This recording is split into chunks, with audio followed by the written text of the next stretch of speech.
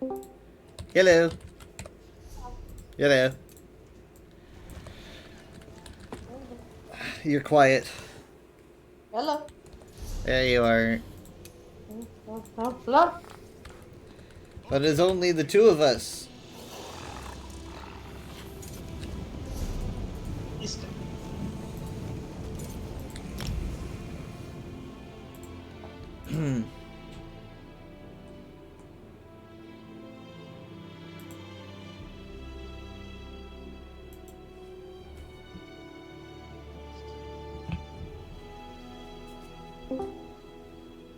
Hello. Hello.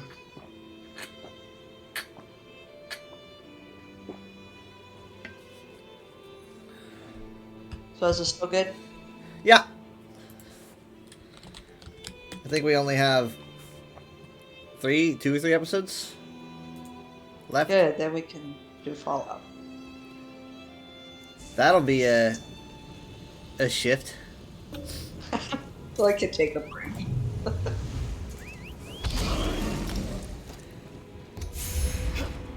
Hi, Leaf. How you doing?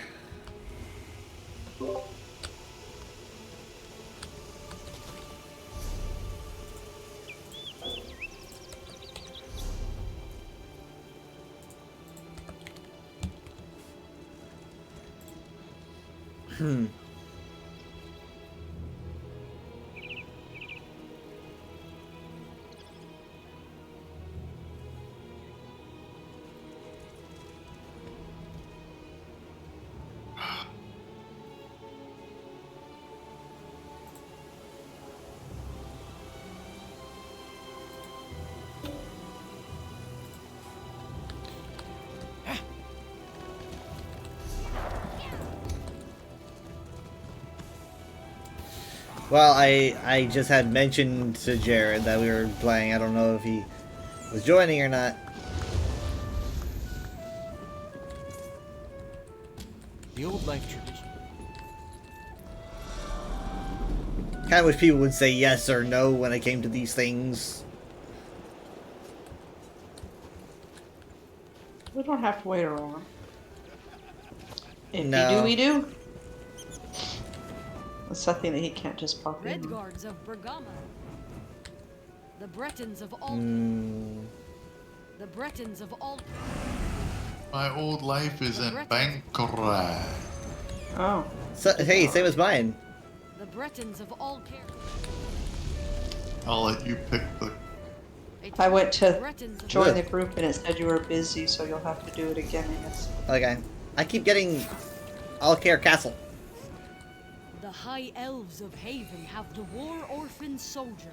They Yeah, we'll just do War Orphan. And then... do some other things. I have Reaper's March. Is that what everybody has? I got Bankarai.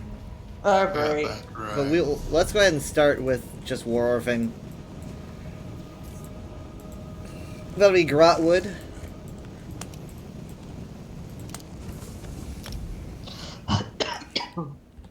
Maybe I should play some Fortnite later.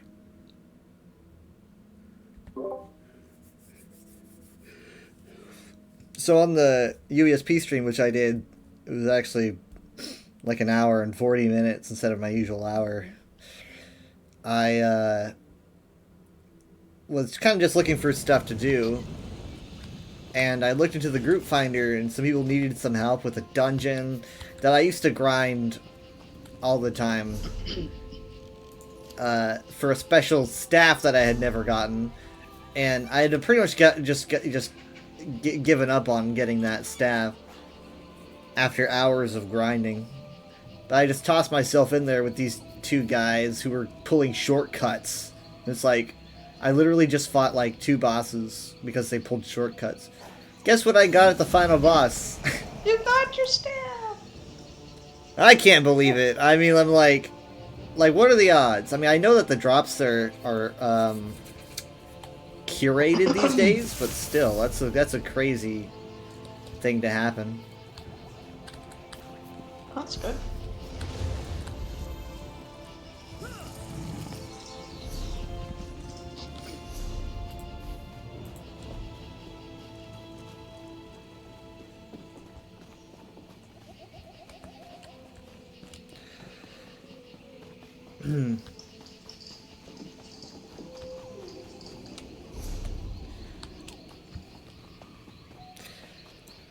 So with this new information, the weird Craglorn information, with that, I'm now back on my conspiracy theorist mode. Where I'm just trying to guess whether or not they do it next year or the year after or whatever. But if they were to make a Craglord-esque zone or a zone released in 2 different parts, what would make sense? Because that's a whole other line of thinking. And I was just looking at the Skyrim map, and I think that Skyrim probably makes the most sense, or at least it makes a lot of sense. Because, like, the 2 areas that we're missing are very different from each other, and they're separated by a mountain range, and that seems like the perfect way to lock players out. Ah, yes. Some of those... I'm gonna kill the wildlife. That's Thank you for the good to alert, me. Juddalo. And then we can donate. Yeah, and then we can donate. Violence and then donation. But yeah, so I'm thinking, like, they might do it where they might release Winterhold, and then release Whiterun after that, or the other way around. But if I was them, I think that would make the most sense. Because if you look on the satellite imaging, both zones are just completely different. They almost look like they're made to be a Craglorn-esque zone. I ran the idea by some people, and they said that I might be onto something. And I didn't pay them to say that either.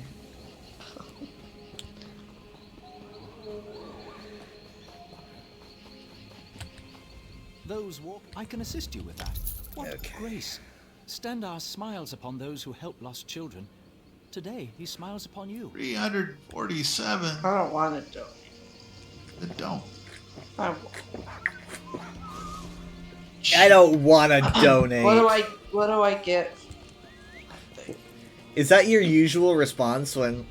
Would you like to round out your purchase to the, you know, I don't know, to this charity? Oh, I have. What a do I get in soft return? spot. There you go. I did it. You guilted me into it. If it was puppy dogs or kitty cats. No, I have a soft It's spot. only. Let's see. I'm actually curious. I wonder if there is anything related, like. Okay, well, it says that if you donate, then it checks off a part of an achievement, but that's just for one time. Ah, that's alright. It was a whole 347 gold. Yeah. I'll write it off my taxes. That's almost 5 wish rides. Y'all are poor. We are. We are poor. No, that's why I'm rich. Ah, Like Scrooge McDuck. that is how it works. You're stingy. You're Scrooge. Okay, I'm going to Bankarai for mine. I'll go to Reaper's March and figure out how to do it.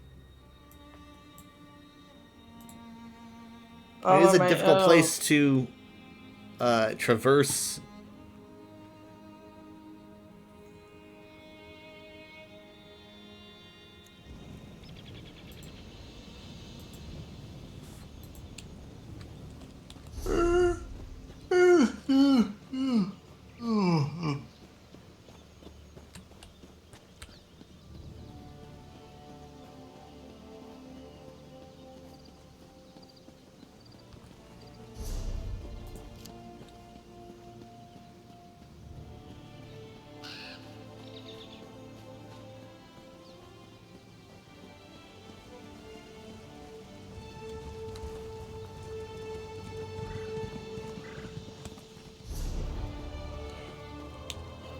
It's gonna be at the top of the waterfall.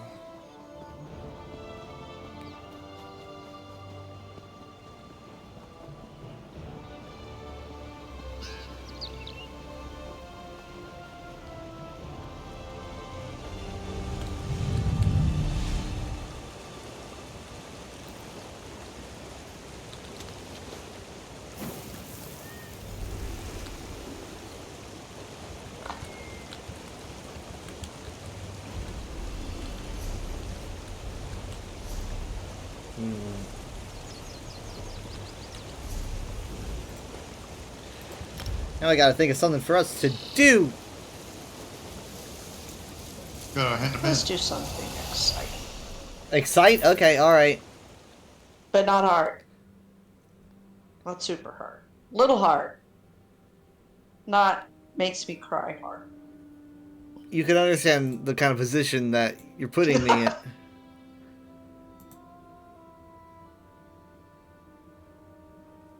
Oh, you must have teleported, eh? Yeah.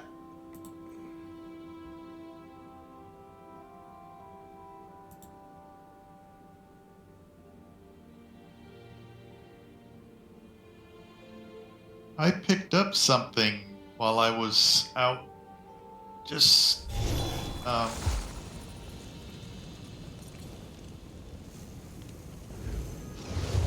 I did one antiquity, but it was before that.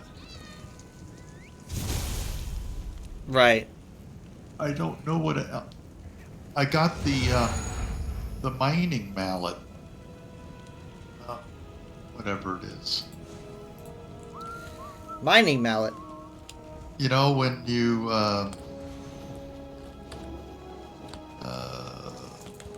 when you mine an ore, Oh, yeah. I used to, I had the pick, and all of a sudden I got the one where I get the mallet now.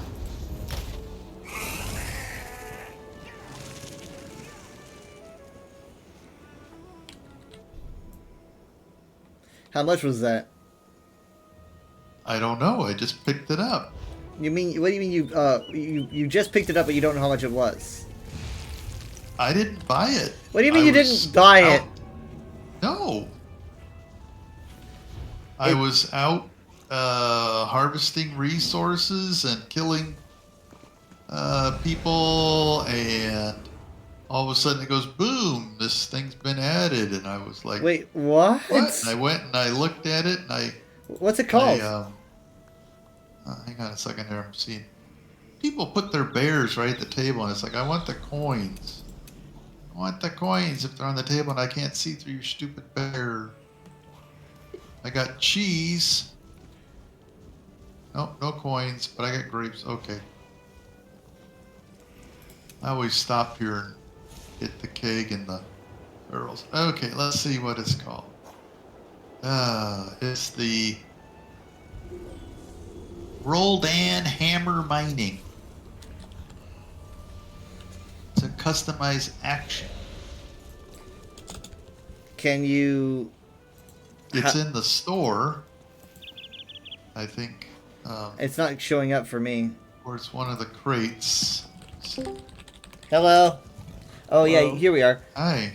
Roldan Hammer Mining recently acquired the customized action. Now it says now every time I log on I get the notifications saying my collectibles have updated. Same here, I acquired it several days ago, and ever since I've been getting a notification whenever I log in for the first time on the server. After I clear it, it doesn't pop up on my alt characters, but if I log off the server, it pops up the next time I log in on my character. So did you ever pick this up, like, at all? Because it's... No, I did not. I never bought it. But it just all of a sudden popped up as I was. I don't know if I killed somebody and was looting them, or if it was in a treasure chest, or here we are.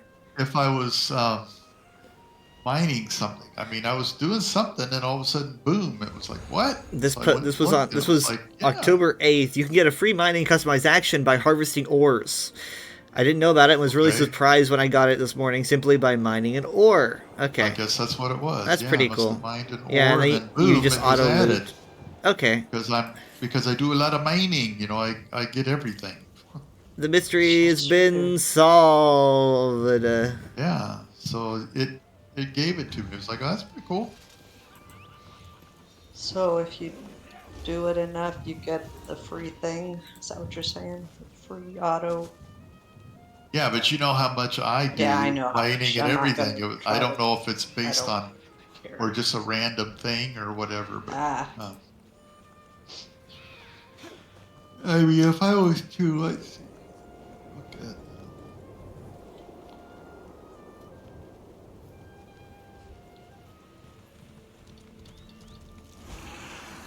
like right now, I have 554 rubidite ore.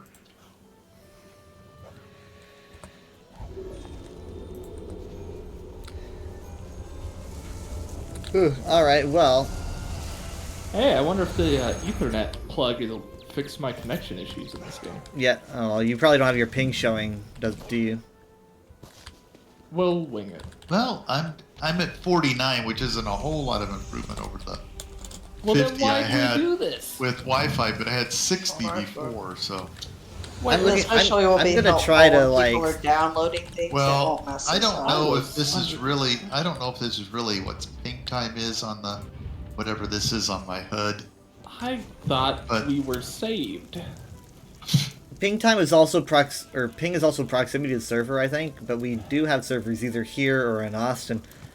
I should have known. Right, but if I looking at the from my phone, I forget which is which, but I have like a 9 and a 2. I think I have 2 millisecond ping to the from my phone to the gateway, and it was 9 out to the. Wow. See what Wi-Fi man says. Wi-Fi man. What does Wi-Fi man say?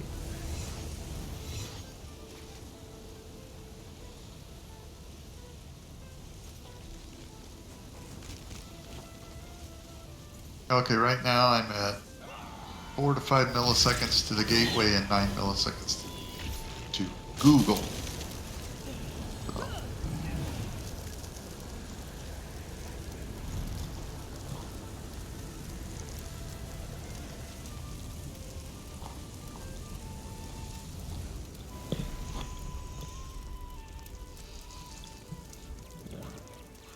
Trying to right people's path.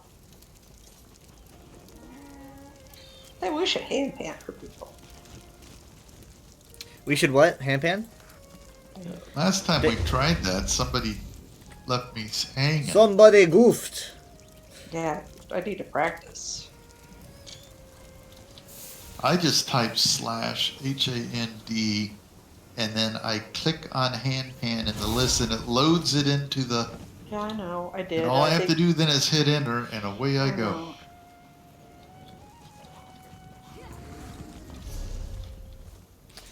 know. So like, hand, I've got it set. I have mine set. Just a minute. Okay, it's down here in the bar. Do you see it? Okay. It's the little white thing splashing on it. Is that okay? Should work. Are you Okay. ready? And Should I I'll hit travel it. to you, Kyle? Yeah, you can travel to us. Yep. I'm so Are you ready then? Yeah.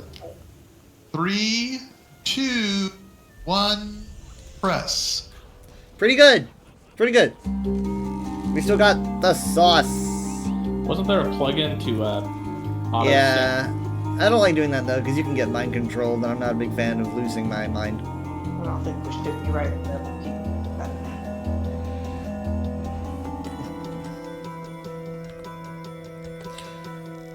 We are now dominating everyone's ears. They can't help but hear us when they get off. Oh, the Should Empresario. have a little hat, little We cannot be ignored. nations. He jumped over me. Yeah, he did. She ran over us.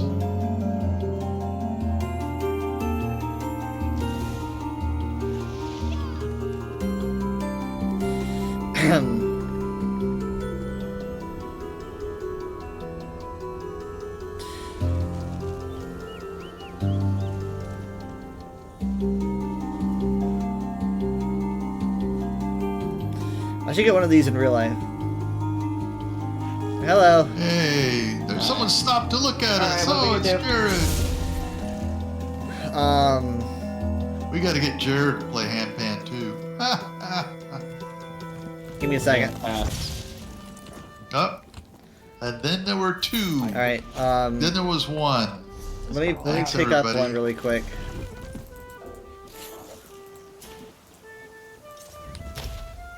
Jared, Yes. take. There's so many people here. So many people. Take this.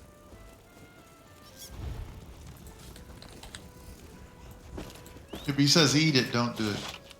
Morningstar Frostwear shoes. Yeah, I just got these extra. Thank you. I literally just got socks for Christmas. It warms red guards of Bergamo. Oh yeah, you know what? We'll do the single fire sprint, and we'll each have a place. Well, I know where I'm gonna go. I get it. Yeah. And then I have an idea. Hey, Mom, after. you remember where you picked up No, it the makes me Sky Shark anxious. yesterday? It's fine. Alec, your desert. Yeah, it's someone marked it.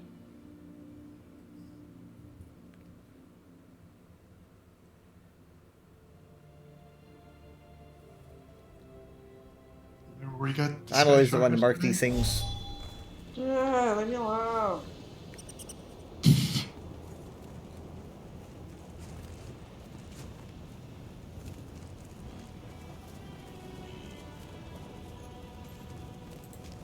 It's hot.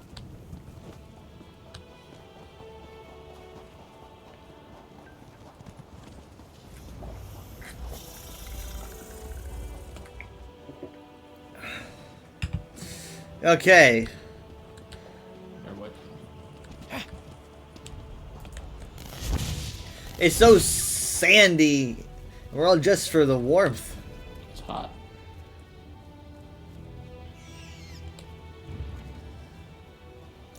You know what would cool you down? Ah! Mud.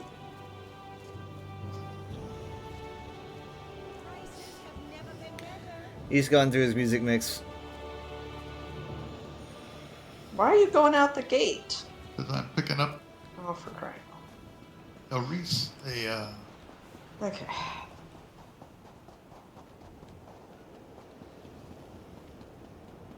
Yes, I think I remember where I got the Sky Shark history. So, talk to her. Okay. Oh, I turned around. Okay. Go up the stairs. You want this one right here? Okay, I could do this one. Because your other one is just this way. Yeah, I know. I remember. Someone will Or have to we'll give forget. Jared a Sadly, Kyle can join. destination.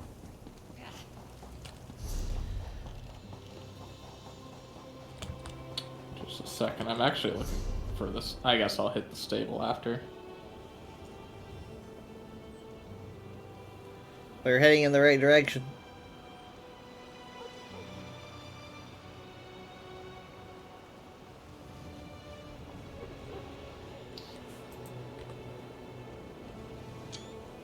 Alright, so,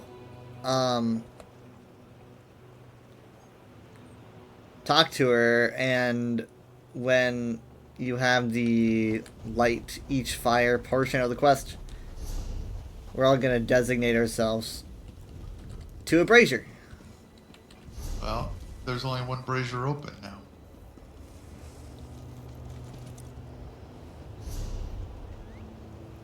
Jared, just keep going north. On the ground? Or on the walkway? Head towards the marker that I just made. I don't Alright. see the marker on my compass You rose. just look at me. I'm right here. Hello. I mean, that's where I was heading. You can stay right here. Yeah. I'll go and get the other one. 3, Let me know when to fire. 2, 1, fire. Boom, done. Now run back to the lady. Speed running. We're such cheaters. now, long All right. Nobody else has friends. No one else has friends but us. Oh, Jared, I didn't share with you my coral bear. He like glows in the dark. Is the word overly designed in your vocabulary? Lisa Frank. He's a It's 2 words. 1960s. Lisa Frank has the colors complement each other, and they're in nice uniform. Lisa Frank has the colors complement each other. This That's a is- quote that exists in our reality now. Yeah, it's they. She's they like use, she was like the queen of pastel. sparkle dogs. I was in the Yeah, 90s. You but- can't fool me. 5 whole years. 5 years.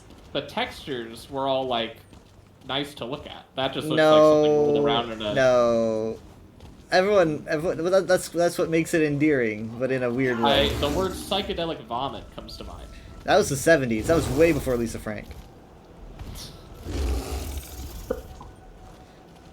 He's just jealous. No, I'm not. I like creatures that are pleasant to the eye. That's why he uses the only blandest of creatures. The naked mole rat. Everyone loves it. I'm going Oh, back. are we supposed to we go back to these merch? Yeah.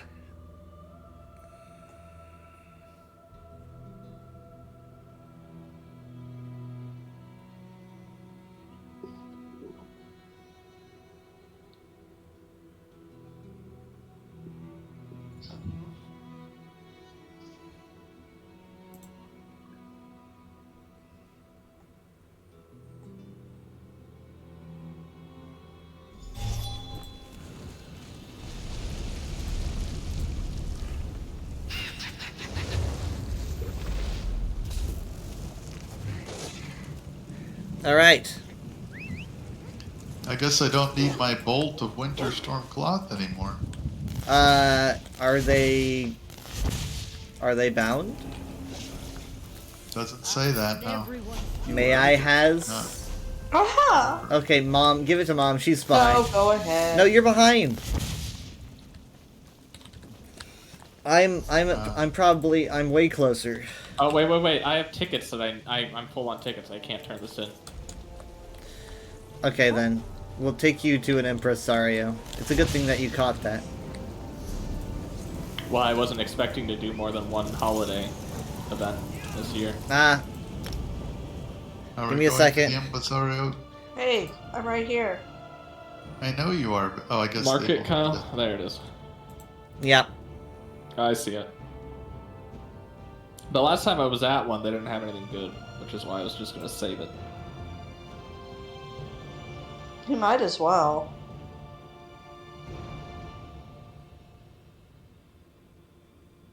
Thank you. That was 2 tickets worth, I'll have you know. Yeah, appreciate it.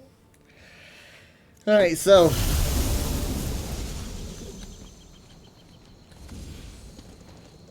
Yeah, you might as well save it, Kyle, if there's nothing in there that you want. Well, I'm now gonna lose out on tickets then, so I might as well buy something. Okay. Alright, I'm here, Kyle. follow me and let's see if the Nedge is not here. I'm back. I was acquiring pieces to build a companion, but I forget which one I was investing in. Is there a way to tell? Like, will it tell me you have blank amount of pieces of what the hell is this? That's the companion, the little tiny Molag ball. I don't want it. All right I do then. not want it. Secondly, But there was another one. secondly, we have Is that the surprising snow globe, which is 5 tickets. Yeah, that's just an emote though. Yeah.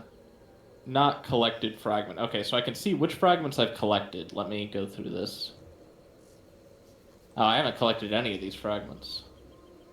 No, what you don't. But the thing is, so it's why you're not looking for fragments if you don't want the pet. Oh, they're not doing fragments for other pets that they've had in the past? I thought they've done that before. There's a pet each year, and the pet converts to quarterly rewards, which in this case is a house. However, if you wanted this house, you would have to get around what, You have to get 65 65 because he needs 15 for the pet, and then Not a- and then 50 for all the tickets or all the But keys. there was Impresario inventory of past collectible items before. You know what? Do you still have your tickets? I mean, yeah, I haven't bought Okay. anything. I Give me a second. I've got something to check, but I don't know for sure. I'm gonna hold on to them for a second. I might be able to find something for you to salvage.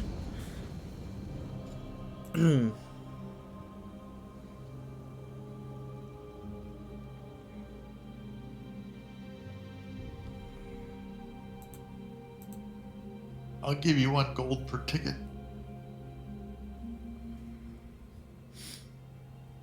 One gold per ticket? Yeah.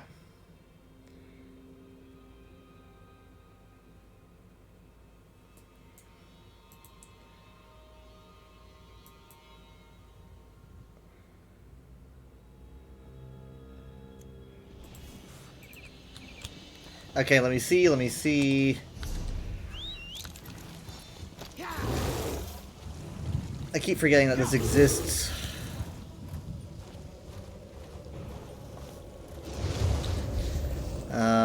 Oh, here we are.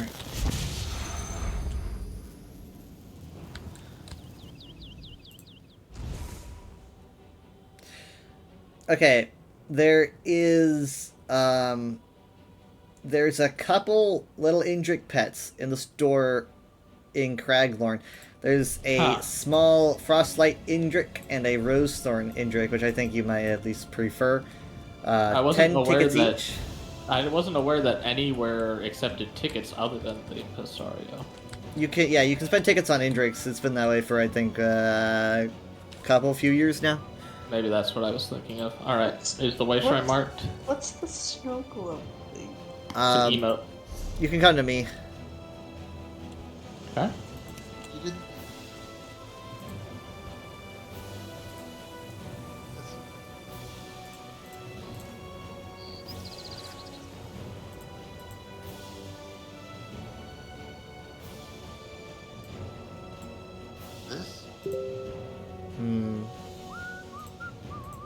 This? That is a memento. It's a memento or an emote? It is a memento and it's called Surprising Snow Globe. I was really surprised I don't have it. Yeah, buy it. Buy it? It's 5 No. tickets, I think. Because I have to buy it. I thot maybe it was something that You can earn it in boxes. There's a chance. Or you just spend 5 tickets. It's not that much. I can't afford that right now. Money's tight. Did you Yep. say go to you? No, I'm going to Kyle. No one else has. I know, to. but did Kyle? Oh. Yeah, Jared, you're gonna want to come to me. Walking there now. Oh, I do have it. So there it is. Surprising snow globe. Okay, it's a It did surprise you. yeah. Surprise! Okay, so no, Oh. over here. Sorry, I walked over to the What Impresario. is the Impresario? This is the Indrik merchant. So you can see these are the Indriks, and then also the pets are basically just smaller versions of these Why does guys. this one have peacock feathers as well as like fish fins? I see the feathers. On the front? See those like sail-like webbings between the lawn I guess filaments? kinda. I do not know what this creature's texture is. But this isn't where you buy them. It's at the counter. I thought you said it was pets. These are mounts. At the counter, you can either collect pieces for mounts, or you can collect the pets themselves. Oh, well, I was... Yeah, okay, this is what I had been doing. I was collecting pieces, so let me see what I've got. I think I got some of the feathers. Not collected, not collected, I not bought collected. her out. You're gonna want to keep in. Hey. You're gonna want to keep in mind how many tickets you're gonna be getting, how many tickets you have. These cycle out every now and then, so you're not going to want to buy like half of it now and expect to get the other half a year from now. Or whatever. Well, that's what I did, which is why I'm looking at stuff and I'm like, why does it say I haven't collected any of these? So everything I bought in the past is gone. Well, not gone, but it's waiting for when it's available again. So if you have a nascent Indrik, that is your base Indrik that you can change into the others. Like an Eevee. Basically, exactly like an Eevee.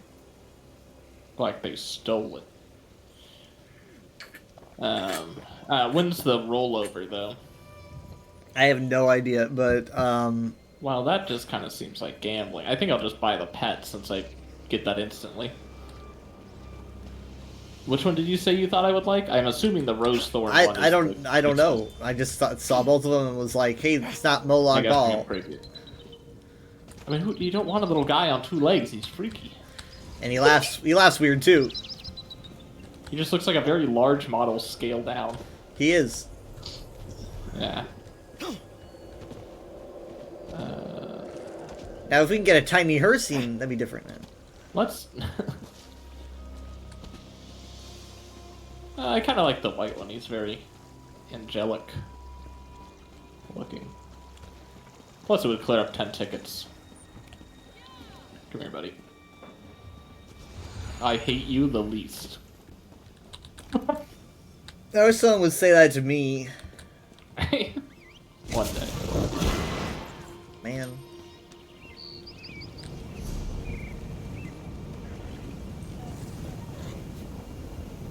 Let's see here. No.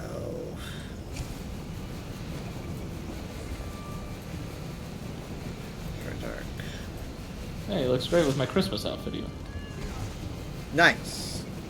Christmas is over here with it. Ebenezer, Christmas is not over until New Life Christmas is lives over. in our hearts. Happy New Year. Okay, give me a second. You guys are gonna port to me when I say so. Say so.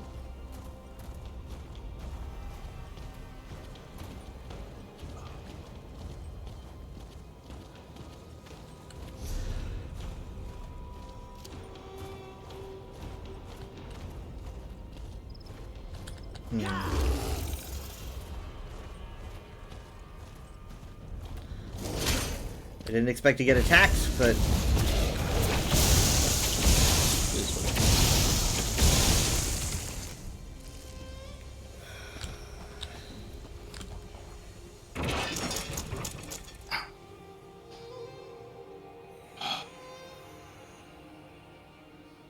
Dad, what are you doing here?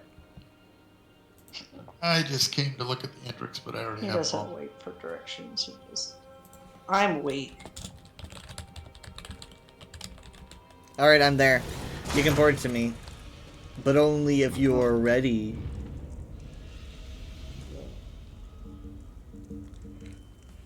I'll decide my readiness when I get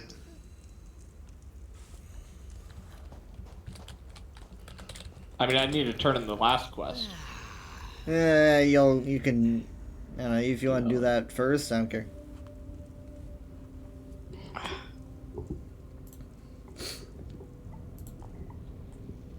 So why are we here besides a complete lack of judgment? Yeah, A complete lack of anything to do. I can't turn the quest in down here because everyone's dead. Hold on to it. Like I wanted to go back into. Mom is AFK, so. Oh, I wish that she would just say that.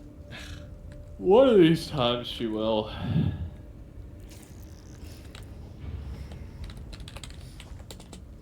Look what I found. Ah!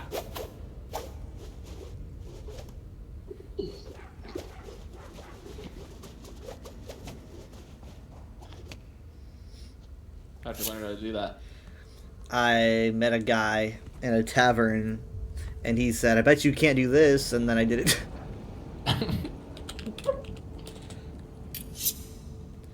See, I had another one.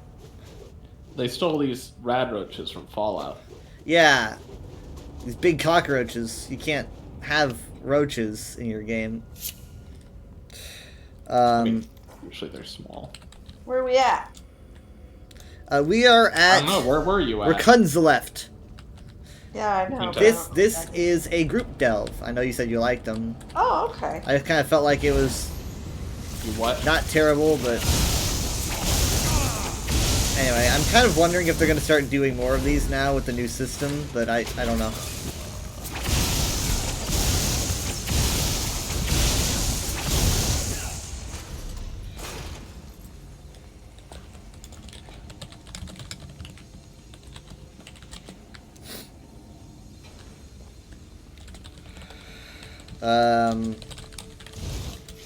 Let's Though I anticipate like they'd probably be harder. They want to make content harder in general, overland content and stuff. To encourage me to keep playing. I don't really know how they would do that. Like, how do you make it harder, but also welcoming?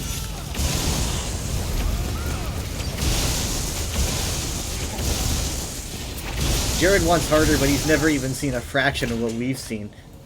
Wow.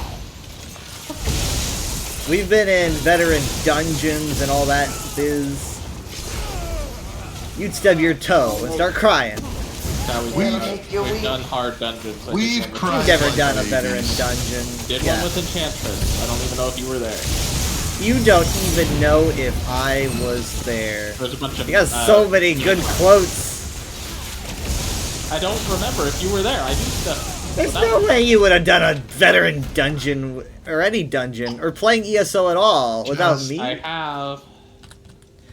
I think we It's shared like I this. could tell you, like, you've never eaten a bowl of cereal without me in the room, and then you're like, I do it all the time, and I'm like, crazy. Sounds like false equivalency, but what do I know? It's only Elder Scrolls Online. Just Jared.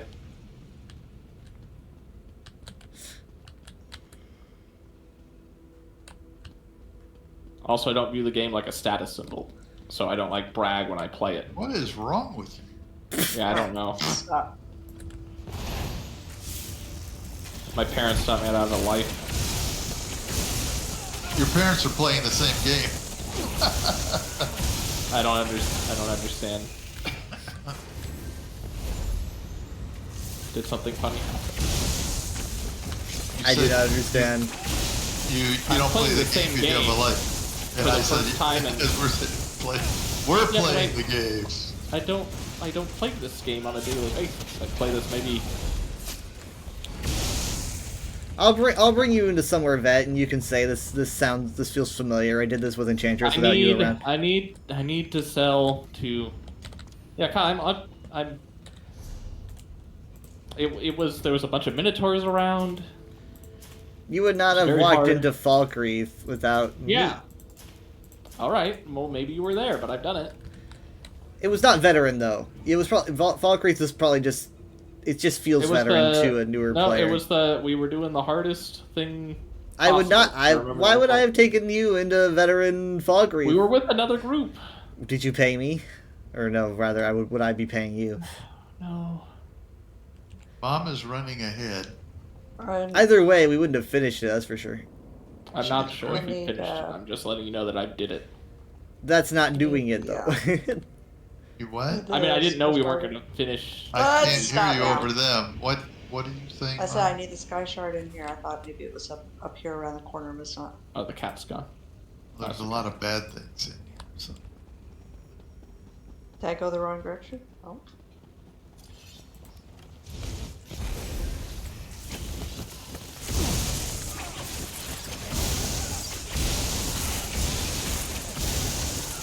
I should use my banner more. That's what I should do.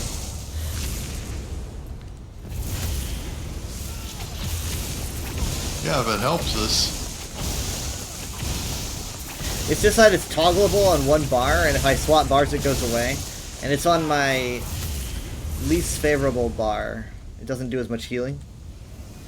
So I need to strategize when I use it.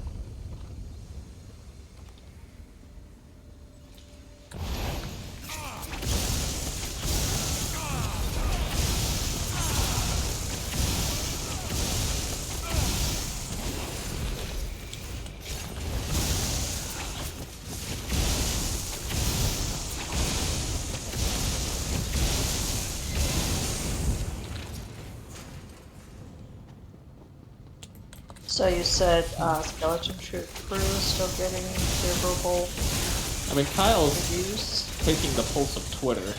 I'm not sure what. Well, Well, that yeah, I but don't- I don't- I that's mean, a harsh I guess- crowd. I was going to say, I guess as a rule, if Twitter's enjoying something, mhm. unless it's somehow pro-fascist content.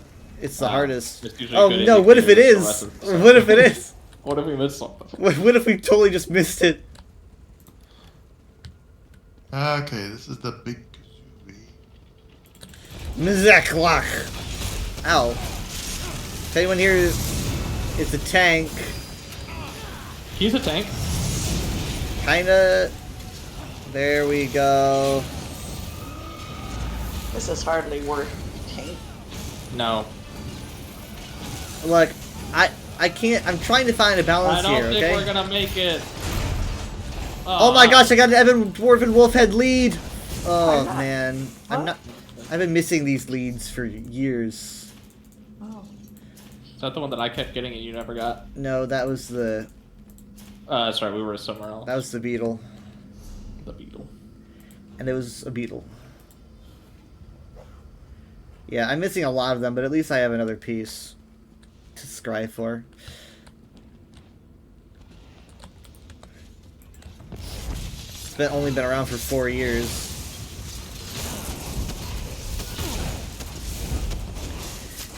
Anyway, being a group delve, nothing should respawn, to my knowledge.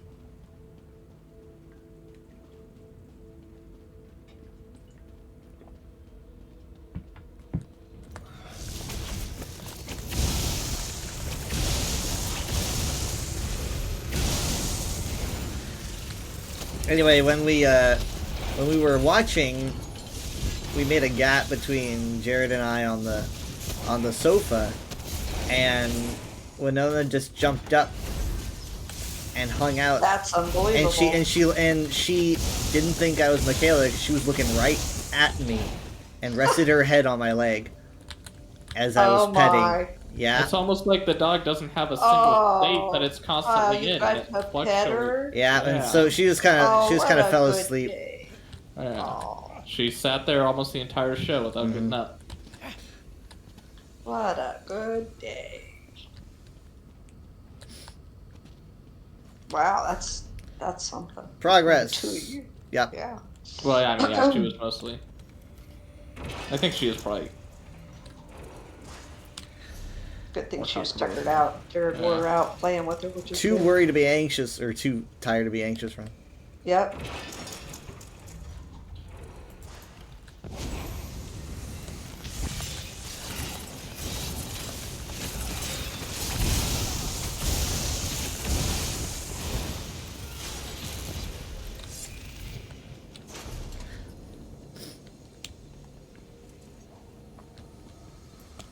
Huh, I don't know. Because I feel like we picked out these guys before, Yeah. and I'm seeing them again. That is correct. Yeah, I don't know. I feel like I could have sworn things don't respawn here, but maybe it's just very, very, very slow.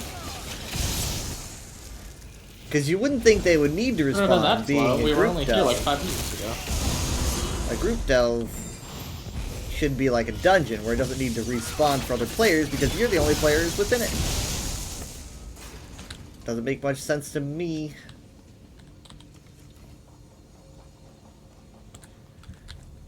So much So sand. how many of these are there in here? Not many. In Cragmore? There's probably like, I don't know, I would say 6 at the very most, and Oh, I Um, didn't know there that.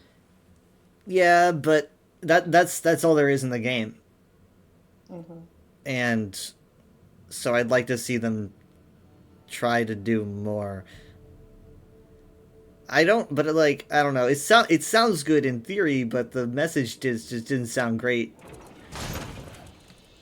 to me. It sounded more vague. I guess maybe because they weren't talking about like all the stuff that I would want to see, and instead we're talking about stuff that other people would want to see, and I got all fidgety.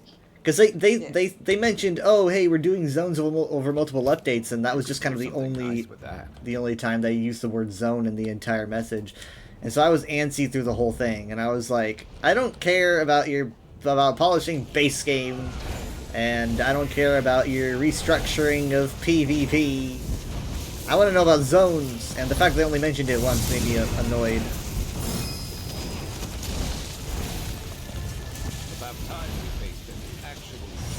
Hey! Well, you wanted harder. Someone summoned a 3-tick. This is a boss. Yeah, we should be fine. Andy. We're okay. I mean, we got a lot of people here. I'm not over there. I Mom's was tanking him. I'm gonna toss out a barrier. We're good.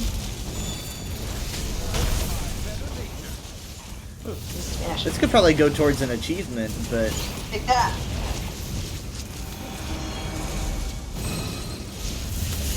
hooray! Stop defiling things. Not a problem. I'm gonna need Fez again, probably.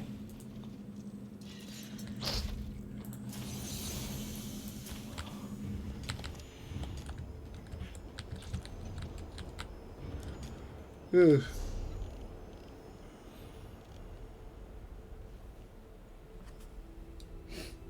Hey.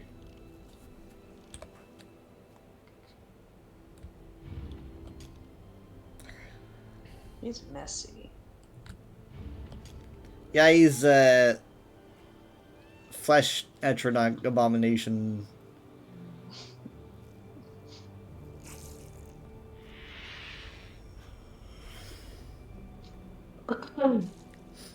Let me know when you're done. That's all companion stuff I should sell.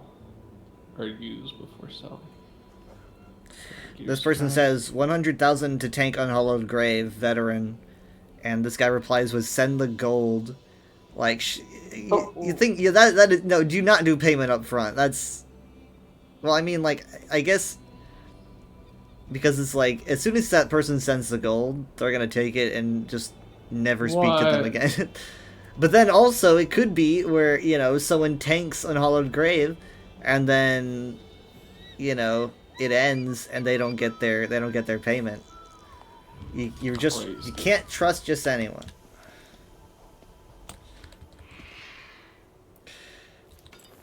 Ready to move out.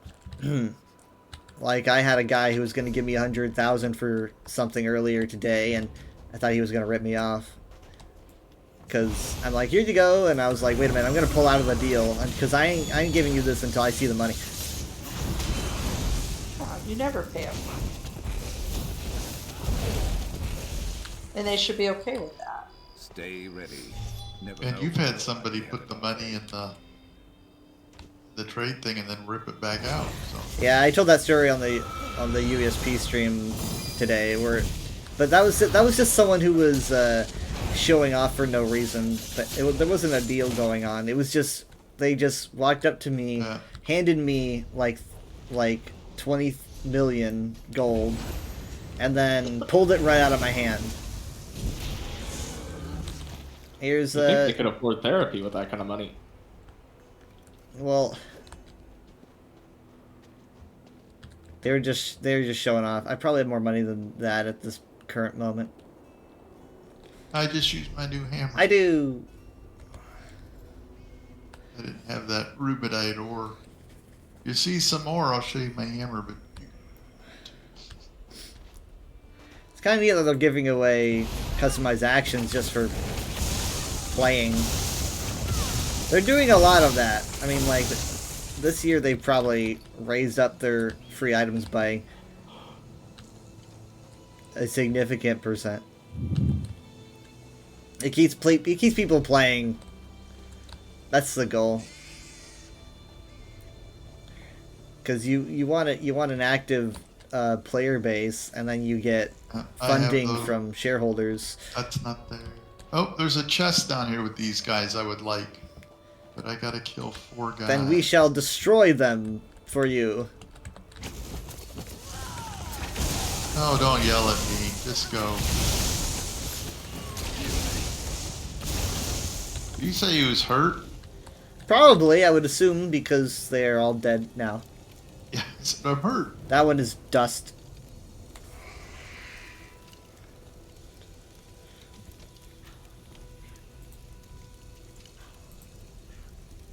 Yeah. Think you saw my cats. Move themselves at night.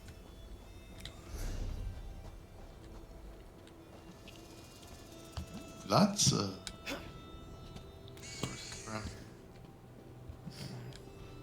Yep, scorpions. Don't want to mess with them. Not right.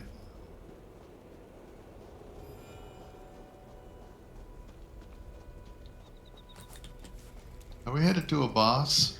We're gonna probably go around it. Scorpion. So, Group how many area. people you need to do group stuff? Depends what kind of group stuff you want to do.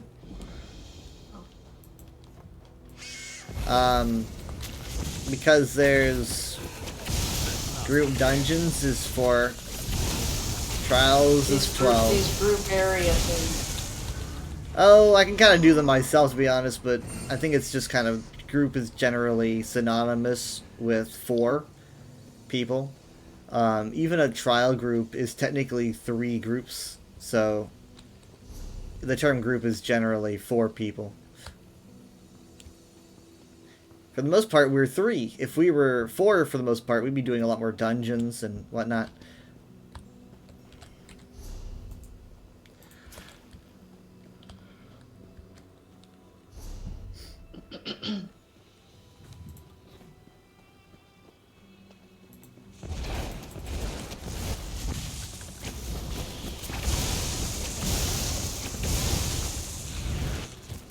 I wonder where that oh hey, hold on. This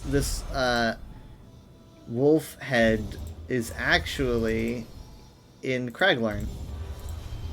So I'm gonna figure out where.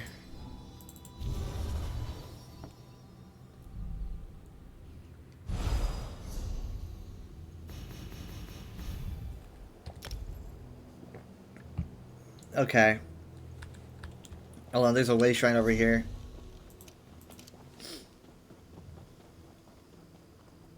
I'm gonna be going to the Seeker's Archive way shrine. I might need protection.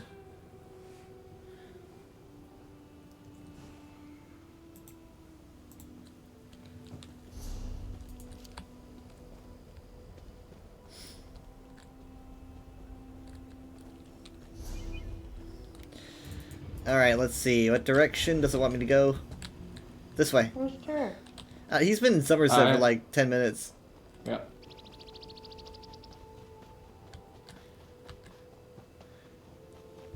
Took a while. We're headed right to the boss. Yeah.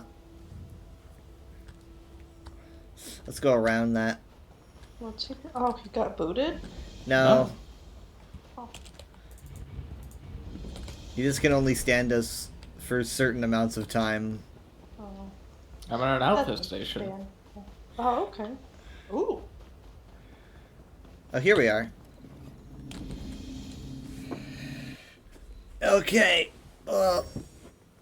Let's see if I can get this. I'm pretty sure it's an ultimate, but I don't know.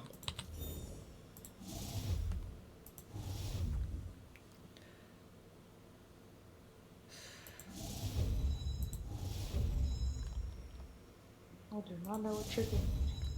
I'm trying. Oh. Okay. I got the lead in that group dungeon or delve.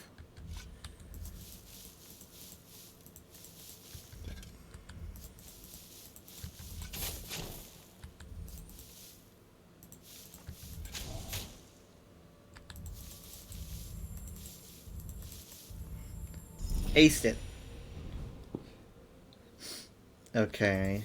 No.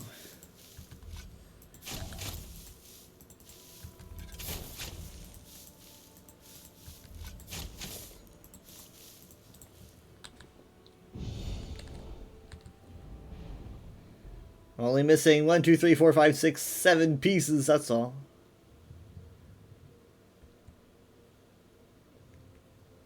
And it came out 4 years ago.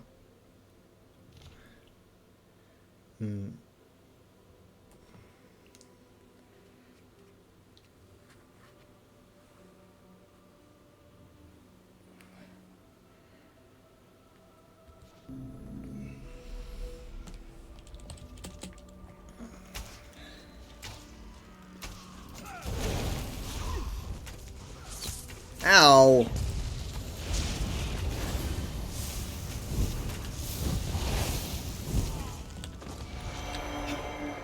Okay, well I got it.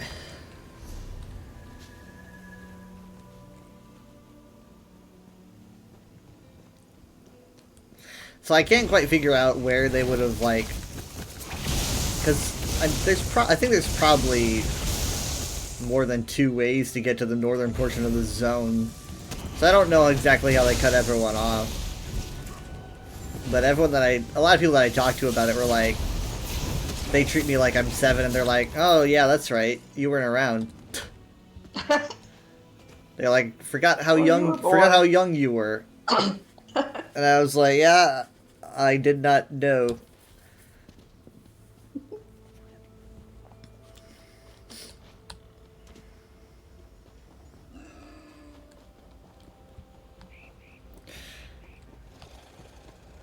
Hey, look, Dad. Huh? Okay. Want to see what this looks like now? Yeah.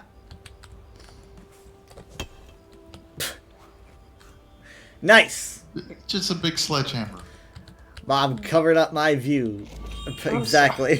She's just like, she just runs in front and it was like, wow, that was impressive. Clunk. You know, He hits it with a big hammer and it just takes it. Nothing special. He'd disagree. Hey, does that you have a knockback ability, right, Dad? Yeah.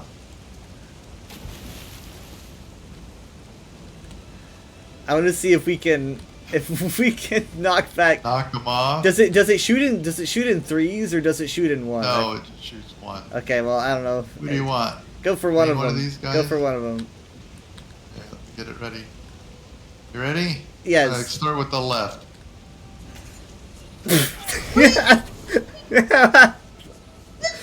You just wait. They're all gone. Yeah. Yeah, they all went over. Oh man. Oh wait, no, they're all holding onto the ledge. What? Like they're all like, I can see them. I can see them down there. I only see 2. Yeah, I see 2. I also Yeah, see I don't some. think they hit the ground, did they? No, They don't take fall damage anyway. I just kind of thought it'd be funny. Eh. Oh no. Ah! Ow! What? No! Ah! I'm Karma. fine. I think we might have like. Oh, they're respawning. I think now they're respawning. Uh-oh, and I'm not with you guys. I don't see him up here. I think I'm gonna come down. Okay, well yeah. Be I'm gonna hit careful. the rocks. Okay. That was a very brave and foolish thing. I want the pure water. Look out! I hope there's not a rock there. Ah. You guys are getting better at jumping off cliffs blindly. Oh boy, I want all this stuff here. I may not come this way again. Here I go with my sledgehammer again. Sorry, I'm fighting for my life here. Oh. It'd be nice if we could just, like, use Unrelenting Force like in Skyrim to shove people off edges. That never gets old, really.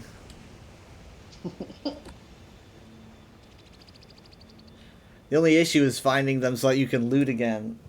It's like, where'd he go? Okay, here's one. Oh, no, that's not either. That's, yeah, these guys. When I'm alone and you come in a group area, you get like 5 of these, and it's hard for one person to take down 5.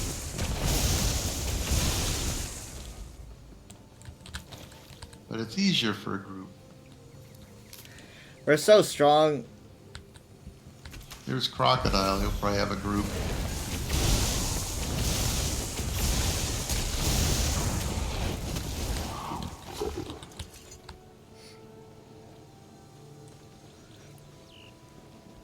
Yeah, it's a lot nicer to group.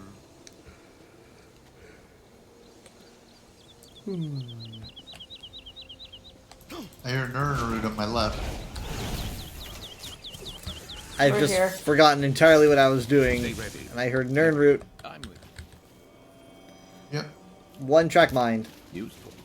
Hold on to that.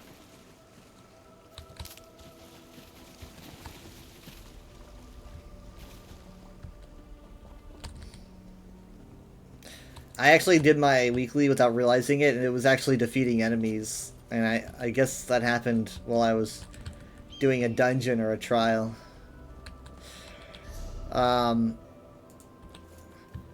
Let's go. Let's see what Jared's up to. Okay. I I'm want to at see an what's outfit out. station. I haven't Yeah, but we're gonna finished go it there. yet. Hi, Darklight. How are I'll have to you? wait. There's worse places to wait than Alinor. Are we just supposed to port to Jared? Be the quickest.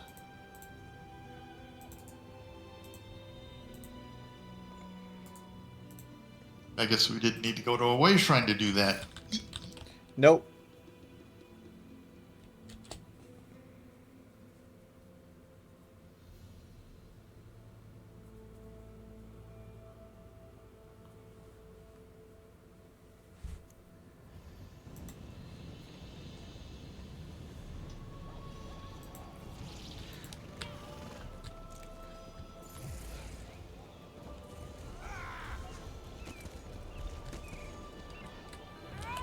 A long time since I've been here. Really? What's that? The Office of Divine I think I saw a couple of No, quests that we I- haven't done here. Assistance.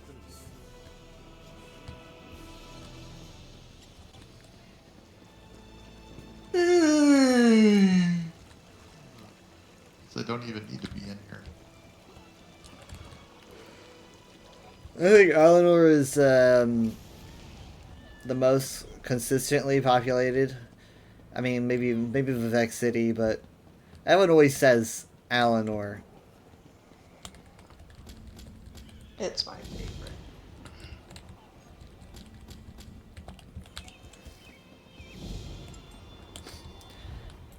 Makes me wonder if they're ever gonna make this DLC free.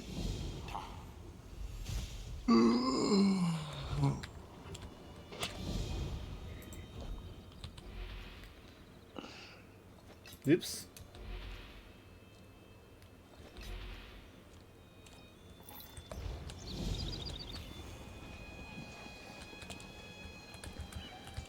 There he is. It's the only outfit station in town. I've got one in my house. Is that in town? No, it is on the other side of the continent. But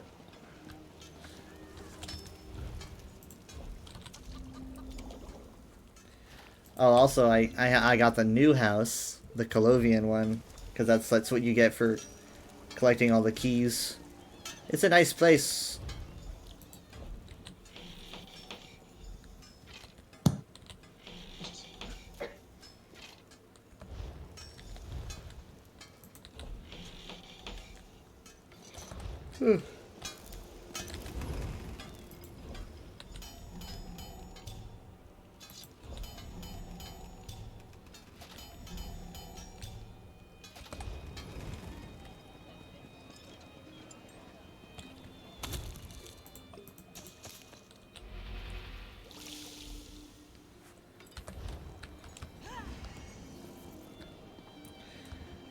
Okay, I think I did.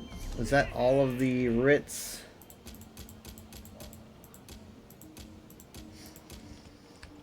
Something that a lot of people have been wanting that I notice, because I hear a lot of feedback about the game, is that a lot of people want a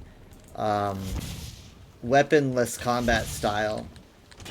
They want to be like a monk, you know, hand to hand. That's very, very widely asked. I mean, like now they can't do spellcrafting anymore because they've already done it. So everyone's back to asking for Punching. They can punching. do unarmed What, combat. hitting? You Yeah. can do that. You just put your weapon away and punch. Yeah, obviously It's it's not gonna work well. yeah, I know. But I'm thinking like whereas that would be fun, but like how would that work from a Yeah. game balance standpoint? Because Well, we most could builds use, like your ultimate, you know. most builds depend on having something in your hand to like fill out armor buffs and stuff like that. Like if you're not using any weapons, then how are you gonna get a buff from the armor sets that you're using? I don't know, like they could just have you have like something invisible or something and they'll just like call it a ring or whatever. Brass knuckles. That something like that, Yeah. but a little less subtle or a little more subtle, so that you wouldn't actually have to have something in your hand.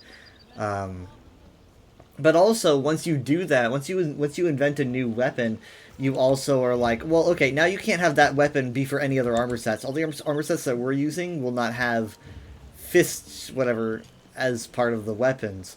So that already outdates a bunch of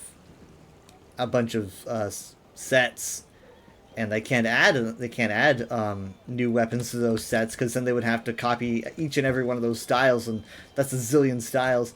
It's just kind of there's a lot of problems that I think a lot of people don't really realize. I guess, are we done? We're waiting just for Jared. vibing. We don't vibe enough. Vibe? I want to see Jared. Vibe. Wow. Vibe?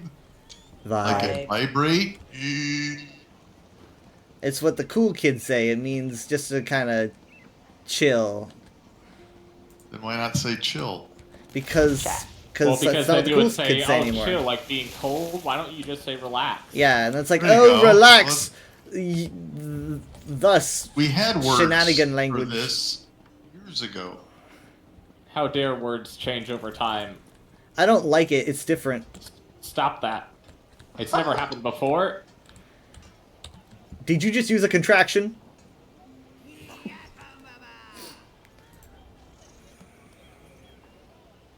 Lazy. Isn't it?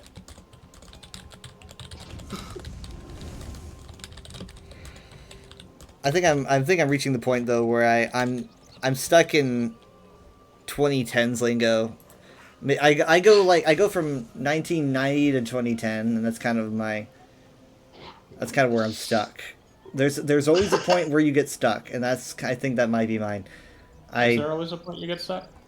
I think so. I mean, because like a lot of people no one told us to do that. are like, well, I fall off. Of course, I don't know if fall off would be a newish thing. I'm washed. I think that still counts as 2010, right? 2010's washed.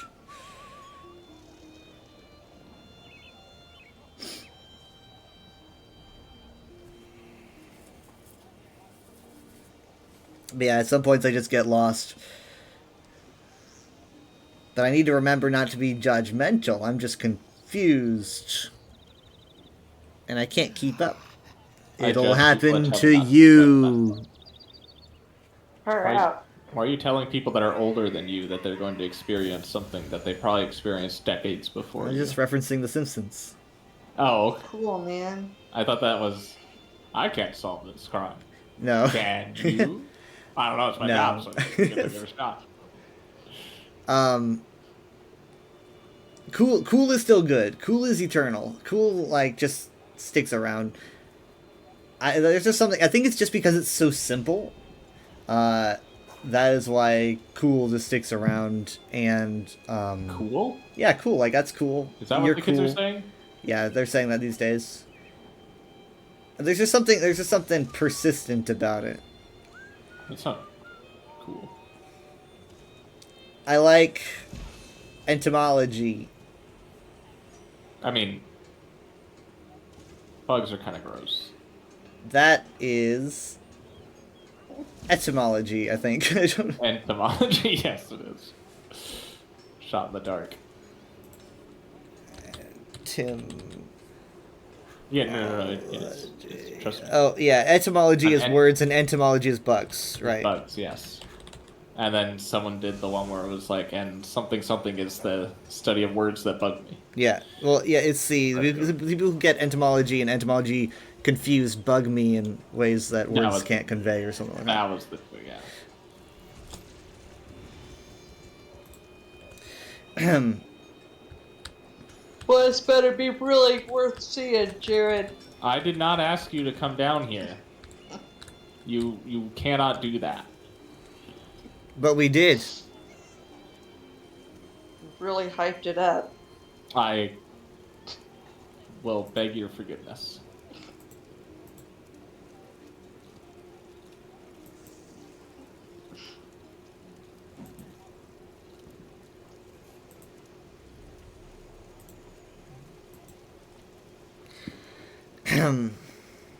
Such a crime that so many of these colors do absolutely nothing when you apply them.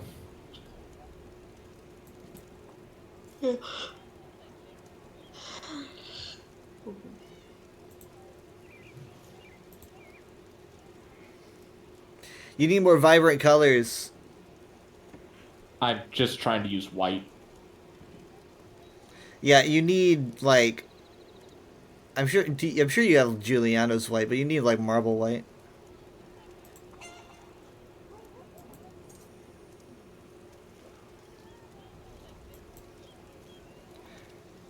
That's what I use. But white's pretty hard to get good with.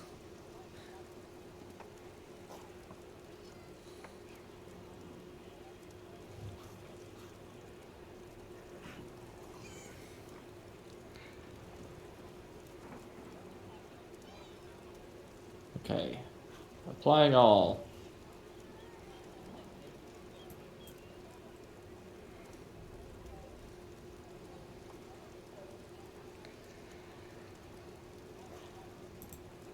Whoa, that's different. Look at that. Are you even the same person? What helmet is that? What helmet is that? It's bone mold. What? Yeah, I think that black. dies pretty well. I made my daggers fully black and then my sword fully white. Nice. Wow. You look like you're from Star Wars. With the speed racing helmet. I look like I'm from a game that I wish I was playing. Star Wars, the video game.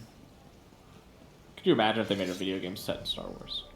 I don't think it would sell very well. I would think we should all play Especially if that they made them out of Lego. Wouldn't sell well. That's such a random thing to say. Yeah. I like the sword. Yes. It's like a Trinimec sword, I think. No, it's Orsinian. You gave this to me. Right. This is very classic orc sword. I mean, it's... Right, one but of those Trinimec common- is an orc thing. Well, I mean, like, Yeah. partially. I wouldn't call orc weaponry Trinimec weaponry. You would call it orcish. Well, let me see. What does Trinimec sword look like? Well, maybe it's called Trinimec sword, but the culture is... Trinimec sword... Nah, Trinimec sword... looks different. So let me look up... Orsinium? No. Orsinium swords look like Urukai swords. Just look up orc. Orc sword. Orc sword. No. Gosh, why am I remember this being... I remember it being so obvious, the name of it. Is it Ancient Orc? Yeah, I think it's ancient orc. I have notifications and I check. It says one notification. I check it. It just says Oh. feet What? removed. It's because you gave me the outfit style for the shoes. Oh. Yeah, it's Ancient Orc Greatsword. So I said. So maybe, yeah. Yeah, it's pretty nice. It's like a staff with a blade. Well, no. It's a sword axe hybrid because you can place your hand higher up like on an axe, Yeah. but the blade's long like a sword. I like helmets because when you can just take them off and put them on a whim, and it like transforms how your character looks. That's why a lot of my characters have helmets, because you can on the fly kind of like change your visual demeanor. Yeah.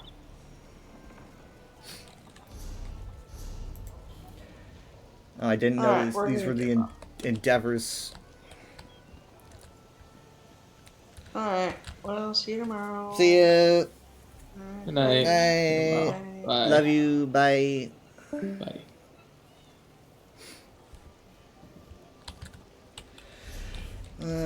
Get rune stones and a group event. I should have been getting more of these rune stones.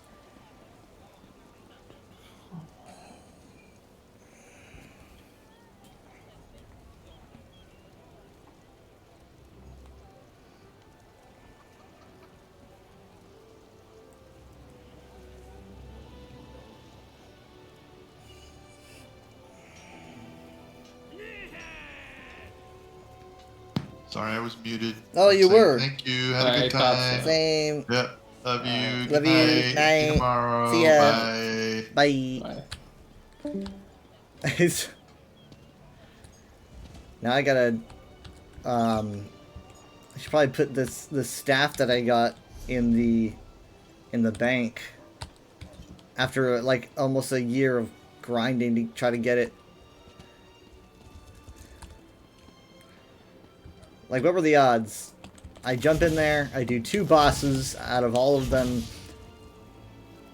I just so happen to get it on the final boss. And it was because I wanted to help those people, and that's how life works. I am glad it is programmed to operate under rules predictable in nature, thus we can conduct experiments. If I do a good thing, I get a good thing. That is how it operates. Cornell University ran a study. Right.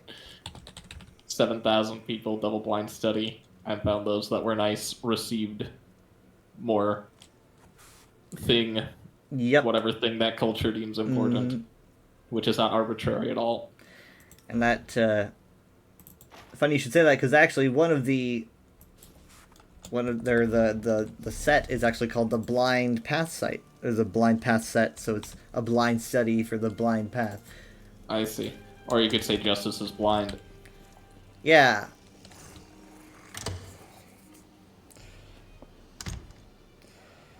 Yeah, I wish I could take the armor off my mount, because, like, I upgraded my mount fully, except on speed. But now my camel's covered in leather armor, and I just want my camel. Maybe that's something that they'll work on. They'll have time to address. I mean, what I want them to work on mostly is, well, one of the things is I want tabards to be hidden, because it's ridiculous how we're 10 years into the game, over 10 years, and they won't let you hide tabards. I just cannot believe it. You still can't dye armor in Minecraft unless it's leather. No. You can trim. You can do armor dye trims these days. That's not. When people mod in dyeable like iron armor in Minecraft, they just make the whole thing. Right, but they can't do that for obvious reasons. We've talked about this. I know. Because hell is other people, and so including other people in your game will not make it hell somehow. They gotta take a lot into account when making official updates to a game. A lot of things that other people don't take into account. That's because other games that aren't PvP in nature can just do what they want. Sure. But it is what it is. We haven't even really dyed any of our armor. We haven't even really tried. It's because I know it won't look good. It'll look better than what it does. At least you can identify people by color coding. I use their names. Or that, but sometimes, maybe if you're like looking in the distance, you at least want to see a pixel and you want to know, is it a red pixel?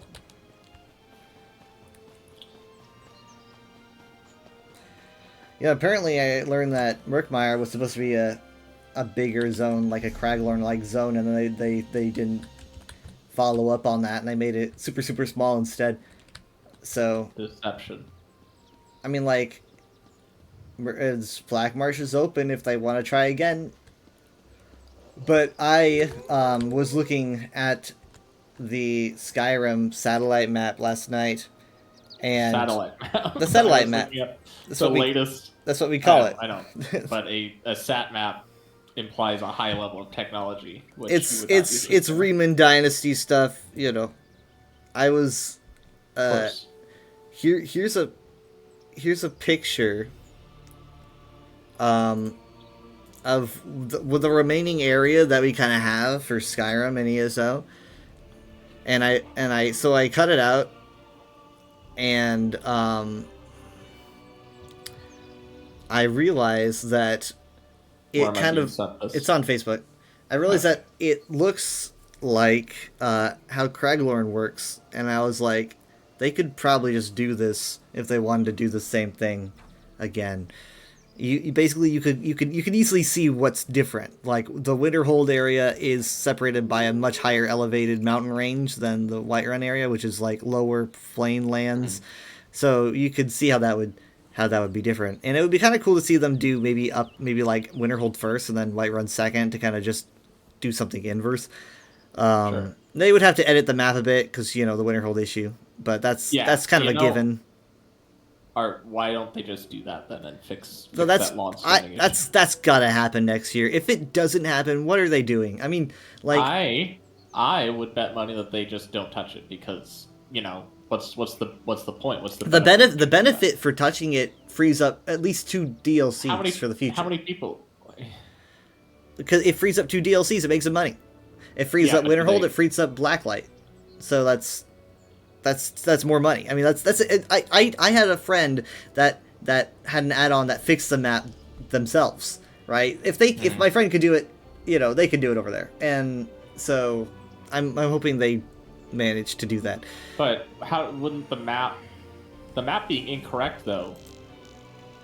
That can't just be fixed by fixing the image. Like the actual physical map doesn't work the way it's laid out, does it? Apparently it does, because there are add-ons for it, and so it's like if you could just make an add-on for it. No. I never understood how it works, but that's always why I'm like, well, look at all these people modding Minecraft in ways that make it seem easy to do all these cool things, so then they just never do it in official Minecraft. But again, there's other reasons for why these things don't happen. Why is there no volcanic biome in Minecraft? Probably because they just feel like the Nether's enough. But no, it does need volcanoes, but they're probably saving it. Are they? 15 years from now. And again, it's like people I found make this joke even though I thought I came up with it independently, that Minecraft treats things like a new flower as like a major thing. Their updates are like, we're finally adding petunias. Minecraft is doing the exact same thing that ESO is doing now, which I just thought of, I guess, where and you know what, it might be just because they like to keep their player base active, but if you everyone knows the world is ending and they don't want to invest resources in making games anymore. Yeah, that's why. As everyone changed their plans after the election. they want to do multiple smaller releases over the course of a year instead of a singular massive release. So, like, every 2 years. So, Mojang is like, instead of releasing a huge thing that you're all waiting for and you can complain about over the course of who knows how long, we're going to do a bunch of small things. So, like, the Pale Garden, that was like, okay, well, we just got the Pale Garden, it's in the game, and that was a smaller update, and so now it's like, now they're going to release something more akin to that, maybe in the near future. And so they're going to slowly start building instead of doing massive drops. And ESO is going to be doing the same, I guess. So I guess that's just kind of what the market wants them to do. And the only thing I can think of is because they want to keep people active and not just like popping in, doing all the content, and then popping out, because that's just not good for keeping your player numbers up, because you got to do other things. You got to do, I mean, like look at like Golden Pursuits, Endeavors, and they're trying to keep everyone there. Audience retention. Yeah, and so the only thing they can think of is just to make people keep coming back by dropping things in small increments over time. I'm not a huge fan of that. I personally, I'm occupied year round, but I also just hyperfixate, and not everyone does. Yeah, other people have other games that they play, but wow. Yeah, so that's why they're doing this, so that they can kind of just keep people coming in. But I don't really understand why everyone's really hyped about getting this, because like they advertise stuff like quests. They're like, oh, you'll get quests that you can do, and you're gonna get new quests every season or whatever. And it's like, okay, well, obviously I enjoy quests, but the thing is, though, players do quests and then they're out. Maybe like an hour of content, maybe 8 hours, depending on how many quests you're tossing in there. But then they're done. And but maybe I don't know, like, because people probably tear through the Must main be off quest today. in ESO. Like, people, like, for me, when it comes to main quests, I take a long time to finish main quest because I want to savor it. Other people, they just tear right They through. most people don't care because they have other games they want to play. Yeah. So the thing is, though, it's like, well, how do you keep them It's from like coming binge- back? You just kind of Like binge watching. keep them. You just kind of. It's like when you have a bunch of food for your dog, and you like just pick off a little piece and keep feeding your dog, and they're just kind of like, they just kind of stay engaged because you're not giving away it all in one go. And it's like, sure, but you're getting crumbs, and for me, I'm much more aware of the fact that I'm getting crumbs than other people who, yeah, have other things that they want to do. And so I don't know if it'll hurt me in the long run, but It probably won't hurt you given that it's just a game. well, do you think I mean physically hurt? What do you think I mean by that? I'm not entirely sure why you would use the word hurt in that context. At In risk of terms sounding of- like an AI. In terms of, like, it would not be something that I would prefer. Is that painful? I would not die. What level of intelligence am I speaking to? Right. It's obvious what I would mean by that. Like, I would prefer it if we stayed in the same 4-quarter format where we got, 2 dungeons, a chapter, 2 dungeons. You don't even need a quarter 4, but whatever. I would prefer it that way, and obviously if I do not get it that way, I feel like I would not prefer it, and it would make me upset. But it's also, obviously, I'm not the only person that is playing the game. So,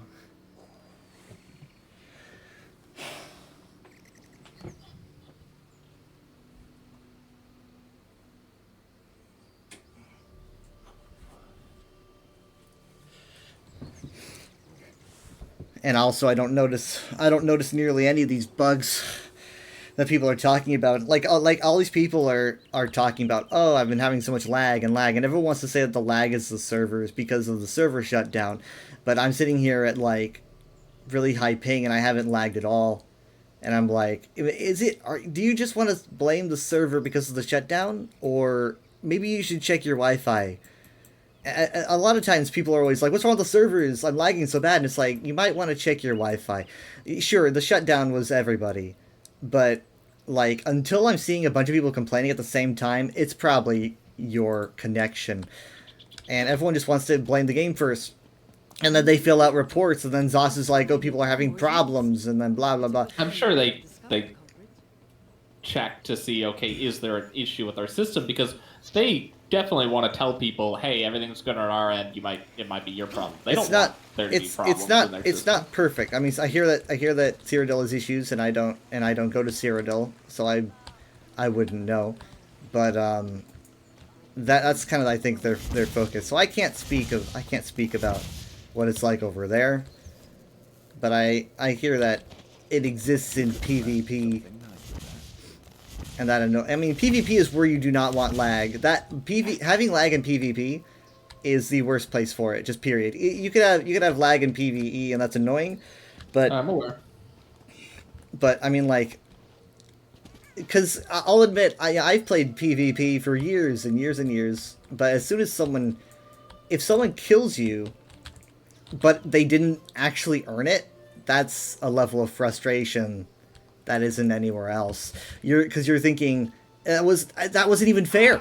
I didn't even get bested by someone because of their skill. I got bested because the servers broke or whatever. So yeah, that is frustrating, and they probably have actual issues as far as that goes. But I'm talking about the content I do. What else? Let's see. They talk about more events. It's like, I don't really know why we need more events except just to keep the player base up. But there's only so many times you can toss cosmetics at people, because people want stuff to do, and I like cosmetics a lot, but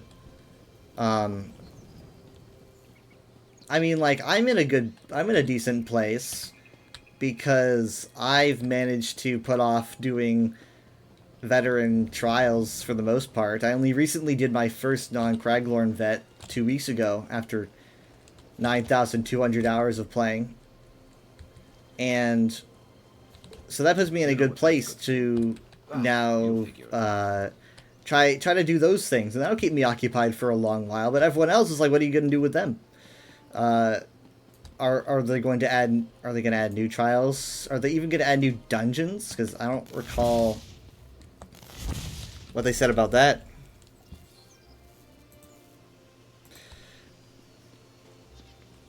I heard that the quarter one was going to be normal, and that sounds like dungeons, but I don't know. But also, I'm not hopeful, because it sounds like they want to tell us the big lowdown in April. That's 4 months. Like, why are you taking so long to tell everyone what you're going to be doing? And that makes me worried that whatever they're going to be doing is not going to really be that it's not going to have that much hype behind it, because it's probably going to be kind of boring. Because I mean, like, again, this explains why they canceled the event. Yeah, because they don't have anything to advertise. Yeah, they're tempering the expectations, and you're like, oh, it sounds like it's gonna be nothing, and it's like, well, I mean, that's because they're tempering the expectations. They're not going to. I don't really see them going, hey, it's April, get ready for a zone in October. Maybe, I guess, but I don't see them doing that, because generally, they want to build hype. I personally see them potentially just going in April saying, okay, well, we're going to now polish a bunch of the game, and here's some cool quest lines, and you can snack on this for the rest of the year, because, you know, it's pretty much almost halfway through the year. And then by that time, maybe no one will notice before it's 2026. I don't know. I definitely got more of a vibe that they're going into pretty much maintenance mode with this thing. But they've said repeatedly, don't think of this as maintenance mode. Okay. And I'm like, that's kind of what it sounds like, and I don't really know what else to think of it, because sure, you're fixing bugs and you're also dropping some quests, but the quests they're going to be fun, but are they really going to cover that it's kind of a maintenance mode? Because that's not going to be like the same level of content as like a full-on zone that adds a bunch of world building and whatnot, a huge adventure. It'll just be kind of smaller stuff. I'm really glad that I've also been holding on to the companion quests, and we haven't been doing those, because I can keep those going. Also, one of the companions is non-binary, and I don't really know how to go about that, and I've been delaying it for several months.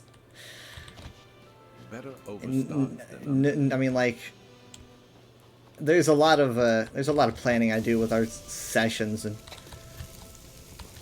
it's kind of difficult.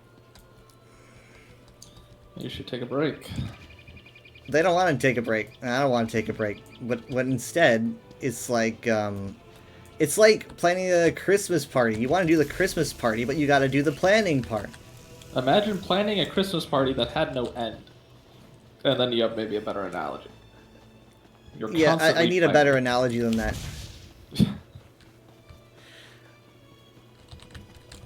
But I would prefer if maybe they would have their own goals, and I would not have to be orchestrating them all, because I've been doing it for years.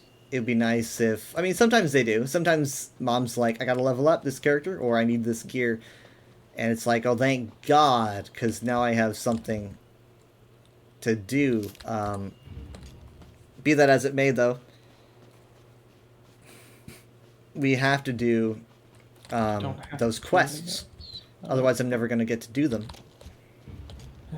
Think of this. Okay, let's. You want to polish this off and instead have me like replace it with a Star Wars show, where Yeah, see, you keep saying that. That's because like, it's the same thing. It's the same thing. Actually, Look, not look, at all. we have- because we- nothing about my personality screams he needs therapy Look, because he would be devastated look, if a we Star Wars have- show was canceled. We have I what do I? have Am I? I had- don't. I haven't been to therapy in 15 years. No, I meant people thinking. You could have said That it would be good shows, for but you us. missed it. I didn't It's- want to. I didn't want to say You didn't something think of like it. Alice. You didn't think. No, of it. I Instead, what you need to Elon do Musk- when it comes to me saying that I'm running into trouble figuring out how we're going to do something we enjoy, no think about figuring how out. that happens sometimes when we need to schedule watching a show you want to watch, and sometimes we run into but the issues. only- It's frustrating. because what you might not realize is the only complication with that, with watching Star Wars shows, is once again you because of ESO. Michaela and I would It's be also very... other reasons like work, or maybe I'm tired. I mean, like there's Yeah, it's always. Hey, we could have but done it even at this time, but even if it wasn't streaming, right? Even if I was doing something else and we didn't get to watch a show, and you had one Michaela and chance I to do would- that. Michaela and I would either do it without you, or somehow when it doesn't work out, I just move on, and I've never once made it someone else's problem.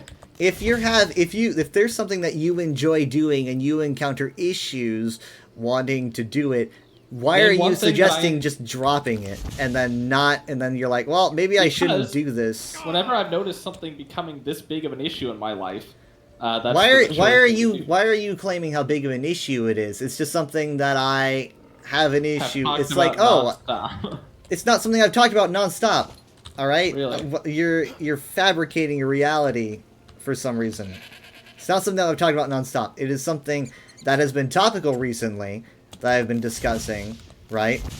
And obviously, it's like, oh well, and it's not even the same thing. Me talking about like content updates, and then me talking about what content I'm going to do with people. That's actually two different things. Just covering the same game, which obviously you're tired of hearing about, but it is not the same topic.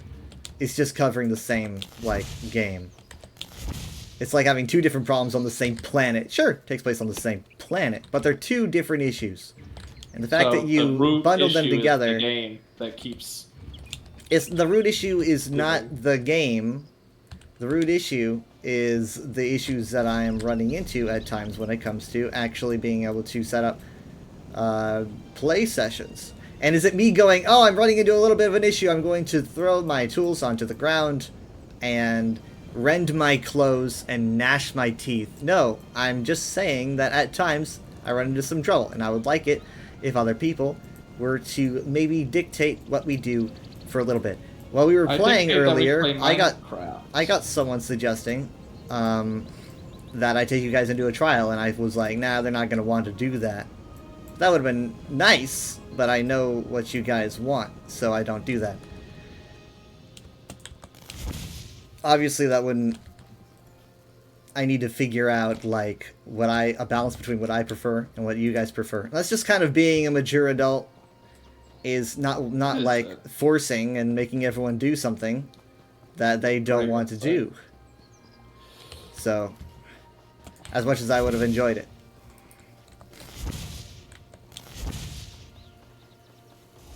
Oh, thank goodness.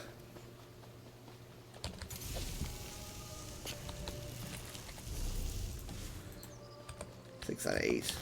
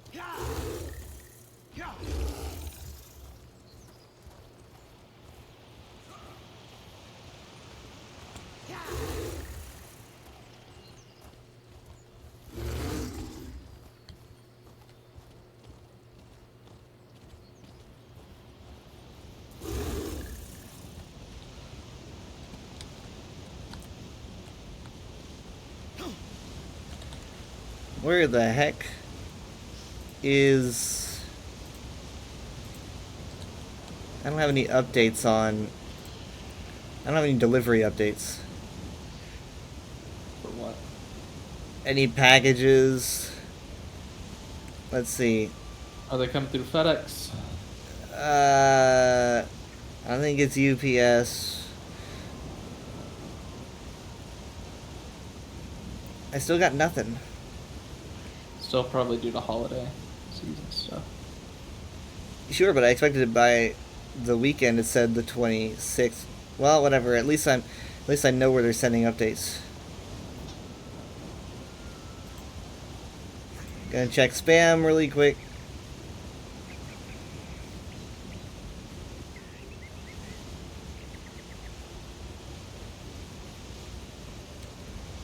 How much money does Temu have? How are you advertising everywhere? Again, it's an overseas scam. It's probably a money laundering scheme by most accounts. There's some who knows what attached to its financing. That company has made so many shell accounts that keep getting shut down by regulators. Temu is like the 7th one that they've done. It's lasted a while. I mean, it's still here. I remember getting Super Bowl commercials for this. It'll be shut down because they'll figure out it's tied to like human trafficking or something, and then they'll just make another one after. It's like making new emails. Sure. I mean, I'm not even surprised. It's just...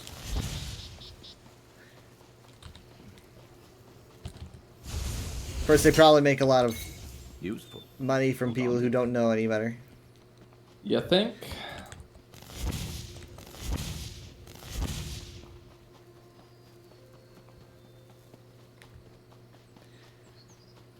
This person says, does anyone have any spare 1 million gold they can hand out? Does anyone have any spare 1 million gold? Does anyone have any spare 1 million gold they can hand out for the homeless, meaning me? All it takes is for one person to do it once, and then you're set. Just keep asking. The worst that can happen is you get ignored.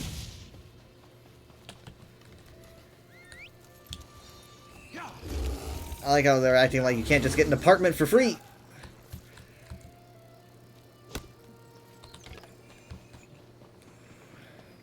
You can live your dream, get an apartment for free. Let's go.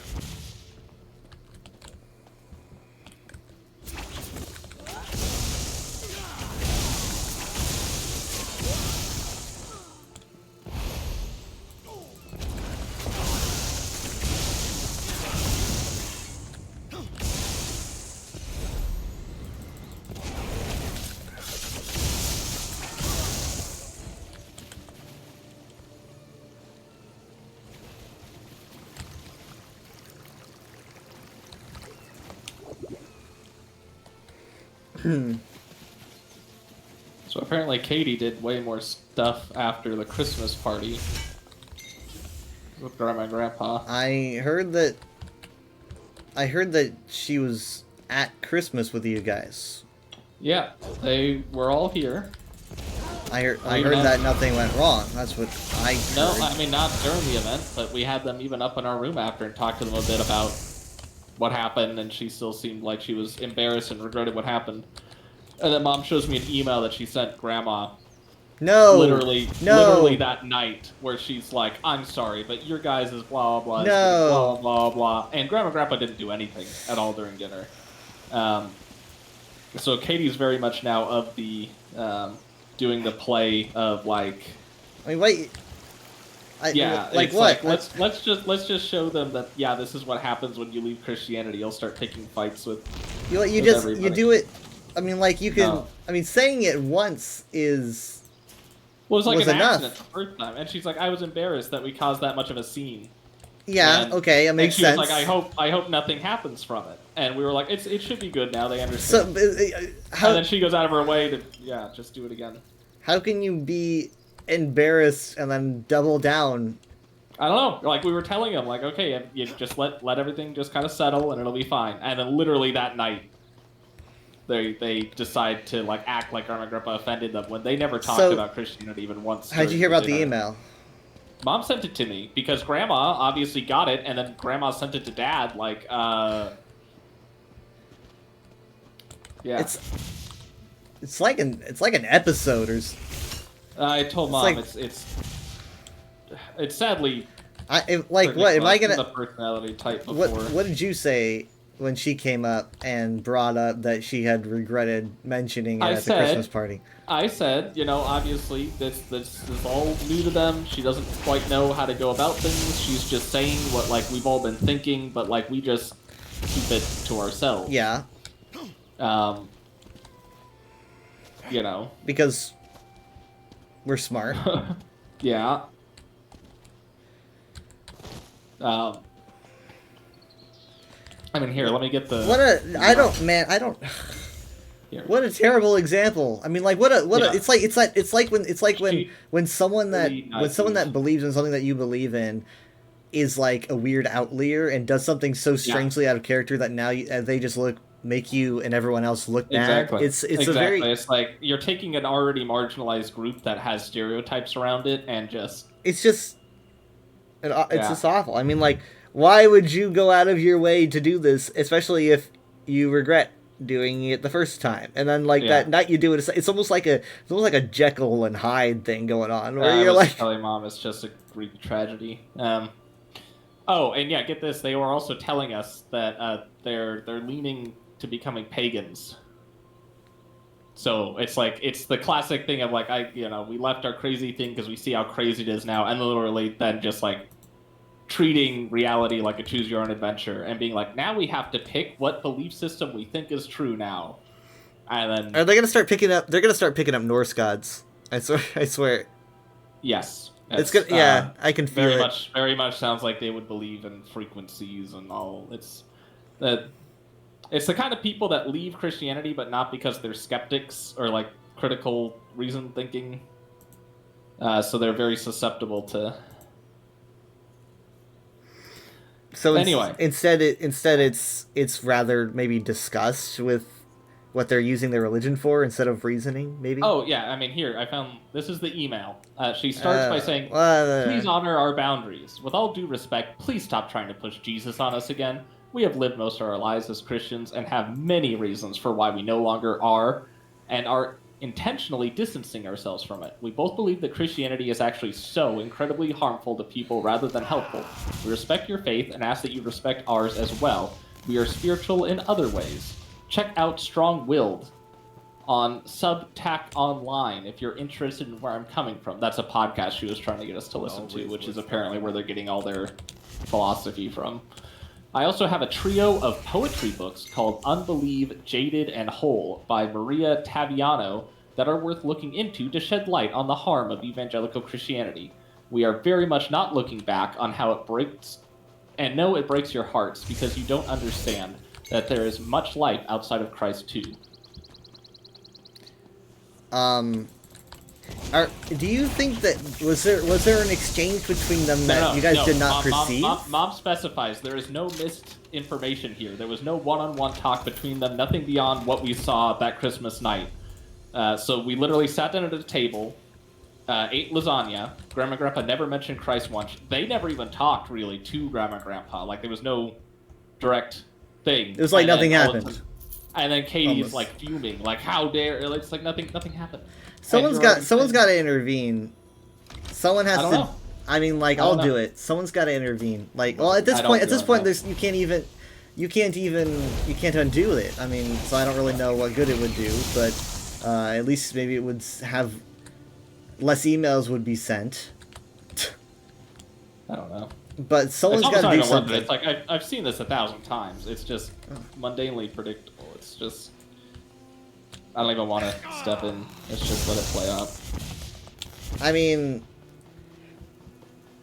they're both. Did anyone step in the first time? Did anyone send her an email or send text? I mean, she texted both Mom and Michaela in a very "Hey, I did this thing. I'm embarrassed about it. I'm really worried." I'm so confused about how you're yeah. Oh, I'm embarrassed, and then you do it again. I think there's some deep psychological issues. I mean, clearly this seems like someone's brain is glitching. I would say. Because again, she's acting like religious people do, like where they're being very like no one's starting a confrontation, right? So if you're the one that's deciding to start the confrontation that wasn't happening initially,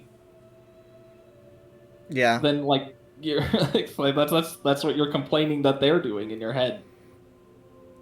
Really just making it, like, really makes a terrible image.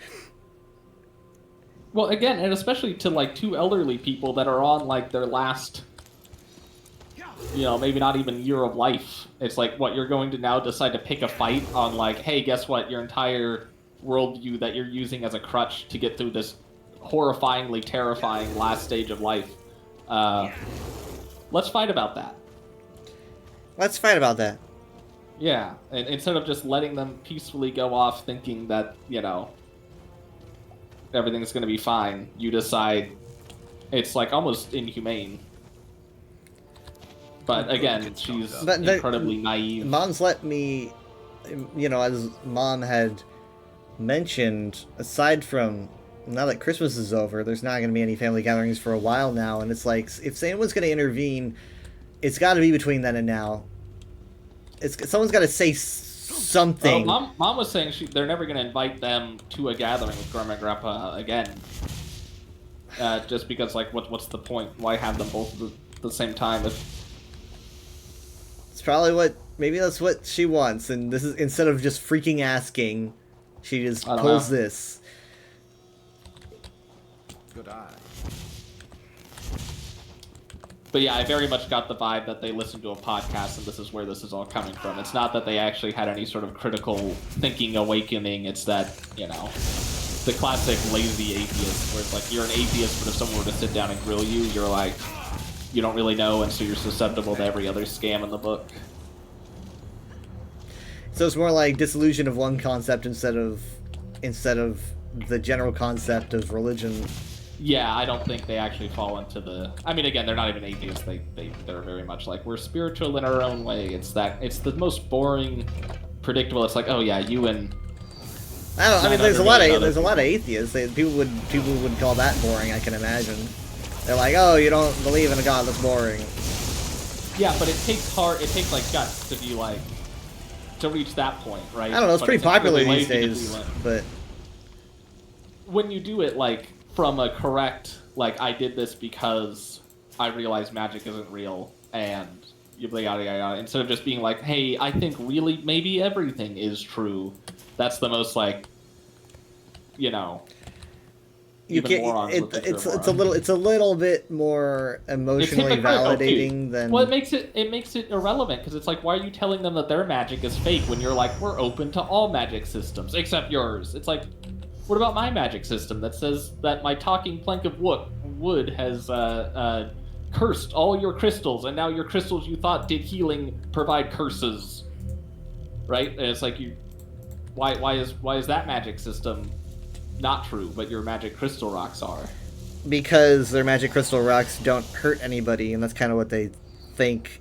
They definitely feel like if it's not harmful, that it's more doing harmful or not. I'm talking about like they don't. But this is reality. You're putting you can't just decide. You're putting too much emphasis on them caring about like how reality. The universe works. Yes, just that's just it. Becoming a skeptic, they don't care. When it's from that perspective of like, do I mean anything? What's the meaning of life? That's when you... Those are the people that, when they lose their religion, do so for a reason that they can usually back up. They're in it just for the...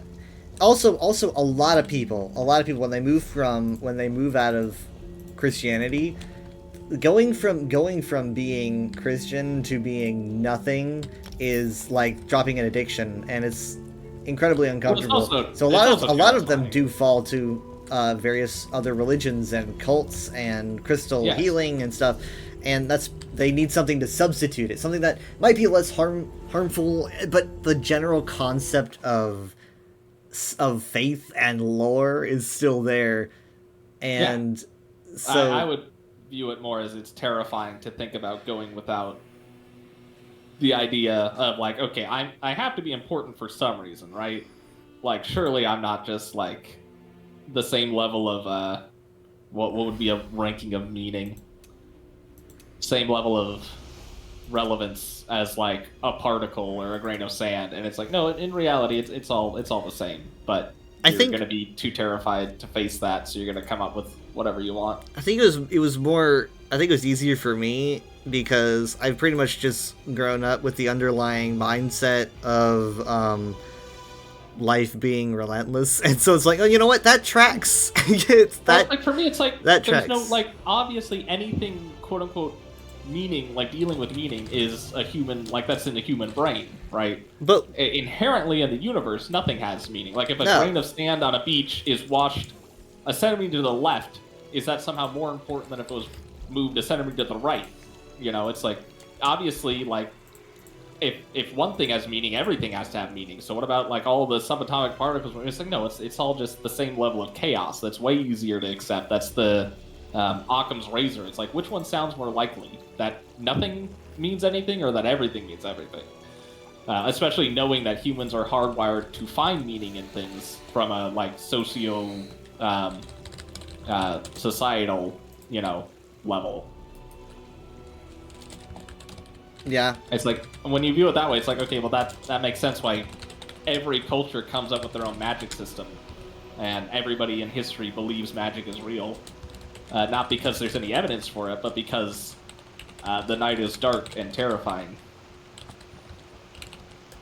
yeah, but like everything sucks, so that tracks. Sure, but like it takes real guts to look at all that and still be like, yeah, I want to live an authentic, accurate life. Like I don't want to delude myself just because I'm afraid. I don't think they're at that point, nor do I think they're the kind of people that will probably ever get to that point.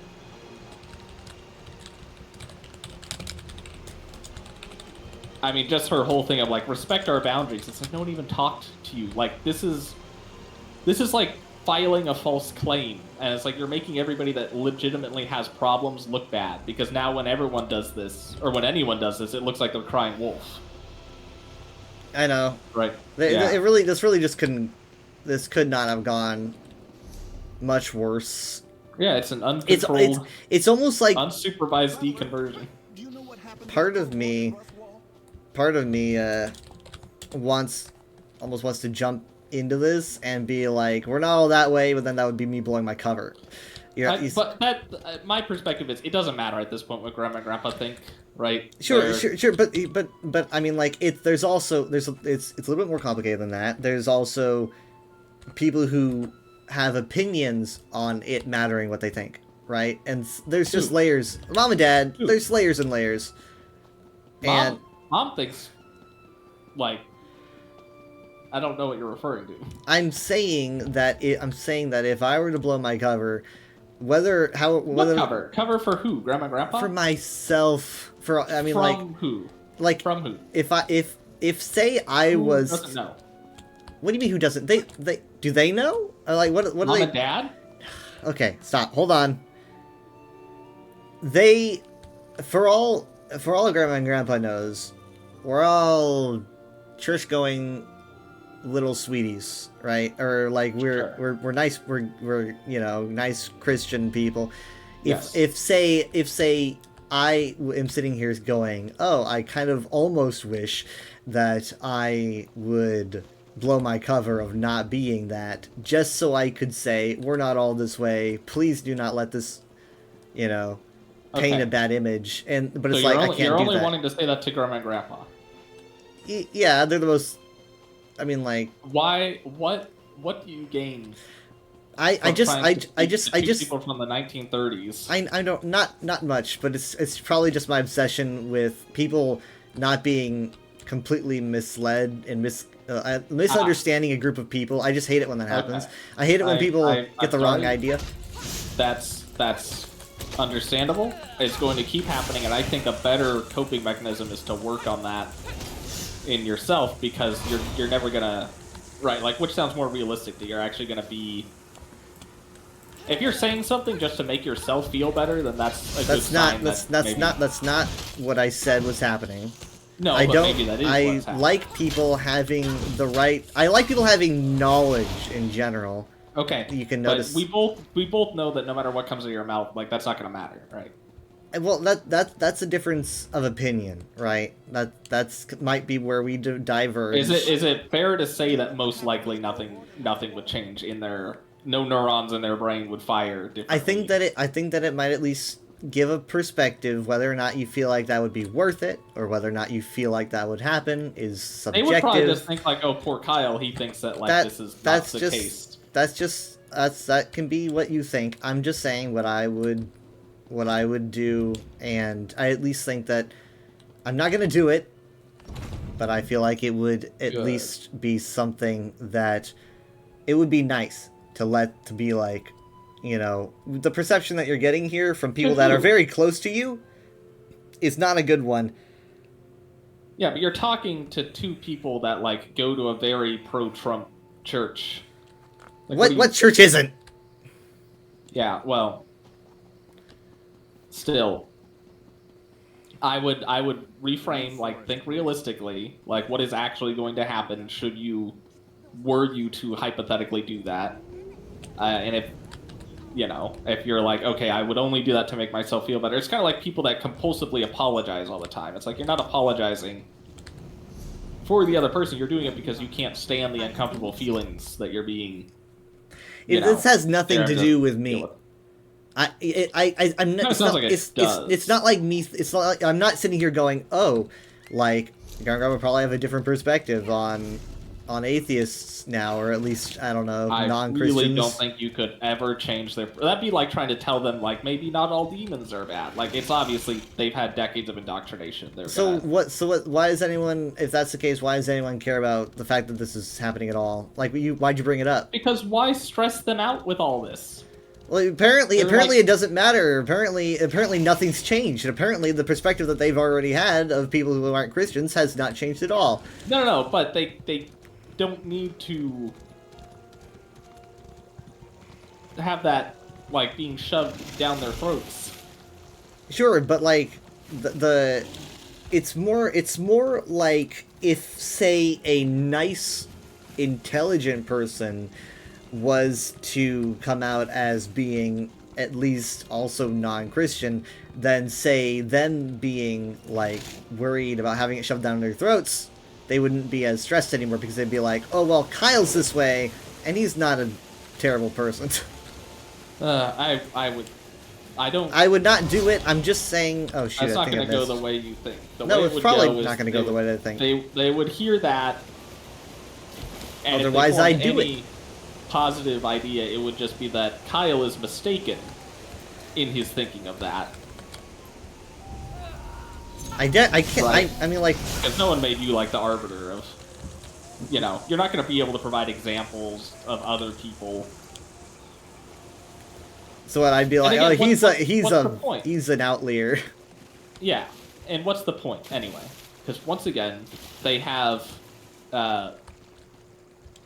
small countdown on like the amount of time that they have to utilize their consciousness, and you're asking them to use that to try to process philosophical concepts. I'm trying to put a bandage, hypothetically putting a bandage on a wound that was made for no fucking reason, for literally no reason at all. I mean, like, what was your perspective? Okay, so you know, you weren't at the Christmas party, and so I was at where we had lasagna. Yeah, you were okay. You were at that party, but you weren't at the Pivener party. And at the Pivener party, it was I mean, like, it was a really good party. It went just as usual, and everything was fine.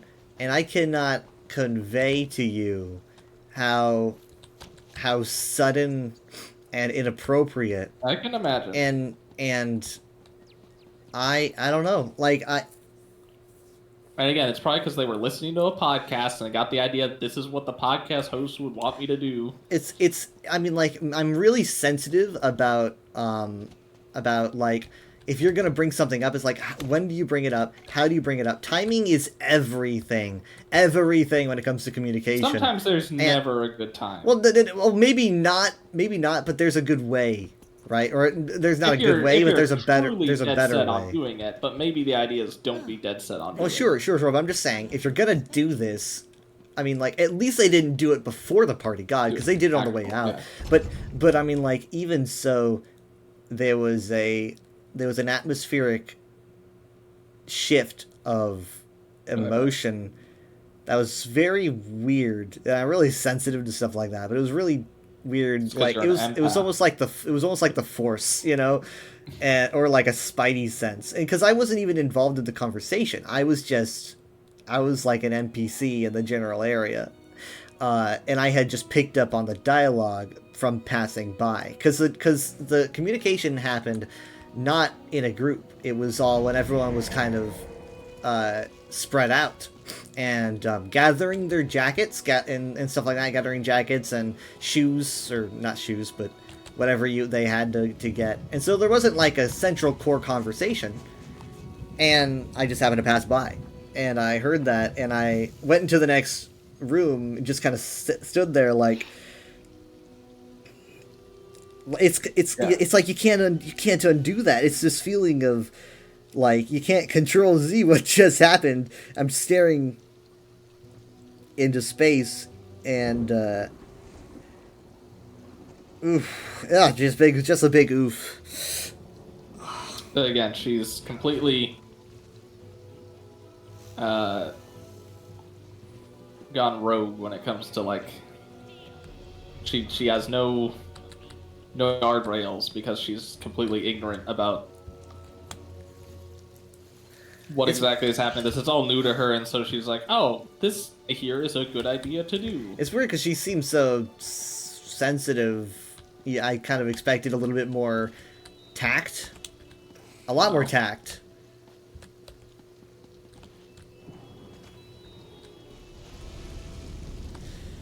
I mean, like, it's like sure, I get it. Like, I'm mad too, especially after the election. I think that's probably what pushed her over the edge. Did you mention that? She flat out told us that ever since then. Exactly. That's exactly what I thought it was going to be. Yeah.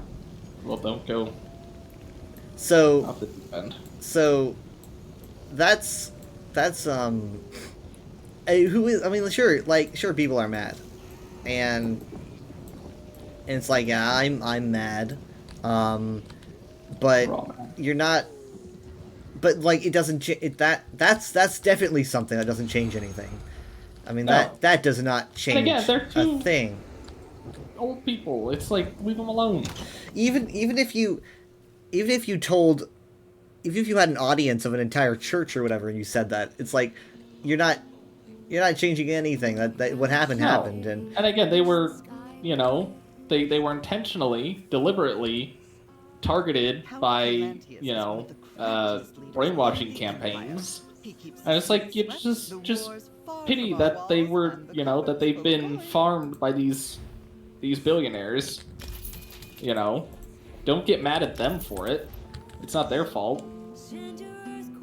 If they were susceptible to ad campaigns that were, for lack of a better word, scientifically designed to make them say the things that they're saying.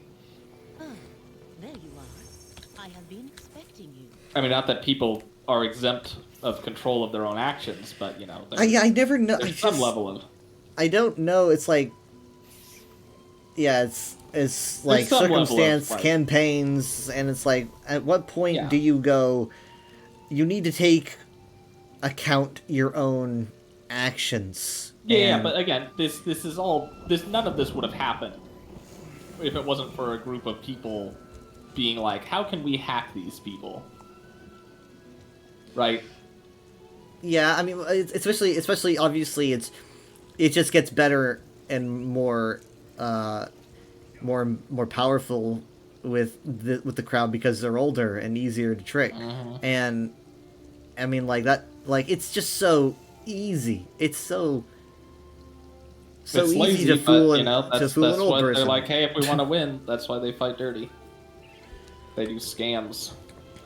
Basically, like, and the older generation obviously is very much more religious and America first, and it's all just a big perfect foundation for spreading that kind of propaganda.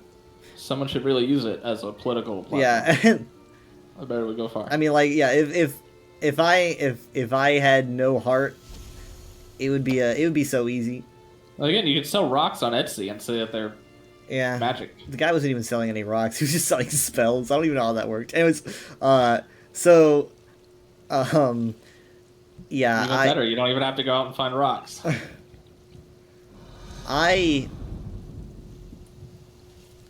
Can you imagine someone leaving you a bad review? Like, your spell didn't work. Like, how do you respond to that? I definitely think all the reviews that I saw, they kind of felt like ChatGPT. I know people buy it. They do. They really do. But the reviews definitely all felt like they were the same person. And yeah, so I think they would probably... I wouldn't put it past the shop owner. If they're already running one scam, why not make the reviews also a scam?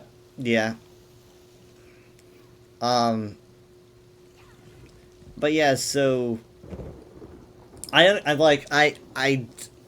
understand why she's upset, and a lot of people are have disowned family members and all that stuff, and then those family members go, I can't believe you're doing this over politics, Yeah. And when it's like.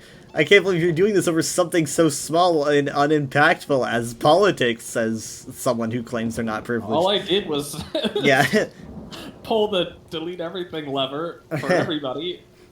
Except for us. I can't believe it. I mean, they'll be screwed over too. They just don't know. Oh, they might not be aware. Speaking of which, sure the big issue that I was telling you about, where Musk was very pro bringing in these immigrants, and Trump just backed it up, and so now the MAGA has nothing to do but say that it's a good idea, so they all have to change gear. Unless they don't. Because they had just recently started a huge, particularly on YouTube, I think. Racism against India started to really take off. Like, at some point, I guess that became really profitable. Well, now they've got to stop. Apparently, that's gonna be difficult.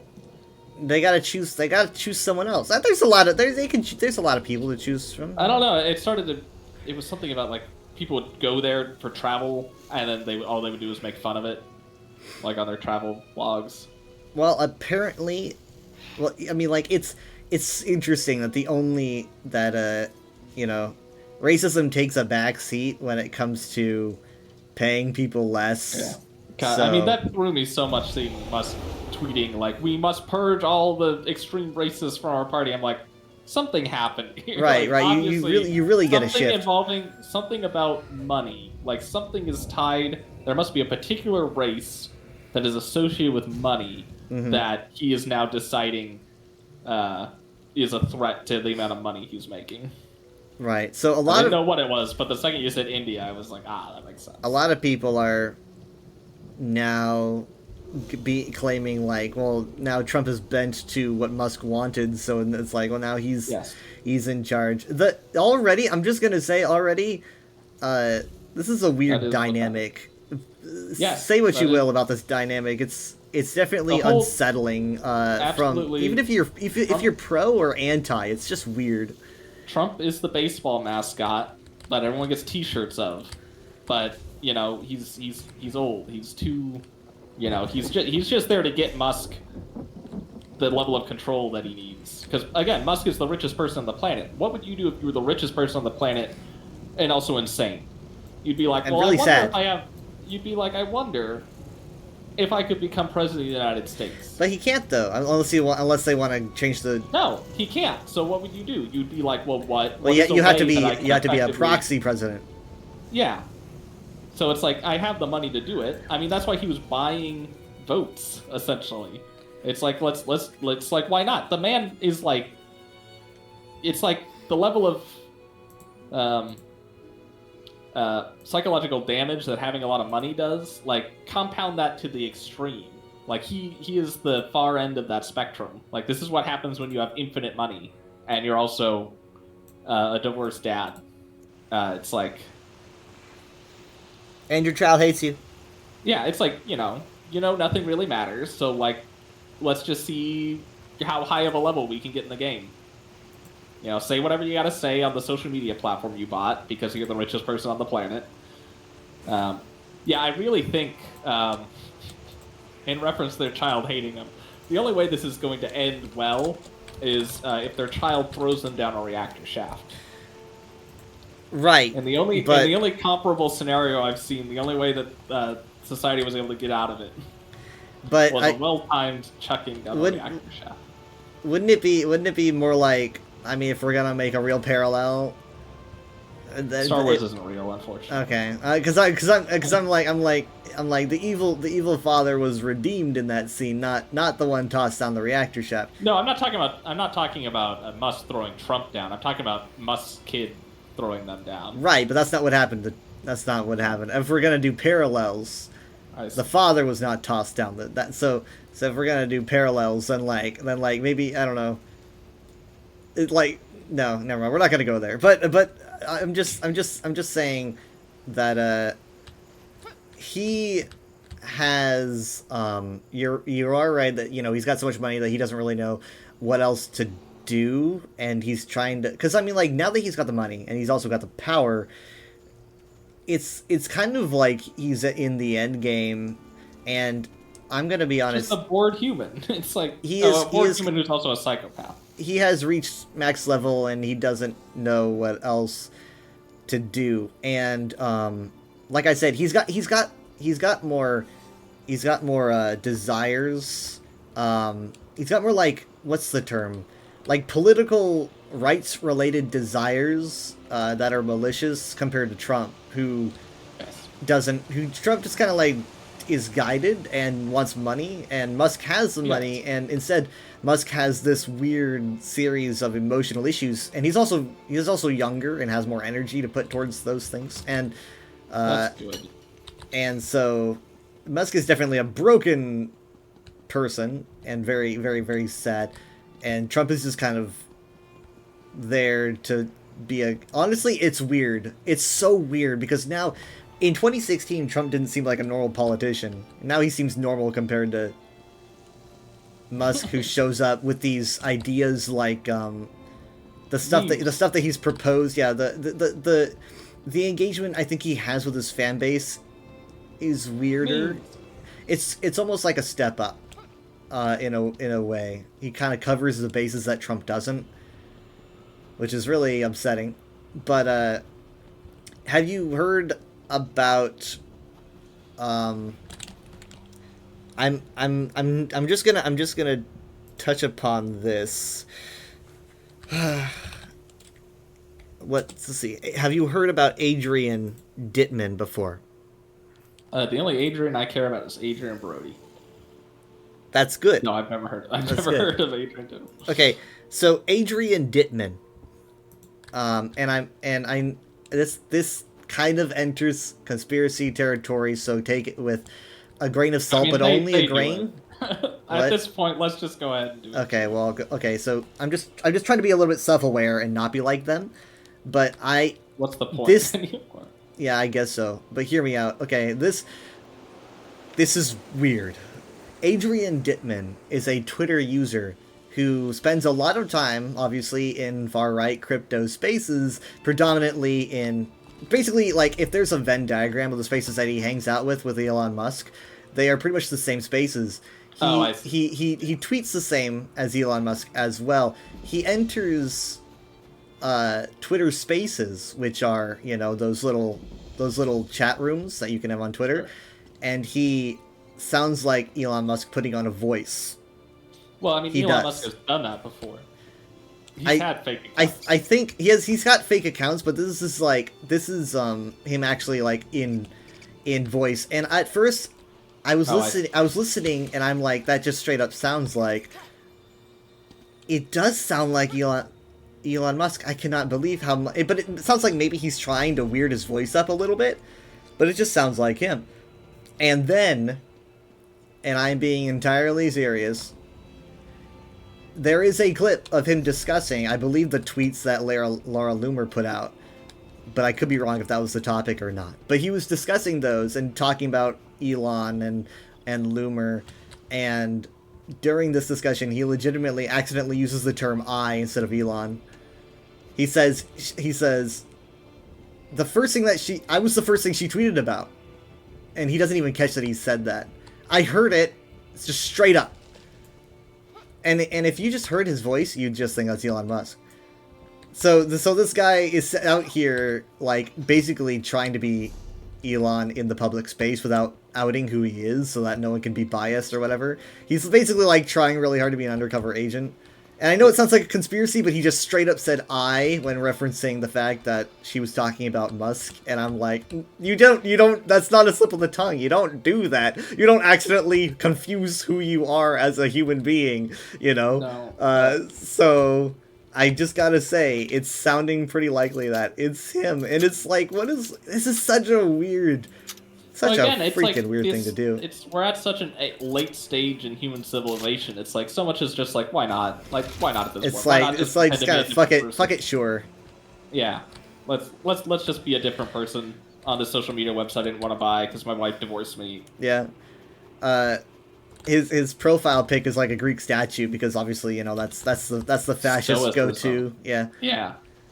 I find a very I find a fascination with this growing culture, obviously nowhere near a respect, but more like a I like seeing, I like taking it, I like learning about it so I can see it where it shows up, right? Because someone's just gonna a lot of people are just gonna see a bust. They're just gonna see a bust of a Greek statue, and they just think that's a bust.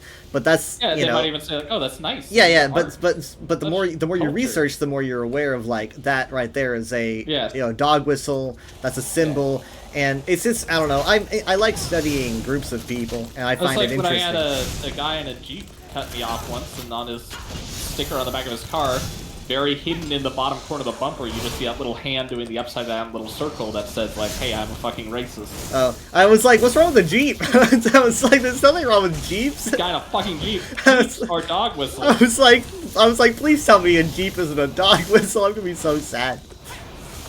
I mean, kind of in the manner that Jeeps are cool.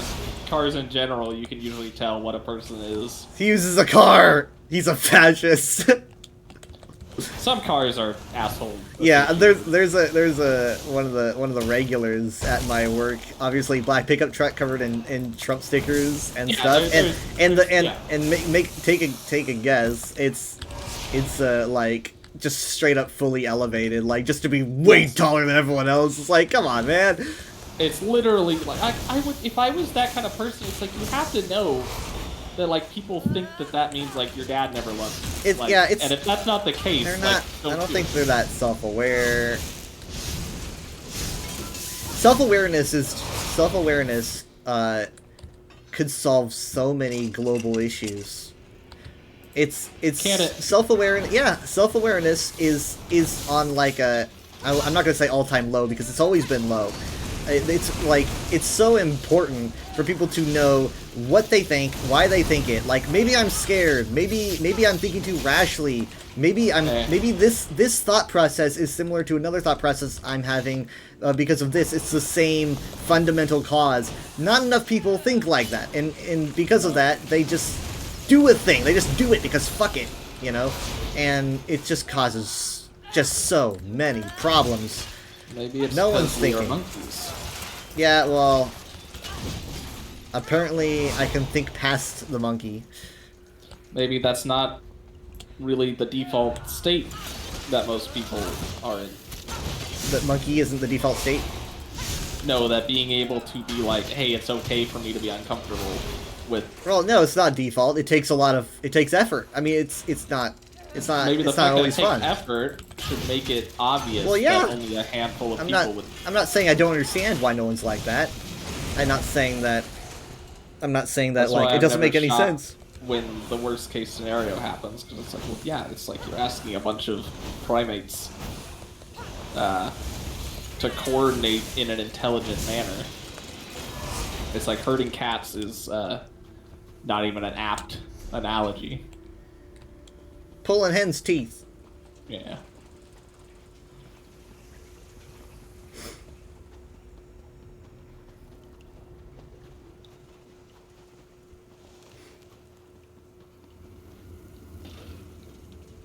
Ugh. At this point, though, like, yeah, I've stopped watching the show. Like, I don't care what Elon Musk tweets. It's like it's like it's obvious what's gonna happen. I mean, any number of things is gonna happen, but it's going to become that one catastrophic way where it's like, okay, there was always like 100 ways modern civilization could collapse, but because there were so many different ways, one of them was gonna play out. I think this was the most likely. Well, sure, maybe one of them at least. Obviously, the most likely scenario is the one that's most likely to happen. But it's like it's like, okay, now that it's confirmed that we're in that reality, it's like now I just want to kind of not hear about it. Just let it happen. I'll be doing my own thing over here.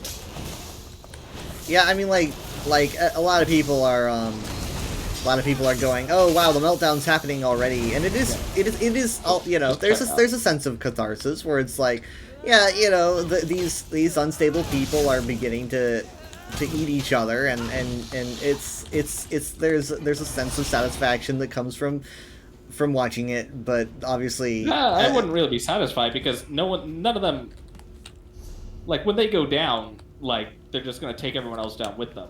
That's the... Yeah, but it's more like well, yeah, and you know what, the people that you might have been saying "I told you so," you won't even be able to say that in time. No. It won't get to them. When it won't matter. Like, they don't want to hear that when we're all like, whatever is happening. When the world shatters, the people who were holding it said that they held it longer than anyone could, and that's just the way that it works.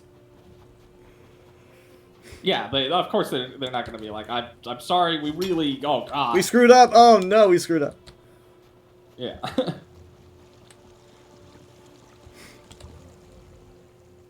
This land presents us with amazing opportunities. I just wish it wasn't so damn cold all the time. Again, I just ignore it. I'm gonna need to, because I decided to just not go nuclear on my Twitter, but instead to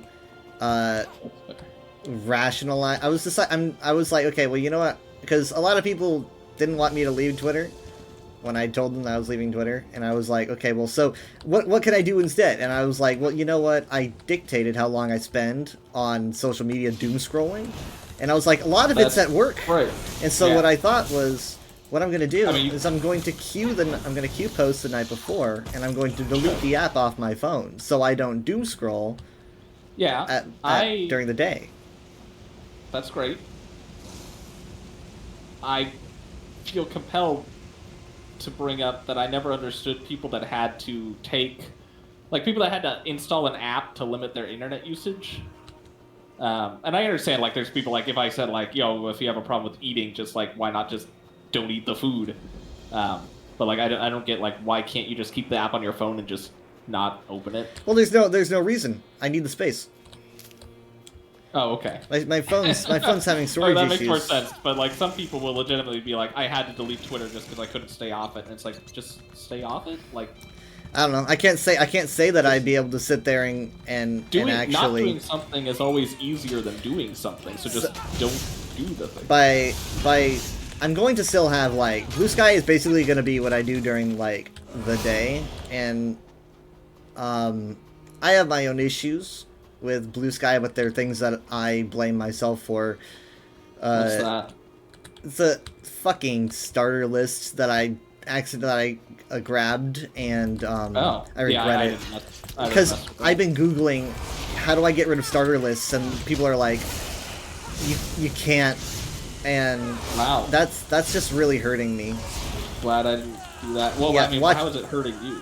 because this, well, I guess they're called starter packs. I forget, but I thought that was like something. So what? You're following people you don't want to follow. it's kind of, yeah. How's that Basically, hurting you? because I can only take so many unfunny people at once. Oh. I Can't you don't. just go through and manually unfollow them? God, so many people. It's like 120. I didn't know what I was doing. I That's thought not do it. I would say just spend an afternoon on a weekend. I'm hoping I can doing find that. them all because they're not all listed out. Instead, it's just kind of like it grabs random ones and shows me what they're posting. So it'd probably be more like over the course of, I don't know. It would be a long time, but it's all I can do. It's all I can do is do that. And I'm gonna be honest. It could makes be us. worse. It makes liberals look pretty bad because I'm like, this just isn't funny. Yeah. No, like I've shown you, like, and there's people on there that are just so dumb. Like they're just doing the exact same dumb things that They the can other be kind of side's doing. dumb. It's like maybe this is what early Twitter was like. I don't know, but they're not really that funny, and No. I imagine not. and I hate saying it. It makes me feel bad, but I just don't find them funny. I don't find the starting list to be. You can't just tweet like the word feet and expect likes at all. Not on Blue Sky. I don't know if that's why people are tweeting that. For the honest, yeah, you know what? I don't know. Maybe they maybe, but it's other stuff like I don't know what pack you picked. I picked it was like Trump. something to do with comedy. Oh. And I was like, maybe there's funny people. And I was like, okay, instead it's just a bunch of people saying something like, what if instead of the sky, it was made of chocolate? And I'm like, okay, Chocolate sky. chocolate rain. I don't really know what to do in this kind of situation. So instead, I just kind of, some of them are funny, but a lot of them are just kind of like this. In a lot of it is just a lot of it's just needlessly sexual humor, which I can't stand. It's like, okay, yeah, well, I don't know, what is this, 2009 or something? It's like or what is it, middle school? It's just not funny. I need some of them are good, and some of them don't get the attention that they deserve. But a lot of it's just a big. I'm just getting an overload of cringe, and I don't like using the word. So I just kind of stick around on my lists. ESO, Overwatch, Moss is a favorite. Yeah, I've seen a lot of Moss. I like the Moss one. Gnome Core. Gnome Core, a lot of mushrooms as well. But like, Not really sure what it's about. no, I don't know what Moss is about. I haven't found the meaning of Moss yet. But like, let's see. Well, here's some Warhammer art. That's pretty cool. Warhammer's pretty cool, yeah. Unless when it's a fascist dog whistle. Yeah, see, and as soon as I open it, it's like, no, no. Here's another starter pack being advertised. No.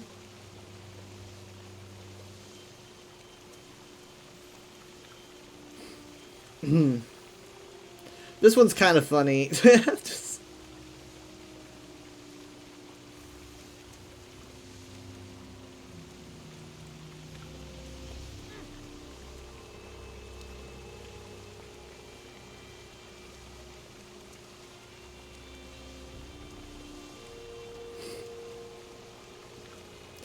I mean, like, waxing my kitchen floor with butter to stay festive. That just sounds AI generated. A lot of them do. I wonder.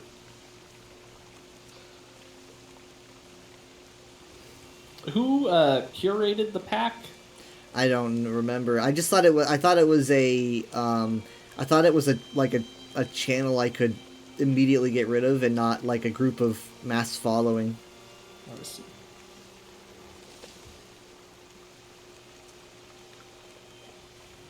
Well, I'm glad I did not do that. Yeah, I wouldn't do that because you can't undo it. I guess maybe you could if you remember the name of said starter pack.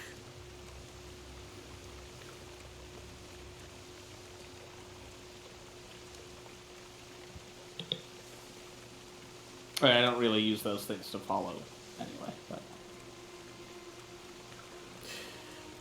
Part of me wonders if like I would find any of these funnier if they had a bunch of likes, like it's a psychological thing.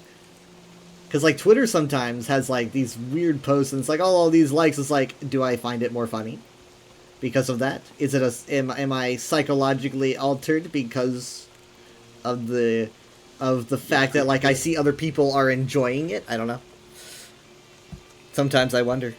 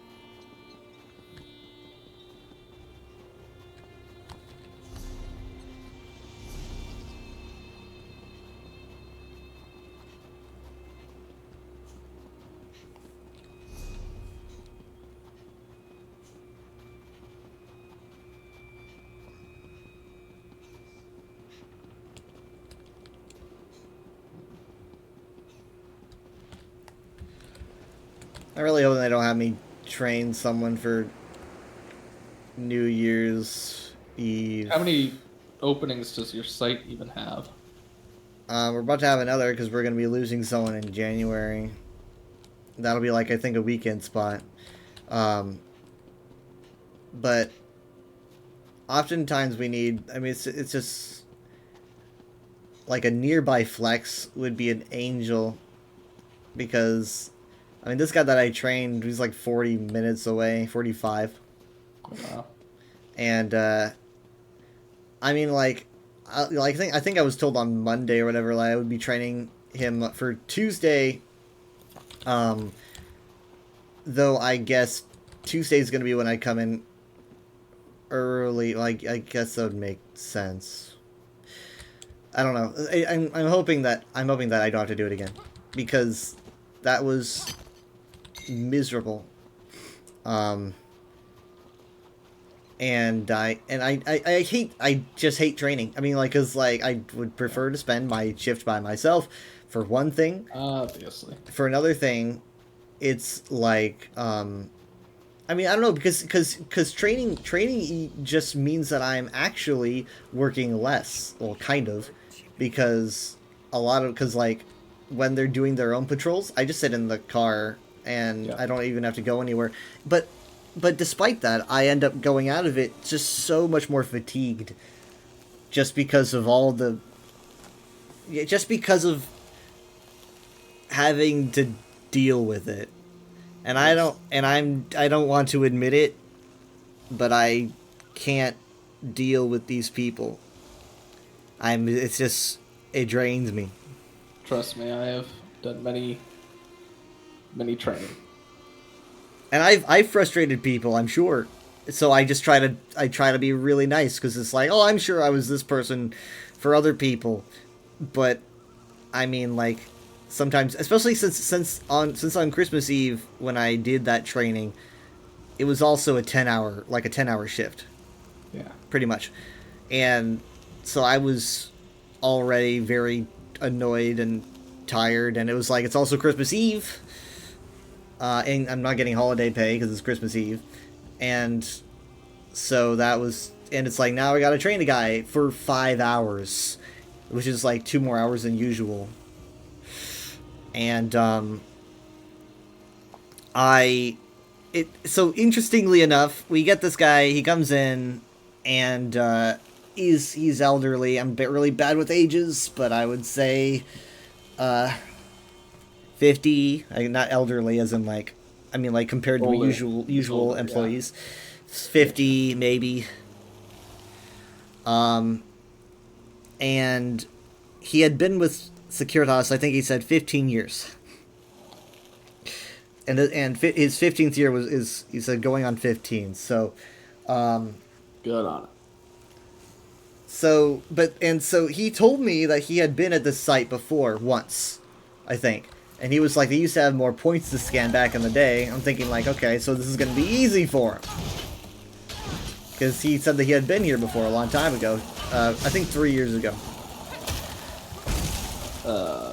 Okay.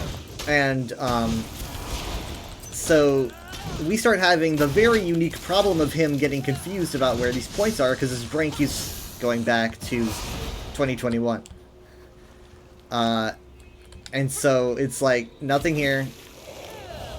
But also he's also kind of slow, you know, so there's a lot of like having to wait for him to catch up when we're walking. And also he doesn't really see very well.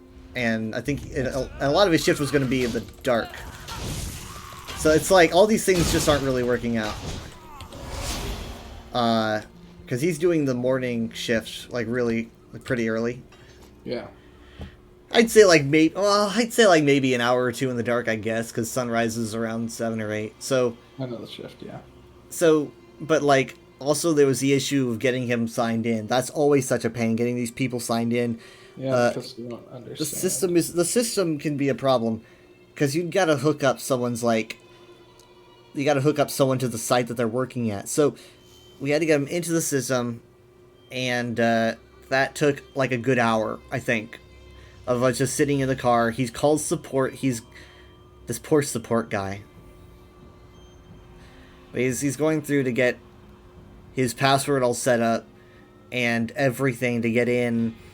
And I'm kind of just sitting there not really paying that much attention because he's not on speaker.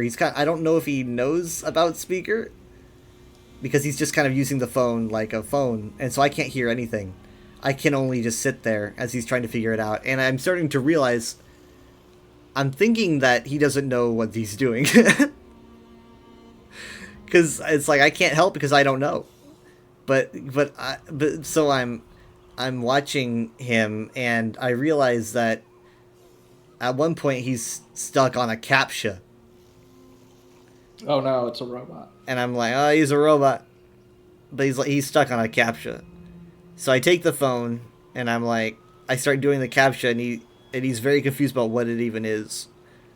Like, what is the picture? What does that mean? Oh, I gotta die. And I'm like, I just do it. I'm just doing the CAPTCHA. I submit it. He has to put in a security like question, you know. Okay. It asks you a question about yourself and you answer it. And he had done it before, and he didn't know his security question. Like, he didn't know the answer, despite it being about himself. So, after a lot of work, he manages to answer that question about himself, which is a little bit stressful and annoying. Because it's like, how are we supposed to answer this question about yourself if it's about yourself? You need to know the answer. But, we end up getting past that. And then by that time, we got him logged in. It was time for him to do a patrol, but he had already pretty much forgotten the route because it had been so long, so I decided to give him another round, another tour. And by the time that we were done with the tour, we were logging him back onto the phone, and he pulled up the security question, and he was like, "What's the answer?" Well, You need to understand that I'm just. I mean, like, on the outside, I like to think that it wasn't showing at all, but on the inside, I'm sitting there going, Christmas Eve, 10-hour shift, I'm having to deal with this, and I don't want to be the mean one. I hate it. I don't like people being mean to me, and I'm not going to be mean to him, but I'm mad, and it's like, can I be mad right now, because I'm really mad. No, I wasn't, obviously not on the outside, I hope. But on the inside, really mad. It's like, it's like, you don't remember this question that is about yourself. Are you the same person that you were 45 minutes ago when we put in the question? He's been with Securitas for what, you said? He said going on 15. Okay, well, think about it. That obviously, like, someone that has been that long stuck in a security job, like, there's a reason. I guess. But, still expected a bit more. No, I don't. If someone tells me, hey, I've been with Securitas for 30 years, I'm like, oh.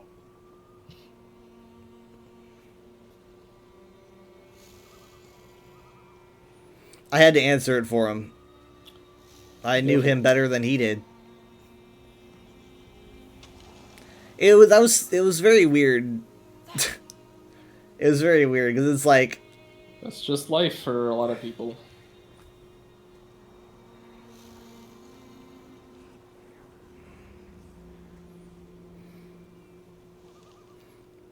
But I'm sure while it frustrated you incredibly, it's like he probably doesn't remember any of this. I don't know. All I know is that you know, my supervisor texted me and was like, he said he seems familiar, and said I think he might have been here before, and I was like, yeah, he mentioned. The supervisor doesn't know. He mentioned that he was here before, and But wouldn't the supervisor have been the same supervisor at that time? yeah, Especially because yeah, he seems familiar. But you need to remember, as I've said, we go through so many people. I don't train like people every day, but it's been record, 3 years. though. I don't know. Maybe you could have gone back and checked the record, but he texted me and he said if he's the same guy from back then, the whole thing was a disaster. And I'm looking at the text like, I'm looking at the word disaster all in caps, and I'm sitting there thinking like, why would that's poor form for a supervisor to gossip like that, but I mean, like, I'm telling you right now, it was a disaster, and I'm not saying it was the same guy. Fine. I'm not saying it was the same guy. We're just thinking with all the shit that he puts up with. I don't blame him. You know what? It was kind of a disaster. I mean, like, and I expected it to be rough, and it was rough.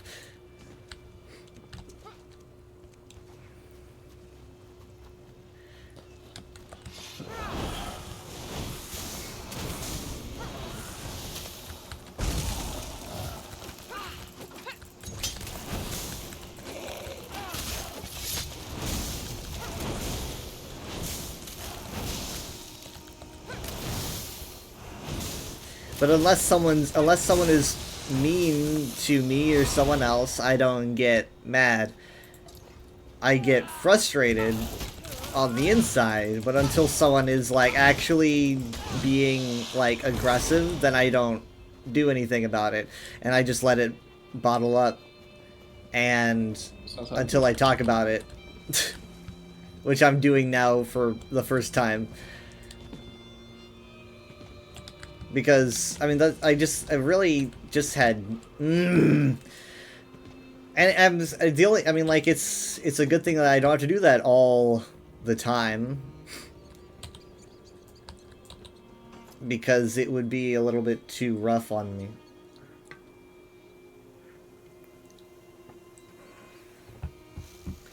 but 5 hours of it is a bit much. And last time I trained someone was honestly not too terribly long ago, maybe a month or two, and he was the best person I ever trained. Very intelligent, caught on quick, lived nearby, and found it the perfect job. Unfortunately, we don't really know much, but he didn't come in during his shift, and the only information that we've got, it's not right of me as a random person to pry, but what we know is that he was in the hospital for at least a week. I mean, he was still in the hospital when we got a text after trying to contact him over the course of a week and a half or whatever, I don't know. But he had been in the hospital, and we don't really know the nature of anything that happened. And it's like, yeah, and it was worrying, but it's like, it's not like as a random work site, it's not within our nature to keep prying, so it's not like we can ask for updates, and so that's... I mean, Securitas certainly can. Maybe. He's their employee.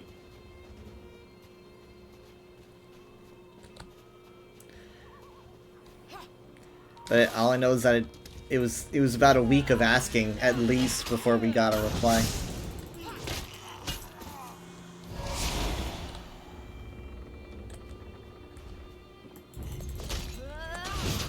You haven't heard any updates since then? Nothing. And I don't like to think about it, because I don't like thinking about what I can't. It was probably, like I said, it was like a month or two. So it's, whatever happened to him, he's probably not going back to the site. I haven't heard anything about it, and I would say probably not.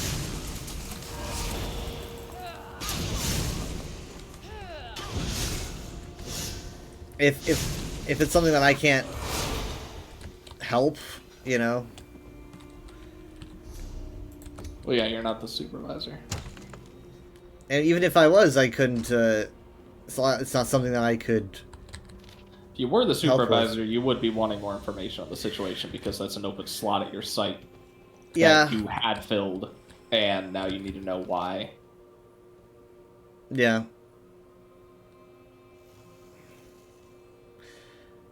It was, you know, like, they tried asking a bunch.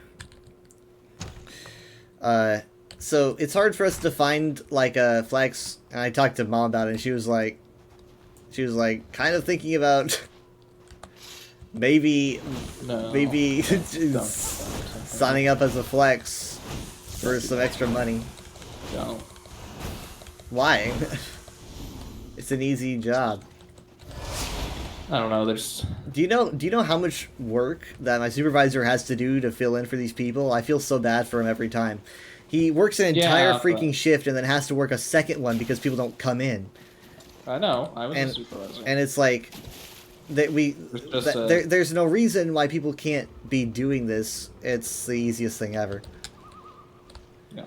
And it's good pay, and I mean, but it's like, yeah, being a flex would be annoying. But I get it.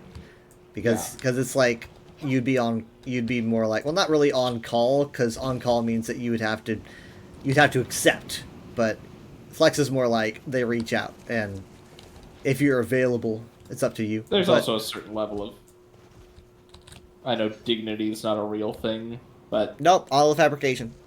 But like, I think Mom should not be. She's not at the point in her life where she needs to be worrying about something like that. No, I think she was just thinking about extra money, and also at the same time helping out.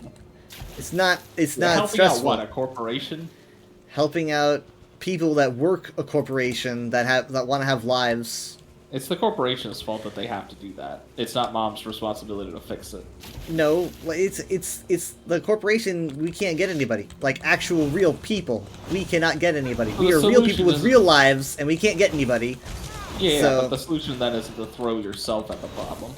There's they're nothing. not gonna learn We're gonna anything. get you get fired by the corporation. So it is our issue. It's a problem. You're not going to get fired. Well, no, but if Someone else but doesn't do their job, if- they can't fire you. if say I do my shift and someone else doesn't show up, I need to cover for them, and I decide not to, I'm fired. That's just how it works. And so if people aren't filling in for the That's all. corporation, they are They yeah. can make you fill in. If they're like, hey, Johnson called out. What are they gonna do? Well, They here's can't the way have that the nobody, law or they're gonna works. lose their contract. Yeah, that's the supervisor's problem. Trust me. If they lose That's their not- contract, then I lose my job. So either way. But they cannot fire you for. Okay, so I don't get anything- fired. I just lose the contract. I'm just saying, anything legally that isn't on your scheduled contracted hours is not anything that you're forced to work. And they should go over that with you. They should be very clear, letting you know that anything you work outside of your scheduled hours is at your own discretion. What's the supervisor's scheduled hours then? Like, cause Supervisor's role is different. Supervisor's job is, if no one else fills in, it's up to you. and I feel bad for an for him, officer. like really bad. No, it's again, everyone has their assignment. You can't be worrying about everyone else's lot in life. It's not mean, sure, you can necessary. feel bad for him, but if just we don't. could, you know, patch it so that people don't have to work extra, and also certain people get money. You're gonna do what? That at one site out of all these, you know? It's my site. I can literally. You're just getting in the way of a good thing. There's no problem. If say mom wants to come in and do a shift because she wants some extra cash and we need to fill in, that's up to her. And literally all that would happen is no one has to work extra, and mom gets money. Mom is. Anytime I see someone above a certain age working in Securitas, it's depressing. Don't do that to mom, It's not that hard of work. I mean, like, Kyle. I'm just saying. We've You're logged not my gonna lose your steps. sight, but this is about wanting assurance that you don't lose your sight. It's more like me sitting there. Do you know how many fucking times that I've watched him have to fill in because people don't come in? That's fine. That's not fine. He doesn't care about. Sure you he when you have to do cares. extra work. He's it's very upsetting. I've seen how upsetting it is for him, and how much he has to come in earlier than I go in, and then he No, it's just a he job. leaves when It's I'm a like, job. yeah, sure, it's a job, but Don't if I get have Stockholm syndrome. if I've got a problem, what do you mean Stockholm syndrome? I'm not stuck there. I don't. It's not like because this is just me going. Oh, I don't want someone to do additional labor, and I don't That's the corporation's call. You know what because everyone's just obsessed with working their lives away, and Are they? because you know this guy that I trained, I talked to him about the person that's leaving in January, and I said I'm pretty sure she covers a weekend shift, and he says, do you work weekends? And I said, nah, I get weekends off, and he says, pick it up. He says, pick it up, do the shift, and I'm thinking like, man, like I've heard culture of has just fucked everyone up. We're ruined. I mean, like, So I think you should leave sketch. What have they done to us? I don't know that sketch. The one where he has the guy loses the pig in his house. It starts with him advertising the doggy door.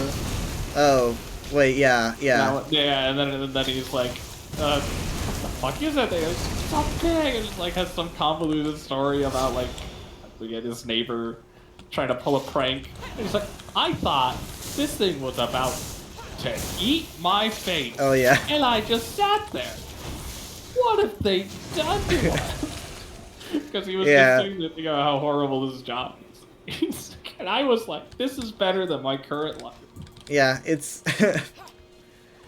it was a what have they done to a situation. And, I mean, like, because, yeah, I'm guessing probably, like, everyone that I probably see, that maybe even my relief probably works 2 jobs. I don't know. I'm fortunate enough to not have to do that, and I think about that all the time. Not something I take for granted.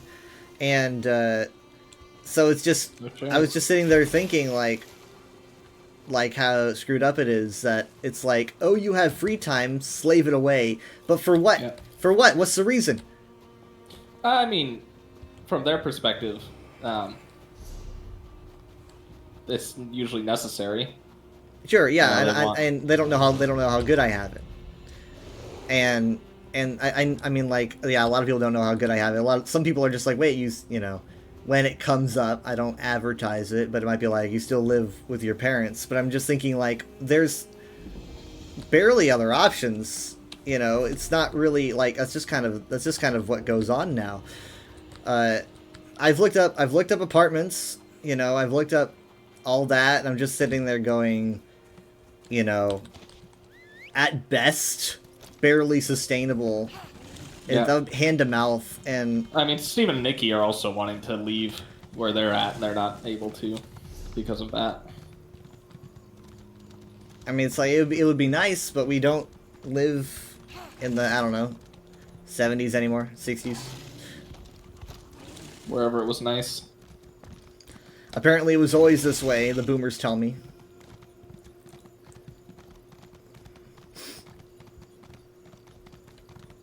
In their fancy houses.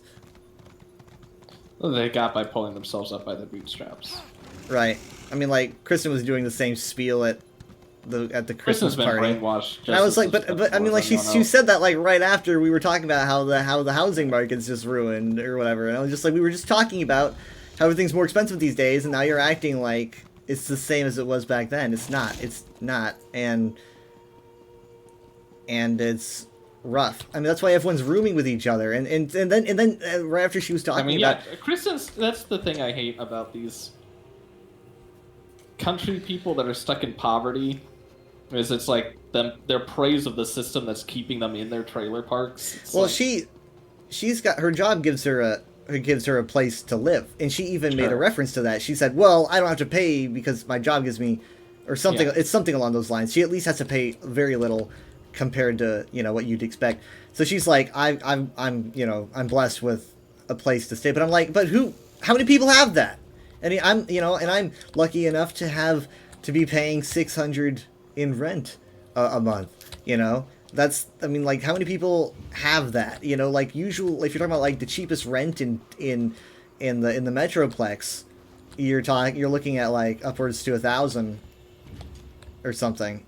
2,000, I don't know, probably more like 1,000 for cheapest, but it's like that's just for rent, you know, and I would be paying for other things like food and Wi-Fi, so like it all would really add up. And I make like, I mean, like, for what I make, I'm pocketing a bit. I would not be pocketing anything at all if I was living in an apartment. And it's like, what do you do at that point? You're stuck. That's why everyone's rooming with each other and whatnot. yes. I mean, yeah, Kristen should know that more than most. It was weird that she just made a remark about how no one wants to work for their houses, and she was like, Kristen but my just work gives me a knows house. And I'm like, but whatever. you just, are you, you just claim It's that all you're aboard lucky. the country, whatever.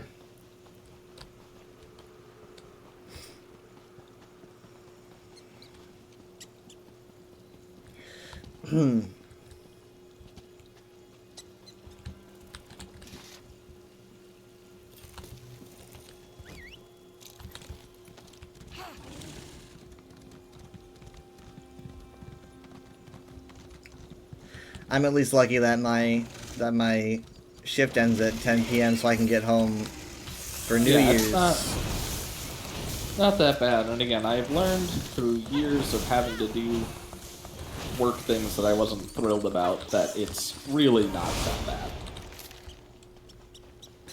Well, after working retail, it does kind of give a perspective a little bit. Even retail, it's not that bad.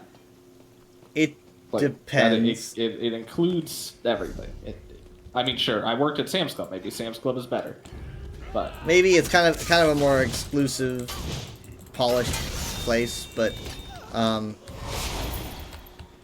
I was not a fan. And it's weird. I had more fun working fast food than I did retail.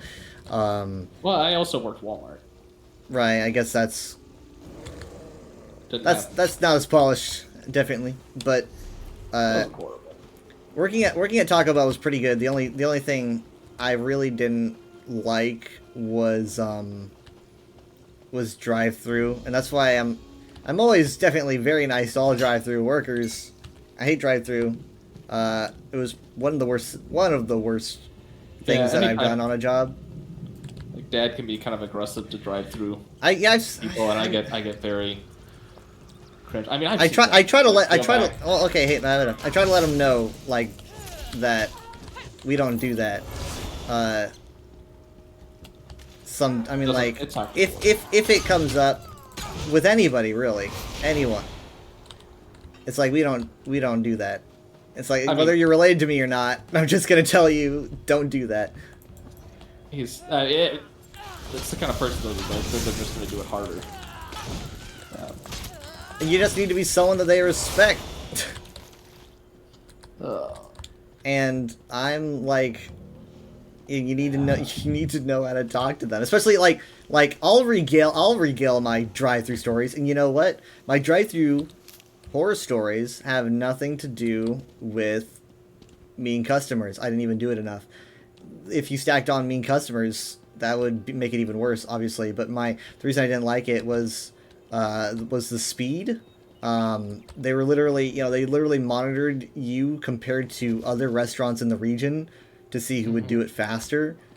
It was kind of weird. It was like, why are we keeping score? I don't, yeah, it's very odd. Like, I don't care if the Taco Bell, 5 miles away is faster. I mean, like, I get it. You want to be the best in the region for your manager bonus or whatever, but I don't get shit. I preferred working at the counter. It wasn't, despite where it was in a very busy area, but it wasn't always a busy restaurant. And so during downtime, I would just clean the same tables all day, and no one would notice that I was cleaning the same tables. It's just like I had nothing else to do. I'm just scrubbing the tables. Why not? And then when I was at the desk, I would actually be able to talk to people, which was kind of nice. We had a regular Karen, and by that I mean her name was Karen. She was actually one of the nicest regulars that we had, but she was a Karen. I always looked forward to Karen showing up. Yeah, it was fun to have regulars. It was fun to have people that weren't regular pop up and put in the names for their orders. Luckily, we didn't have many inappropriate names, which was really quite shocking. We had a lot of just people who had fun names. I like the names that people would choose for themselves. It showed character. So that was nice. I liked working at the counter way more than I liked working drive-through.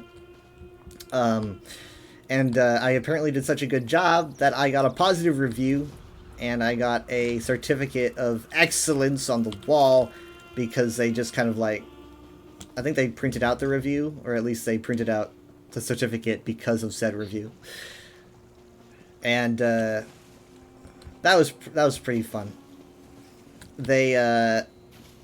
I don't remember what the conversation I don't remember who put in the review, but I had only like a couple really long conversations with people where it would come up at some point that like my online username or / nickname would be Weather, and that was the name that they submitted the review under, so it had to have been one of those groups of people. that was the name. I have a picture of it somewhere. I don't know where. Which is good, because that's the only record I have of it existing. I didn't work there for very long, though, because then soon after I got my footing, boom, COVID. And I had to leave, suddenly. It was just, spur of the moment. I was just like, I cannot come in because state of emergency, and all that.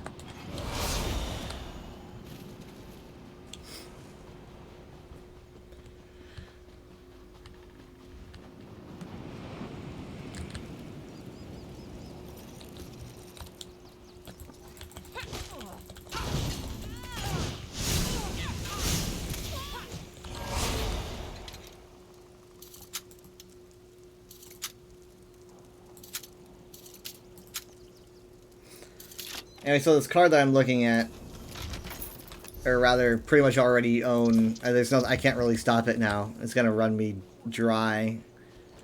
I'm gonna go back to, being broke. It's not that bad. What? Okay, how much is it? You don't know. 6,000? No, twice. 20,000. No, 12,000. it's gonna be 12,000 when we include like a warranty, and that's a bit much. It's a bit much for me because of how, you know, like sure, I'm making money, but also obviously I'm paying rent, and also I'm paying for other things, phone, and especially lately paying for Christmas gifts and whatnot. It's put me behind. So it's gonna be a pretty heavy impact. But it's a good car. It's a good car, and it's got Bluetooth, so that's fun. But and I'm gonna be trading in my own, I guess, because someone's looking at it. So that might take the warranty off, or at least a chunk of the warranty. It will offset. Yeah, that's what I mean. So that might be okay. But it's one of those purchases that you're sitting there, you know, you just kind of feel like the wind is taken out of your lungs. But it's a car. Yeah, it's one of the big things that adults pay for. Like, yeah. Yeah. But once you get it, if it's a good car, you don't have to do anything again for a long time. Yes. And I'm literally stuck. I need it because I literally need it. I can't go any longer because once mom and dad get their car, it's like, yeah. So, I'm stuck. It's pretty much a necessity, and I can't really do anything about it. But that'll just like, it's like I save a bunch of money because it's like, well, if I ever want to do something important, something big, I need money for it, you know? Be it moving, going to college, who knows, but... You're saving that money so that if something big happens, like needing this car, you're not, you know... It's frustrating because I would prefer if it was something bigger, you know? Something that might indicate moving forward instead of just staying where I am. It's like I already have a car. I'm just gonna be... It's like just buying a... No, you don't. The reason you need this car is because you don't have a car. I've got one. It's just that there's little details that make it so I can't drive it, and that's why it's frustrating. Like it's broken. It's not broken. It's there's a bit of it that's broken, but it's, you know, still workable. It's just that it's got problems that make it so that I would get in trouble if I kept driving it. So it's just kind of this thing where it's like, it's kind of like a medical bill. It's like my foot was already working. Now I broke my foot, and now I have to pay to make my foot better again. It was already fucking working, right? It's like I should be spending it on going forward, not fixing what already was there. Well, if and your that's foot's why it's broken, annoying. what are you gonna do?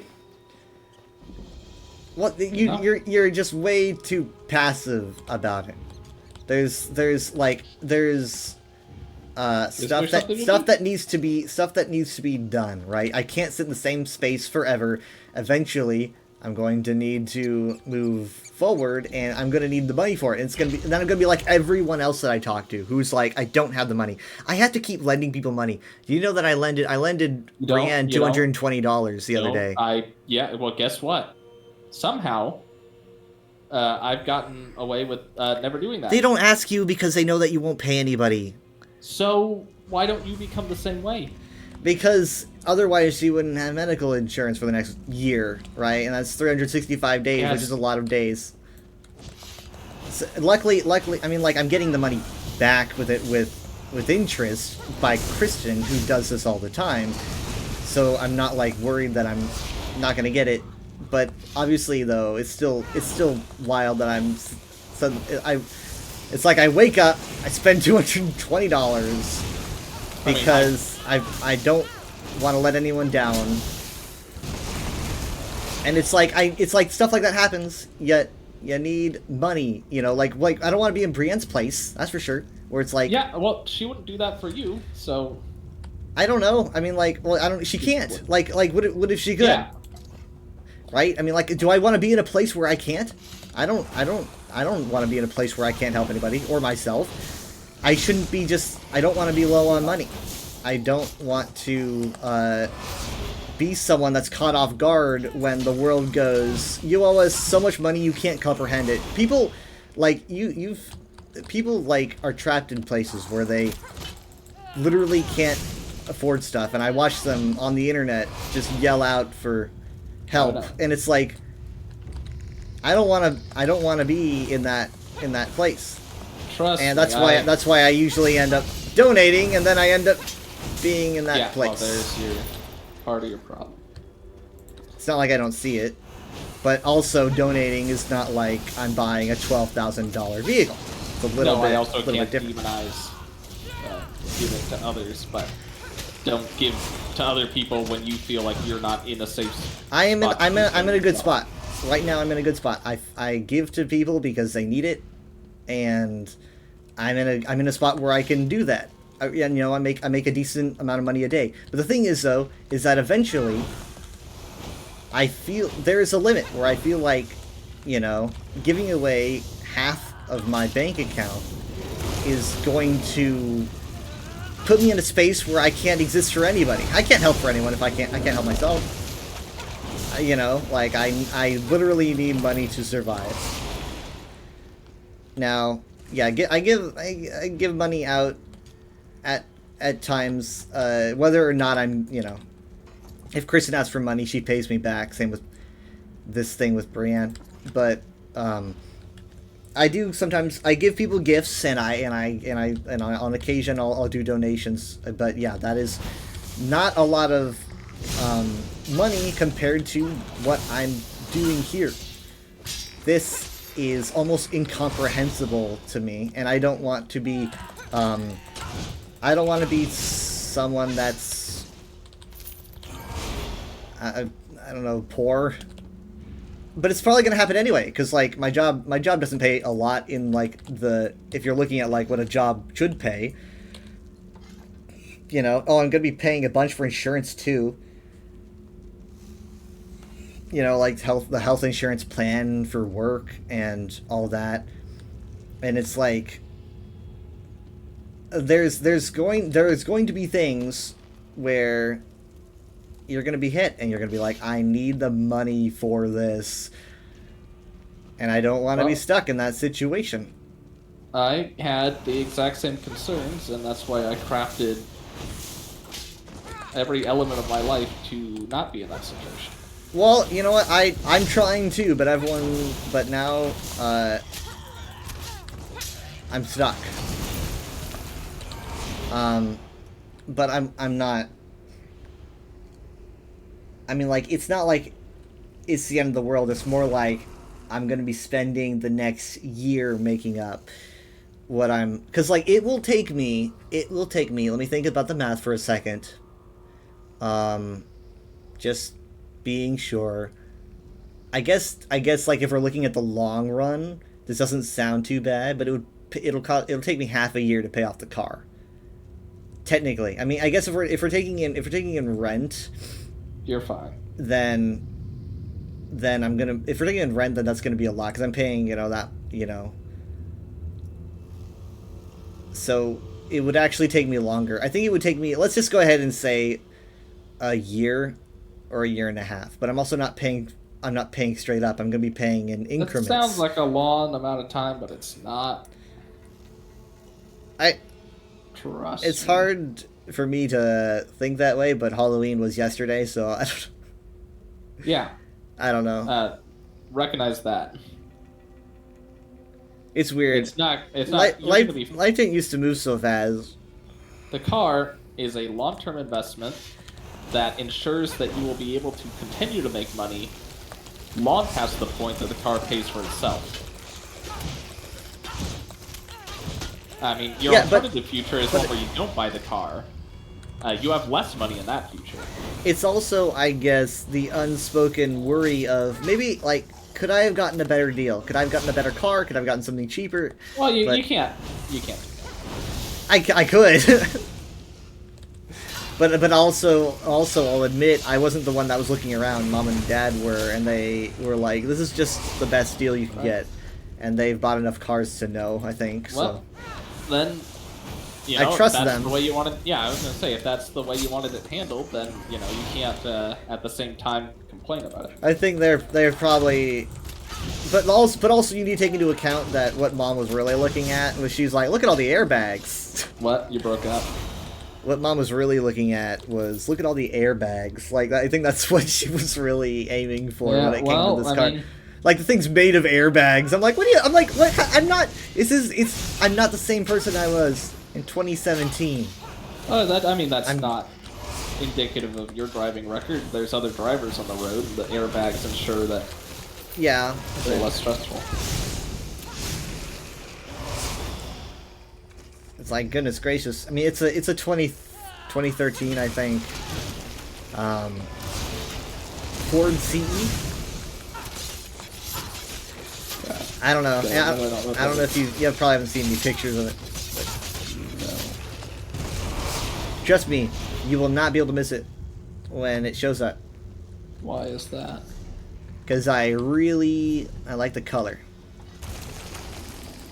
What's wrong with the color? I said I like the color. I know. It's a nice red color, so. But I'm pretty sure it's a brighter red. Brighter red than what? Than the general red that you see, like, cars are kind of like a burgundy. This is like, I think it looks more like a cherry-ish red. Why can't I get this? Where is it? And I've always wanted a cherry red car ever since I was a kid. It's not a convertible, but whatever. I was really into convertibles. I had a phase. Yeah. Steven had a convertible and it seemed to be a lot of problems. Yeah, I rode in it. I remember the wind going by.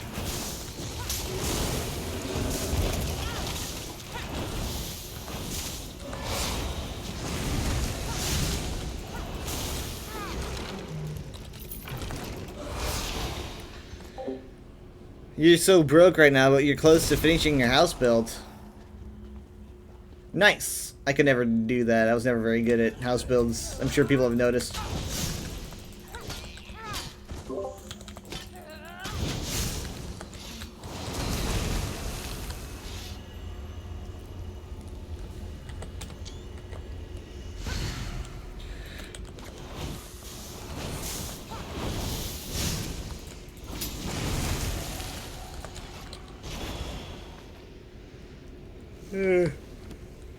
Oh my goodness.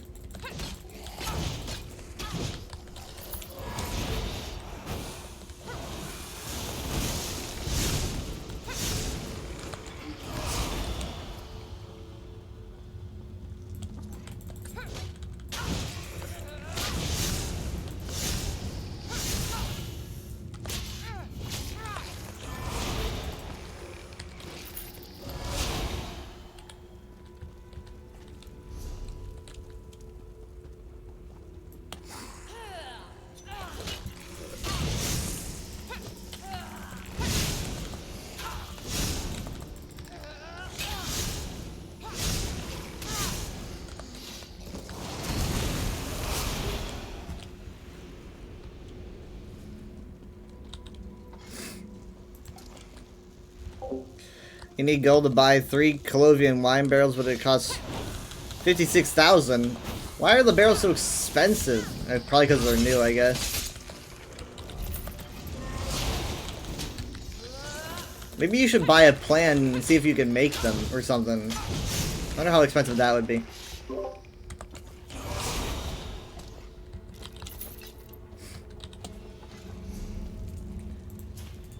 Let's see.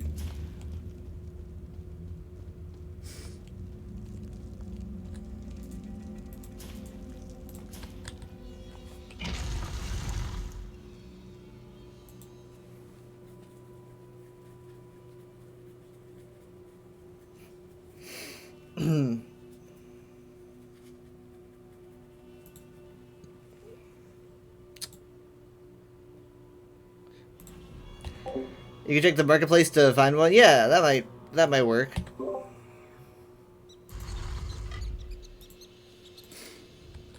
Having Smash is fun. I've already done, like, I would say probably 75 matches or something already. I got a notification saying I've done 50, like, on the 26th, and I'm like, oh my god, I've been doing a lot. It's nice. I mean, like, cause I just have my Switch hooked up to my monitor, and I just swap the monitor source, and then boom, it's a TV.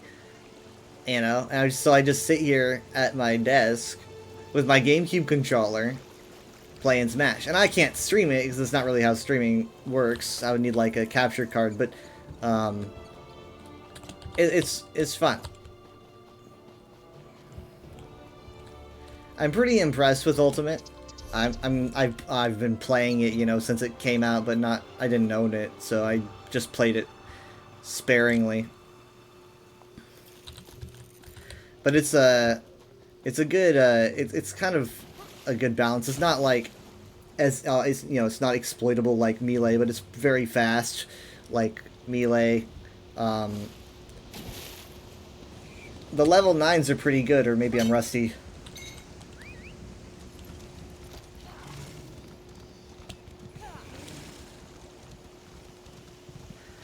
It's really neat having, like, all the maps, so, like, Brinstar and Brinstar Depths are there. And they're all, like, polished.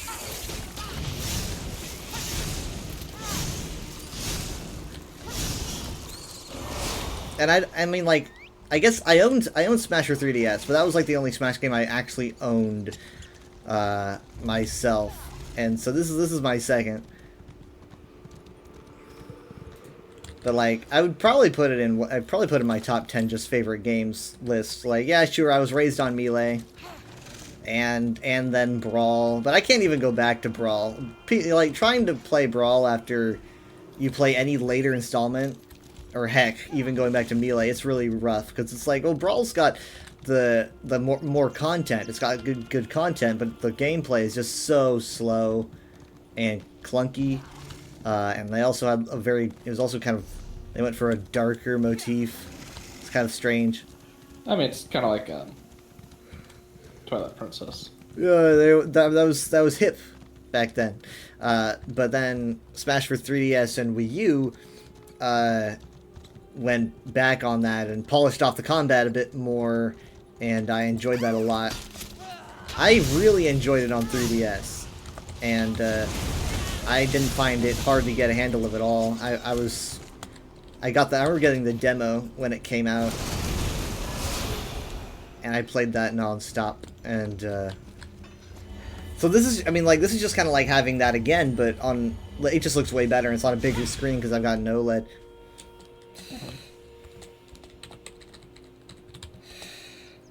So it looks great on the Switch, and it also looks great on my monitor. And I'm really enjoying being able to play with a GameCube controller. Because, I mean, I can play on Switch, but on the GameCube it just feels natural because that's how I was raised. I was just born with a GameCube controller in my hand. Of course, I'm a little bit rusty, I think.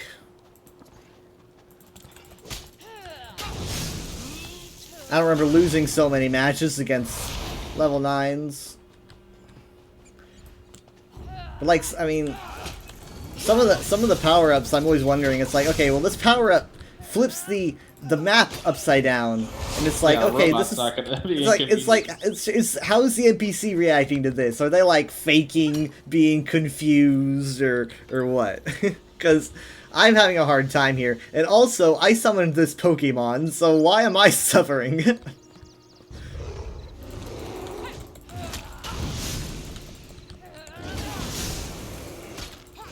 Oh yeah, I literally don't think they could.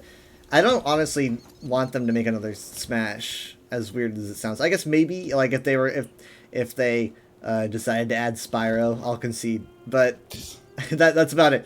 I mean, like, Totally up to them. nah, if Ultimate, because like, how do you, if you're going to up Ultimate, you you literally have to have everything Ultimate has and then more. Like Super Smash Ultimate Edition, I don't know, but you're gonna have to have even more than it already has, I guess. It's kind of like Mario Kart 8, where they've reached a place where they're like, how do you outdo this? Because it's already so hyper successful. And Sakurai's gone, right? Sakurai's not. I don't even think he's making games anymore, but he's very proud, I think, of it. And he mostly just kind of posts cat pictures now, but he's also kind of a workaholic. Where I believe he like would upload little informative videos, I think, on like the creation process for Smash and games in general, and stuff. And he wasn't making any money off of it or anything. It wasn't a company obligation. He was just doing that because he wanted to teach people and he wanted to do something. And so he would make these videos for a very, very long time. But lately, when I see him, he's just posting pictures of his cat. But yeah, I mean, like, if they're gonna make another Smash, it's probably not gonna involve him, and I just don't know how I feel about that. I kind of feel like the way I feel about Portal 2, where it's like, I love Portal a bunch, I just don't know if I want another, because I feel like we stuck the landing and we don't need to risk another flip. I say you could do a game like Half-Life 3 that then functions. I mean, it's kind of like Alan Wake 2 functions as like a sequel to Control. Half-Life 3 could function as a follow-up to Portal without directly being a Portal 3. Well, I mean, like, the thing about Portal, unless you want to go before Portal 2, because Portal 2 takes place in an indiscriminate period of time. Sure. Where you're like, it's way in the future or whatever, and I like Half-Life kind of takes place on a certain timeline, and I always got the feeling, obviously, that Portal 2 was after whatever goes down in Half-Life, because you just get this feeling that it's been a very, very, very, very, very long time, and yeah, but wouldn't someone have found Aperture by then? Aperture is miles underground, and maybe people did, but they didn't last long. I don't know, but Aperture is massive, and it's just so far underground that it's plausible to say that no one would have found it. It's like a hidden ruin. I think that like Portal 2 is definitely further on in the timeline. Despite I get that when you go to the moon, you look up and you see the Earth and it looks the same. But yeah, and you see the There's oceans. No continental drift, yeah. I don't really know how long it's been, but still the best game, one of the best games of all time. It's in my top 5, and definitely the best video game ending of all time.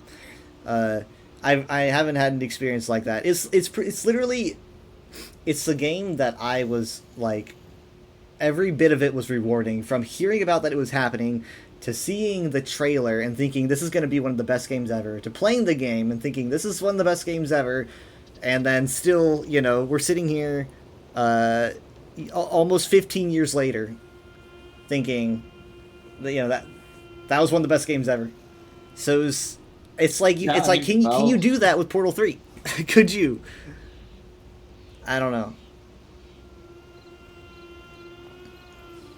Valve should be doing Half-Life 3. Yeah, that's what they should be doing. I don't think they need to do another Portal. They've done little Portal spin-offs for VR, and they were and it's been great. Yeah, so I don't really think they need to. They're Half-Life VR has also been extremely successful. Yeah. Like Alex is now regarded. Alex is the Portal 2 of VR, where everyone was like hyped after it was announced, and then like every second of it that they're playing it, they're like, oh my god, they like are doing all these innovative things we haven't seen in VR before. Valve does so many big things, and they're not even really showy about it. They just kind of show up, and they're like, here's this thing that, like Steam, they're just like, here's Steam, have Steam, and it just changes the entire gaming market. And then Half-Life Alyx, they're just kind of like, here's a VR game, and then it's like, this is just like the next level of VR. VR game, except it's like an actual video game. Yeah, so I don't know. So Valve is very good at being very innovative and not being super braggy and showy about it, I guess. And I hear that they've got like less than 300 employees or something. Like it's a very small company. I think they're doing okay. They're slow, but obviously they have a lot going on in that, you know, they have Steam as a company, they have all sorts of stuff. Rumor has it they're actually working on their another independent VR ecosystem, like their own, kind of like the Quest as like a standalone headset. What was it called? The Deckard, I think. Valve Deckard is the rumored headset that they're looking to. I don't want to say take on Meta, because Valve's not really a company to like pick fights with other companies, but it's their like equivalent to the Meta Quest, where it will be a Valve version, you know, obviously Steam in nature, so you're gonna have to deal with all the Oculus software. I will obviously be jumping to that whenever that drops. You know, I'd like if they had kind of like the knuckle controllers, so you got like the I mean, obviously it'll have finger tracking probably like the Quest does natively. Since it'll be next generation, I have to believe it'll probably also do augmented reality, but I guess we'll see. Because what Valve does is they release stuff like that so that a ton of people adopt it, and then that encourage developers to make games for it. So like if it has, for instance, AR capabilities, well then a bunch of Steam games are all of a sudden going to pop up that take advantage of the Deckard's AR capabilities. Yeah. So, and they're kind of testing the waters with independent mobile computers with the Steam Deck. So, you know, theoretically, maybe their VR headset could even run games away from your computer, kind of like the Oculus does. Like, I can play Vader Immortal natively anywhere on my headset. Like, I was playing that one aquarium game in AR, just walking around the hotel room when we were at Galveston. No internet connection, no anything, just because it's running on the headset. So it works as like a travel device. Like a Switch. Yeah, that is kind of the next stage, because you go from wires into your computer to connecting to your computer to having it be the computer. I remember watching, I think it was Jacksepticeye was the first person I saw do wireless VR. It was the first generation Vive, so you know it has the huge Vive wands and everything, but they had some sort of like Wi-Fi streamer. So you like he had like hooked a huge brick to the back of his headset. And then you plug the other brick into your computer, and then it would, you know, that was when it would wirelessly cast. And it was still like a mess of cables, but they're all like on you, so you're not tripping over them. Yeah. And I was like, oh my god, like eventually we won't have all these cables everywhere. And it happened like I'd say it like it was some future forecast, but it happened in like less than a year. Yeah, it's got. I mean, like I remember going to GameStop and doing the Vive. The whale experience. Yeah, the whale right? experience. Like, and then drawing and everything. And like that that was the moment that I am still not like that was the nexus point for me where I was like, because I was like excited to try it, and I'm like, what if this is actually effective? Like, what if this is not a hoax? What if this is like an actual like Star Trek technology that somehow humans got earlier than I thought we would, and it just works, and I get to actually just kind of enjoy something before I die that I thought would happen, you know, after I die. And yeah, even with how, looking back, how primitive the early Vive was, that whale experience was a very good. I mean, obviously that's why they made something like that as a kind of experience. But just being able to like walk around the ship and then like you move your hands and like the fish react to your hands moving, and I was like, okay, this is it. Like I am in a video game environment. Like, give me. I only need one of these, but give me 20 of them. And the scale of the whale. Like, the whale comes up, and like you see how big you are compared to the whale's eye. And if I was playing that on a flat screen computer, you lose that. You're like, okay, I'm standing next to a large whale model. But like when you're actually moving your head around, there's like the parallax. Right. I mean, I used to spend long car trips just looking through my Viewmaster slides, and that's just like a flat image with, you know, kind of looks layered. So like, you know, you can't really move your head around, but it's like, oh, it's cool. I get to like pretend like I'm in these environments. So really, and not a lot of people obviously compare VR to like the end point of Viewmaster. Like you get to just walk around. I mean, it's so surreal to say like I played Skyrim in VR. I can play Fallout 4 in VR like right now, and to have had so many like moments in those games that only happened because they were VR.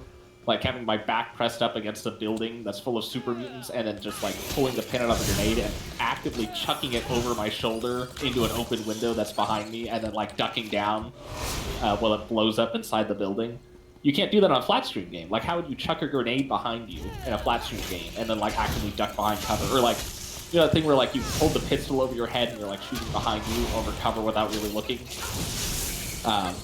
Like you just instinctively do that when you're in an actual gunfight in VR. But like on a flat screen game, it's all kind of like you're moving your mouse around. The gun's not really free floating. Is not the word.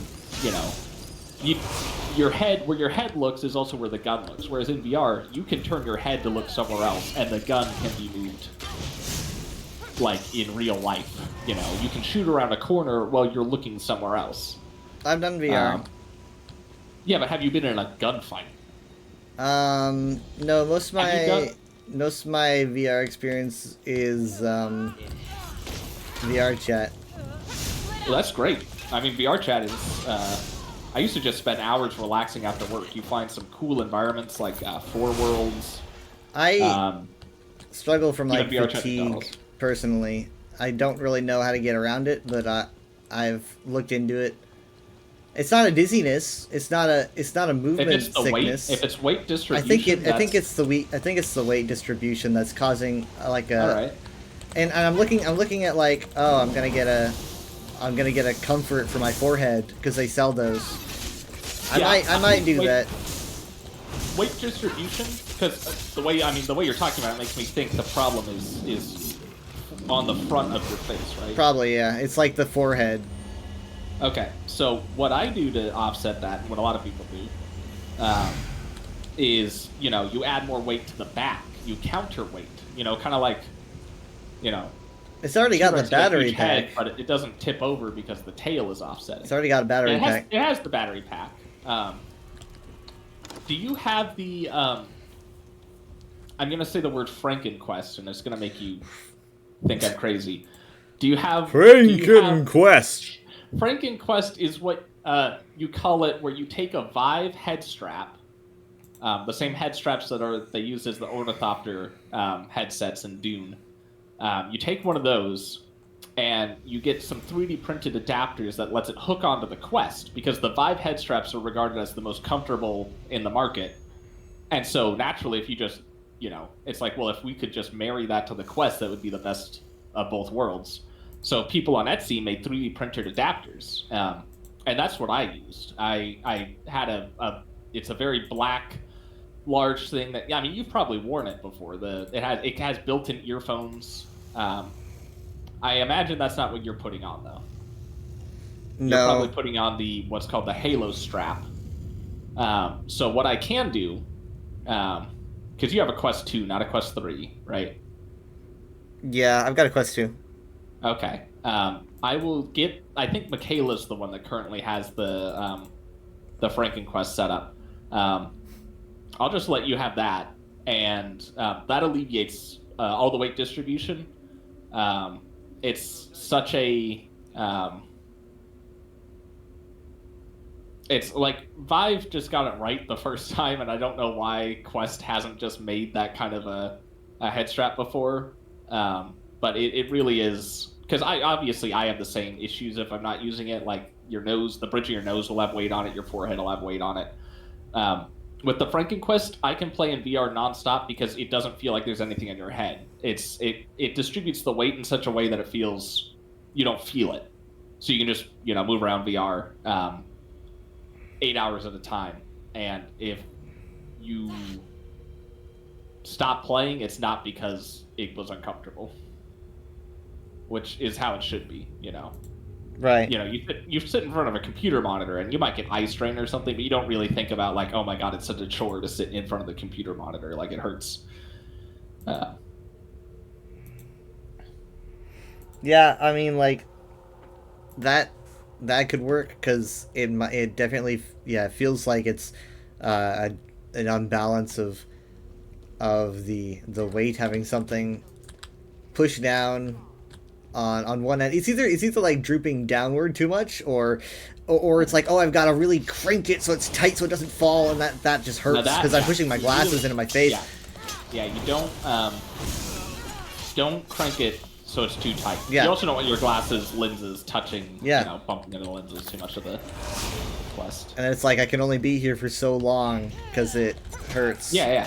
Ideally, you don't want to have your VR experience like as a time limited thing. As like something where like I can only do this for 2 hours and then I'm done because, ow. Yeah. Like sometimes I have to just take it off and just like rub my face because it's like hurts, and then I can go back in. Yeah, that's not how it should be, and you're by far not the only person that's had that problem, but there are solutions to it. I mean, I've literally, I'm so far past that problem that like I have spent like 8 hours in playing, not the same VR game for 8 hours, but just like spent 8 hours in a day in VR just playing different games. And at no point was I like hitting a wall of like, okay, I can't take this anymore. I mean, if anything, at that point, you're really just limited by your physical endurance. If you're playing games that are like if I'm playing Blade and Sorcery or like a lightsaber fighting game like Vader Immortal, if I have to stop playing, it's because I'm physically like I've been sword fighting for 2 hours or I've been boxing. There's a great boxing game called Thrill of the Fight, which is regarded as one of the best like cardio workouts you can get in VR. I was going to say in gaming, but VR is really the only gaming experience where you can get exercise. The Wii. Yeah, the Wii. Well, again, it's like the Wii is like primitive compared to VR. It's like Wii bowling was great.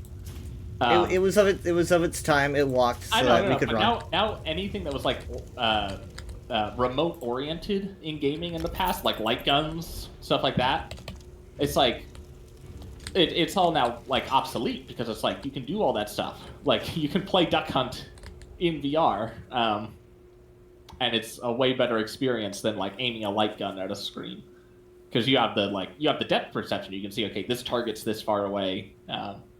Obviously, Duck Hunt was never that advanced, but you get the idea.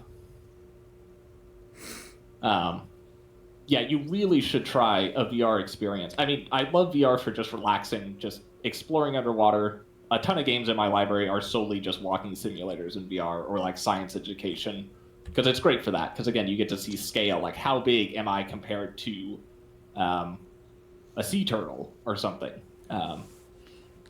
But the other kinds of experiences like gunfights or sword fights, or even just playing a game you love from a different perspective, like playing Skyrim in VR.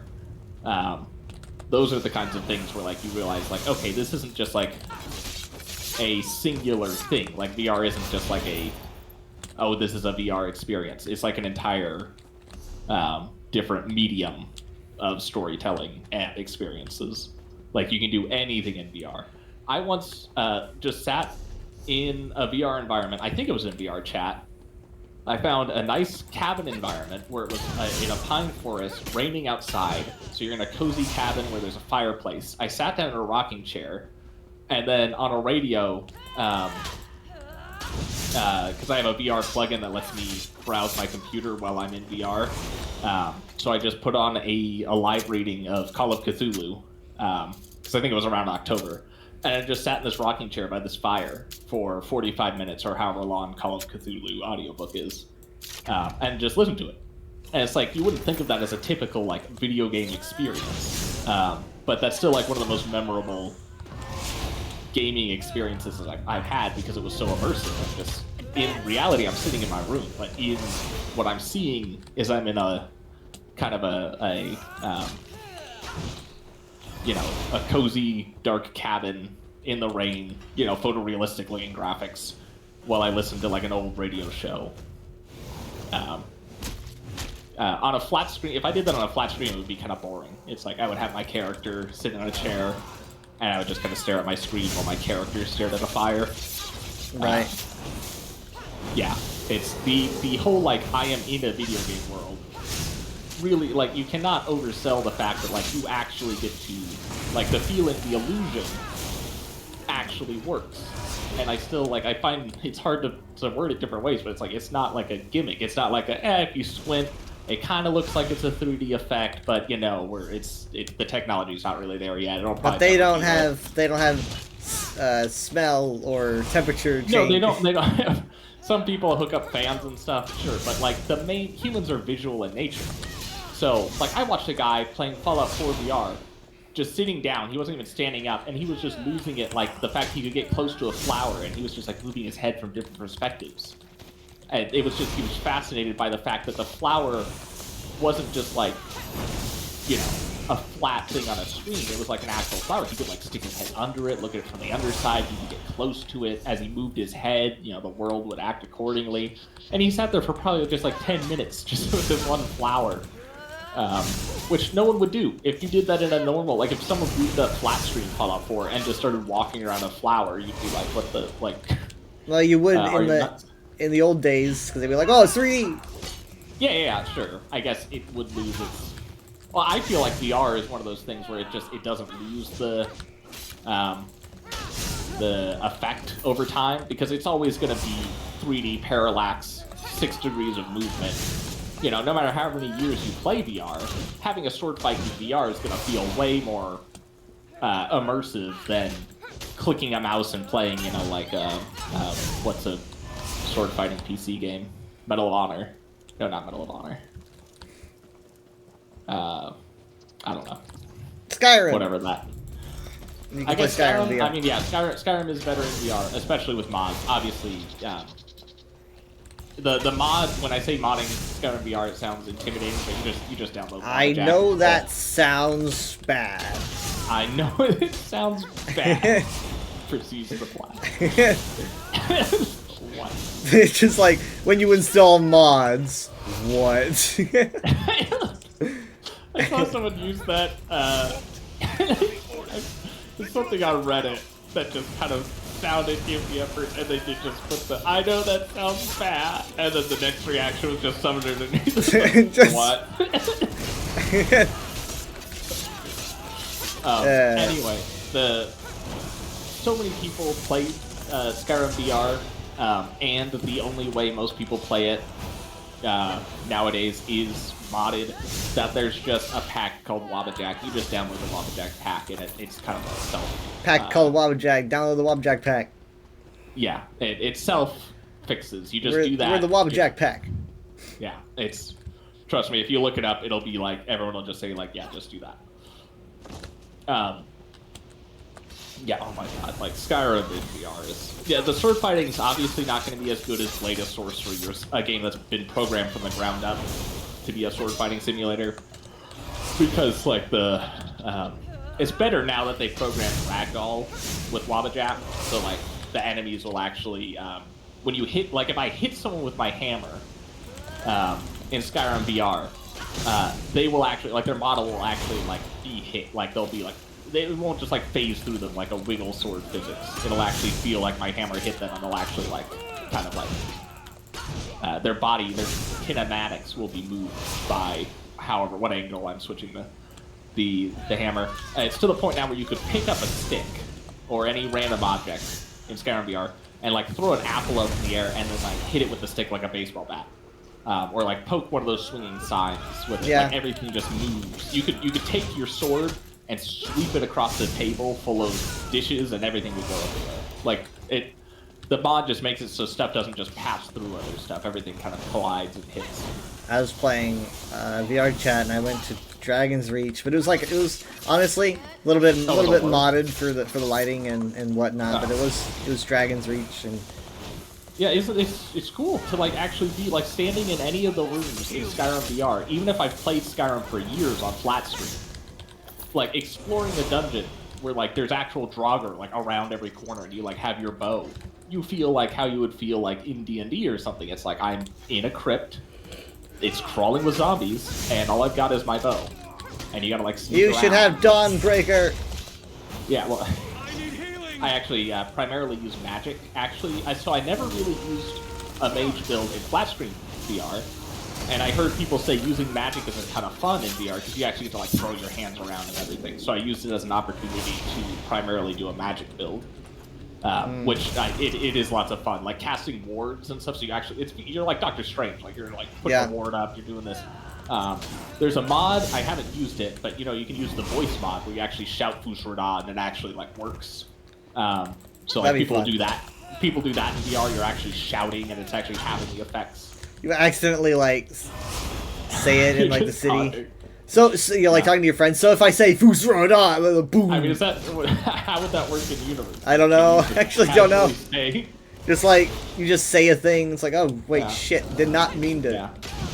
I don't think I've done a dragon fight in VR yet. I think I'm one of those people that like doesn't ever start. I did the campaign all the way through. I still haven't started the main quest on my current save. Yeah, I just think it's nice to not have dragons attack randomly. Yeah, because I'm doing the DLCs and stuff, so I'm like not wanting to bother with dragons. And oh my god, going to the beach in Bionicle Heroes in VR. Yeah. That was like, because I always found that like something about the graphics of Bionicle Heroes was always very relaxing. Yeah. And to just have Paraka Beach was, I'm glad someone did that. It's great for the furry community because you can do stuff without having to buy a fursuit, and it looks so much better than fursuits. Like obviously some fursuits are higher quality than others, but in VR you can do anything. Like you can have different sizes, you can have different effects, like eyes open and close, people's mouths move. I've messed with the idea of getting a full body tracking. I would. It's like quest, the quest. I would wait till they do an official version because right now I'm running on Quest 2 and Quest 3 is out, and it's like, are they gonna if they release anything, is it gonna be exclusive to 3? I would just wait and see because right now your options are basically slime trackers, which aren't native. It's a third-party device that you have to calibrate. Yeah, it is what most people are using. I've got a friend who uses it, and it looks fine to me, but... Yeah, no, it looks fine. It is... I can't think of any other alternative that most people would use. I think everybody's using a slime tracker. I never heard the term slime, though. Well, what do you think they're using? I just have Googled it, and I just don't recall seeing the word slime. I just start seeing all these full bodies. They're like, it's like you've got a belt and you've got things out on your knees. Yeah, and, those are slime trackers. But the thing is that has become so successful, because that's third-party software. No first-party developer has made full-body tracking. Games will support it. Actually, the thing is, so few games support it that's probably why developers haven't invested in it, because they don't figure it's worth it at this point. But I think that's starting to change, just given how many people use it for social reasons in VR chat. But so many people have bought slime trackers that I have to believe that at some point an official Quest version will have to be released. Because you strap one on your belt. It really you can get away with just using 3 trackers, one for each foot and for your belt. But the more trackers you have, the better your character moves. And yeah, I do a furry community meetup once a month, and you can definitely tell which people are using trackers and which ones aren't, because like you can they'll lounge on the ground and like their legs, they can position their legs in different places. Yeah, and obviously people do, you can do way more stuff with Backflips. your I saw elbows. someone do a backflip Yeah, you or a well, again, front yeah, because flip. it's tracking everything. Yeah. But it even tracks the elbows because if you think about it, in base VR, your hands are being tracked, but it's guessing where your elbow's at based on the I know. angle of your arm. But if you put a tracker on there, you can actually like flap your arms up and down, and it'll actually know what you're doing. And of course, the next generation of headsets actually has eye tracking, so people can wink. They can, I've seen people they can roll their eyes. It's crazy. The Quest 3 can't do that, but there is another Quest headset that currently does face tracking. I very much hope that whatever Valve puts out can also do face tracking. The way I see it though, it's like, do I want to sit there and wait for full body tracking, or do I just want to drop $100 and get it? Yeah, if it's cheap enough. Because it's like it's $100, and it's like, well, if they haven't made if it's anything only yet, $100, sure. And then if something better comes along, wait a couple years and upgrade. Yeah.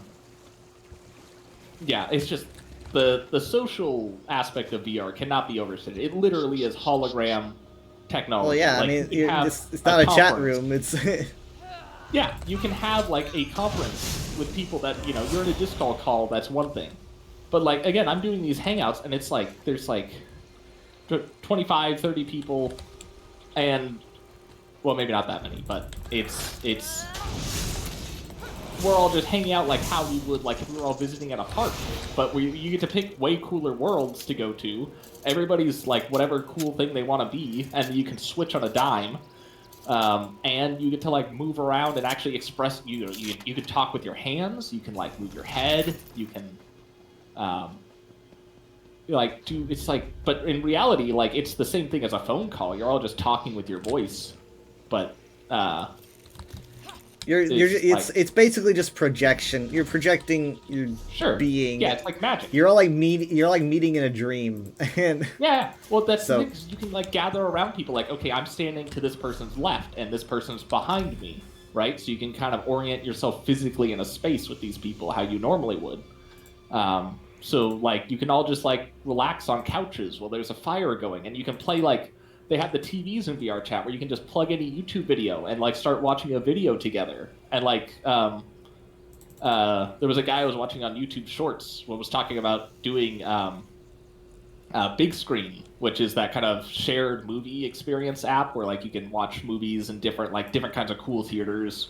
But the idea is that it's social, so like there's other people can watch the movie with you and sit in the movie seats. And he's like, in reality, like no one's really talking. Unlike actual movie theaters, all you're doing is you're watching the movie like how you normally would, but just knowing that there's other people there, and you can kind of see their heads moving, and you can, occasionally like everyone will cheer and react at the same time. He's like that makes like something about that experience makes him keep coming back to it as like his preferred way of watching movies now, because otherwise he's just at home watching Netflix alone on this TV, and he's like, why not just pop on the VR headset, watch it on a bigger screen, and like have these strangers from who knows where just also experiencing the same thing at the same time. Yeah. And then like again, you say the movie's over, then you can like actually quote unquote walk out into the foyer and like maybe bump into them and have a conversation, and then like hook up, like exchange contact info, jump on VR chat, ride a train together. It's crazy. Like I can string all sorts of words together, and it's like it's all possible. Like you can do it. I've done VR. I have a set. Yeah, well, in the past when I would talk about VR, you'd be like, "Okay, shut up. It's not." I don't. It's not my passion, but it's a cool thing that I like to use on occasion. I'm glad it exists. You can. I really got to sit you down in an X-wing and have you try squadrons. Not right now. I mean, if you were free at some point tomorrow, it's definitely like to turn down the experience to fly an X-wing at least once. Or if you don't want to do an X-wing, there's A-wings. Honestly, I would prefer the A-wing because the open cockpit is such a better view of space. But you pop on, like you kick on some hard rock while dogfighting around a Star Destroyer, and that's a good way to spend time. There's great. Oh, what? I guess I'm more of a just chatting person, then Well, no, I'm gonna I do a get- I thing. get- Sure, but you also haven't done these things, so like, But I mean, no, I haven't done them, but it's just, you know, like if I said there's a VR game where you get to like get in lightsaber fights, there like, are. you should at least try that at least once, right? Like you would think, what if you enjoy that? You know, If I enjoy and that and feel- I get into it, then I'm gonna start doing it in my room. And I'm gonna break something. I've got 2 feet of space. No. What I do, the headset's wireless, right? Yeah. Go up back. I wait till it's night because they say don't expose the lenses to sun. But I turn the backlight on. I clear off the patio out back. Make a play space. You got all the room in the world. You can jump. You can throw your arms over your head. You can spin around. You're not going to hit anything. I do all my sword fighting out back. It's great. Okay. Again, if you want me to walk you through the steps, really easy. I would be happy to. It's definitely worth it to try at least once because Blade and Sorcery is the kind of swashbuckling like you versus a mob of people like let's fucking go kind of fighting game. Like you can like do anything you want. You're gonna be on the tavern brawl where it's just you've got a knife and you're like smashing people in the bar and throwing chairs. And, you put on cool music. It's a great way to exercise and just kind of feel cool. I get enough exercise. I'm so tired all the time. It's a different kind of exercise. You might find it. You might. The adrenaline rush might keep you going. But driving in VR, like obviously VR is huge in the sim community, like truck simming, train simming, flight simming, ship simming, like Elite Dangerous. And that's another one. You can do that in VR chat, though. That's the great thing about VR chat is a lot of these experiences, well, VR chat doesn't have the best version of them. It at least has a kind of version of them. Like there's worlds in VR chat where you can fly a plane and drive a car. They're kind of janky because you're having to program scripts in for a game that's not designed for that. But it's still nice. Michaela and I will. There's a really nice car driving world in VR chat that's just miles of road that go through countryside and a city. And you start at a parking lot and you just kind of pick your car like a sedan or a van, and you all get in the car, just driving. And then it's night. You can put on like tunes on the radio, and then as someone's driving, you'd all just talk in the car. Can't you talk in a car in real life? Huh? This generation. Be anywhere. You sit in your chair, you kind of recline your chair back, you can just stare at the ceiling of the car as like the lights go back, and like you just turn to your right, the other person's there, they're just talking, someone's driving up ahead. It's just so nice. And again, on a flat screen, that would just be kind of boring. Like you'd be like, okay, I don't really. But like when it's all around you, like the car is all around you, the people are all around you. You can move your hands, and like just moving my hands in front of me is something I still do in VR, where it's just like you're just like turning them over and like moving your fingers. Very weird. I mean, it's telling that content involving VR and storytelling took off before we even had VR. Like Sword Art Online came out. VR technology when Sword Art Online came out was not very good. But people knew like if this was a thing, like people would go fucking nuts over it. Yeah, they would trap people within a world. Okay, well even something like Ready Player One came out when like the Vive had barely just come out, I think, when Ready Player One came out. And now VR chat basically is the Oasis.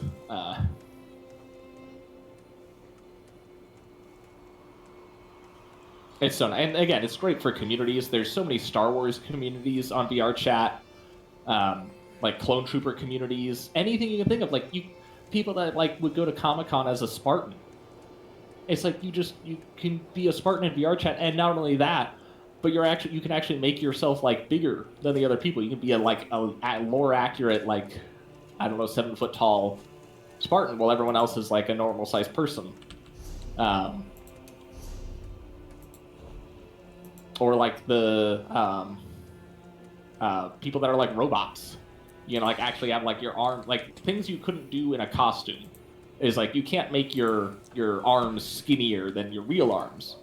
But in VR, you can have like floating bits. My you can dream is to make my arms even thinner skinnier than they are in real life. than real life arm. You can like fly around. I don't know. It's just you can. It's easier to say the things you can't do in VR than to say the things you can do in VR. And my favorite thing is like having games that you've played in flat screen. Like again, Deep Rock Galactic is a game people have played for years, but then when it comes out with a VR mode, it's like a totally different thing. I have yet to play the Deep Rock Galactic VR mode. We should get back into that.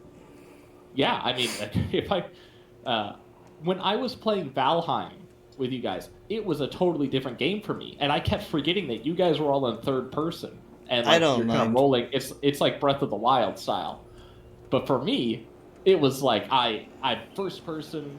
I'm actually like having to block physically with my arms. I'm actually, do the building. I'm actually having to set things down. Like for me, I'm moving to do everything, and I forgot that it looks totally different. That it's not a first-person game for you guys.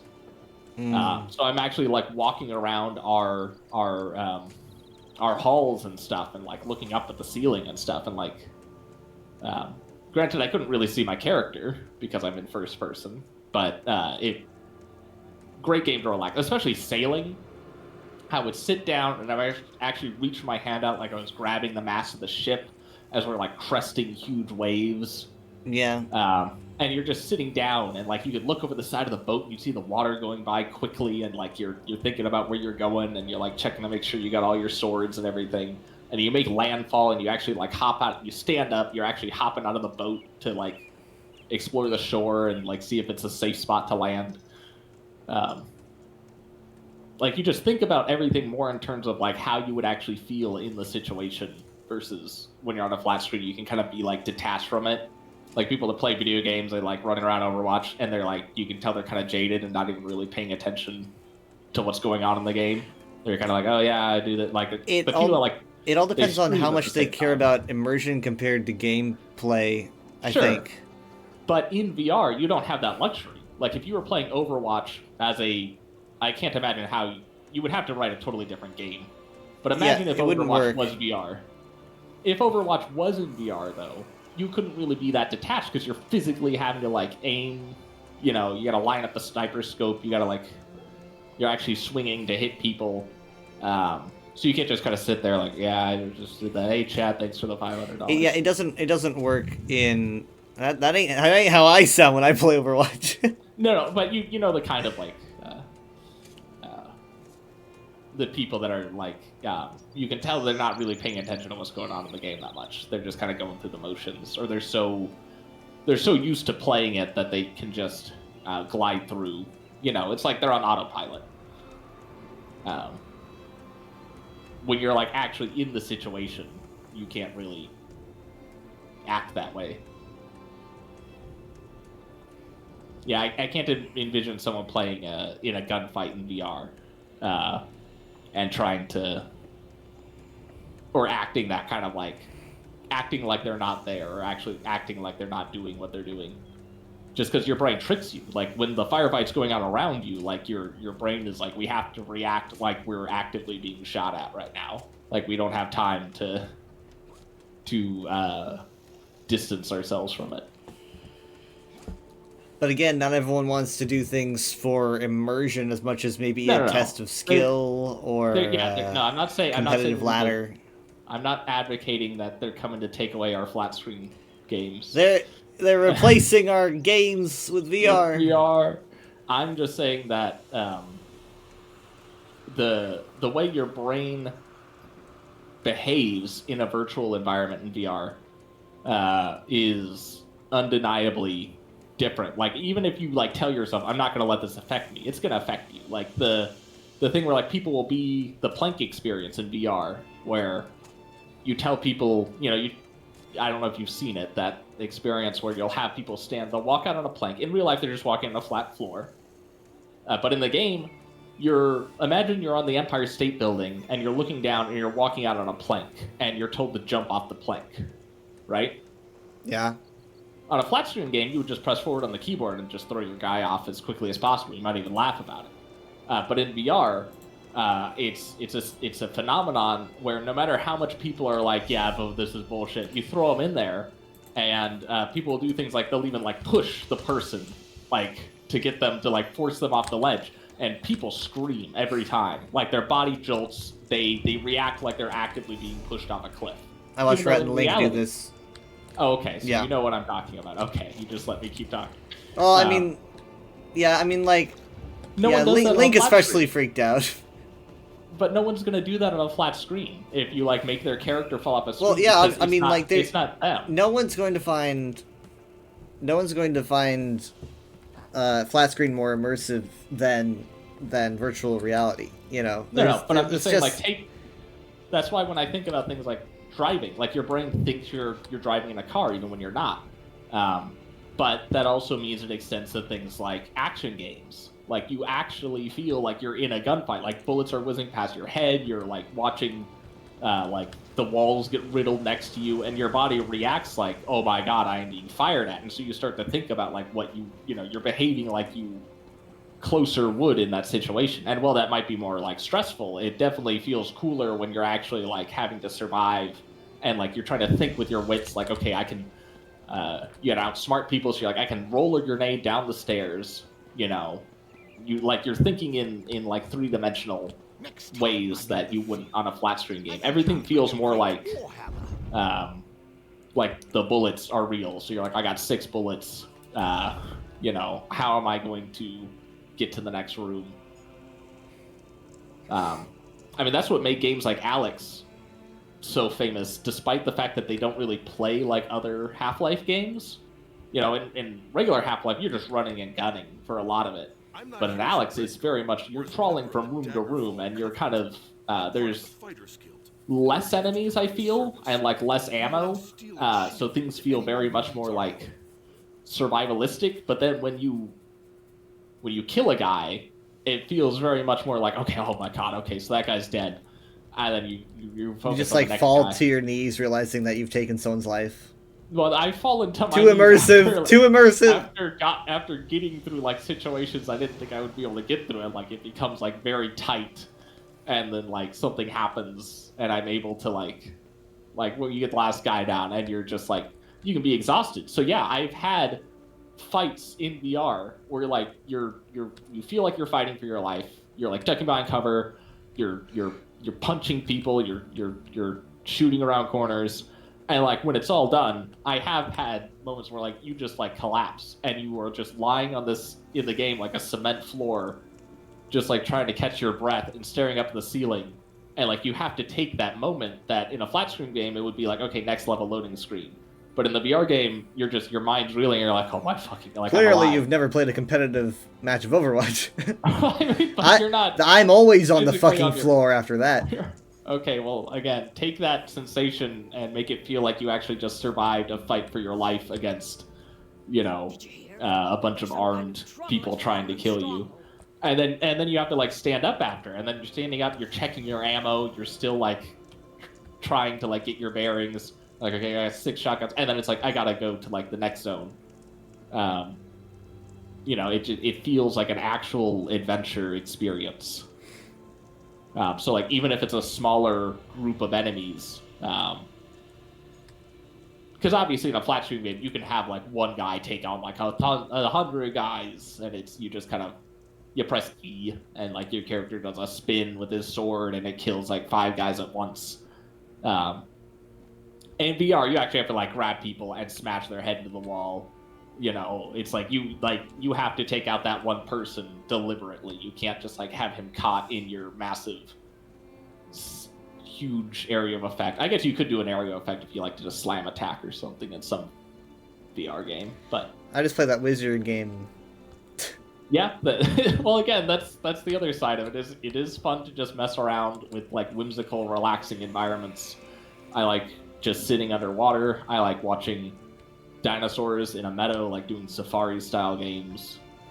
You know, just you can go to a museum in VR. I go to virtual museums Even though technically you could see the artifacts virtually in their natural state, like why look at a fossil virtually when you could see a virtual dinosaur?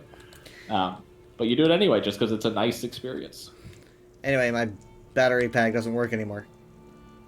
The offset on the Halo strap. Yeah, I mean, It could be turned off. I could check it. There's a maybe button because I think I've like tried to charge through it and it won't charge or something. Okay. And so I'm like, Well- so I just have to run off the native battery, which Yeah, is that's okay, only but about- not long. It's only about 2 hours, if I remember correctly. I keep having my sessions cut off in the middle of it. Yeah. Okay. Well, that's a non-issue if I get you the FrankenQuest adapter, because that has I mounted a hook on the back of that for an external battery bank. So you have the Vive strap, which actually you have worn this before, because if you remember, you had to take the crank. It was a very black knob on the back. Yeah. You would crank it in the back. So you put that on, and then there's a battery pack. And the battery pack that is attached to that is one of those like rectangle ones that you get for charging your phone. And those can last like 16 hours. So that's how I'm able to play Solon in VR, is because I would play with one of those strapped to the back of my head.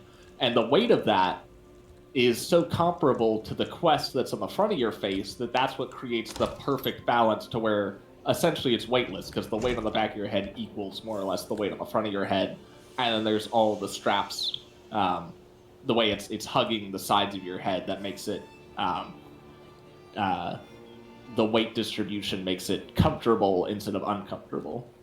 And that would solve your battery session. You could play VR chat, 4, 6, 8 hours, which, again, I have done. There's just so many worlds you can jump to. I don't know if you've ever done them, because technically, well, I don't know if going to them wouldn't be illegal, but there's the worlds that just play torrented movies.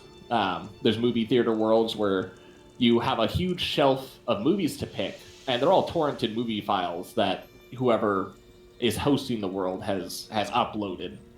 Obviously, you won't get a virus from them because they've been they're just being hosted by someone else. But I watched Elysium. I sat in the theater that way and watched Elysium. I watched Secret of Nim that way. You can play them on just like a cozy little screen in like a home bedroom, or you can play them on a big movie screen. Well, I checked my viewer listing and it says the government's listening.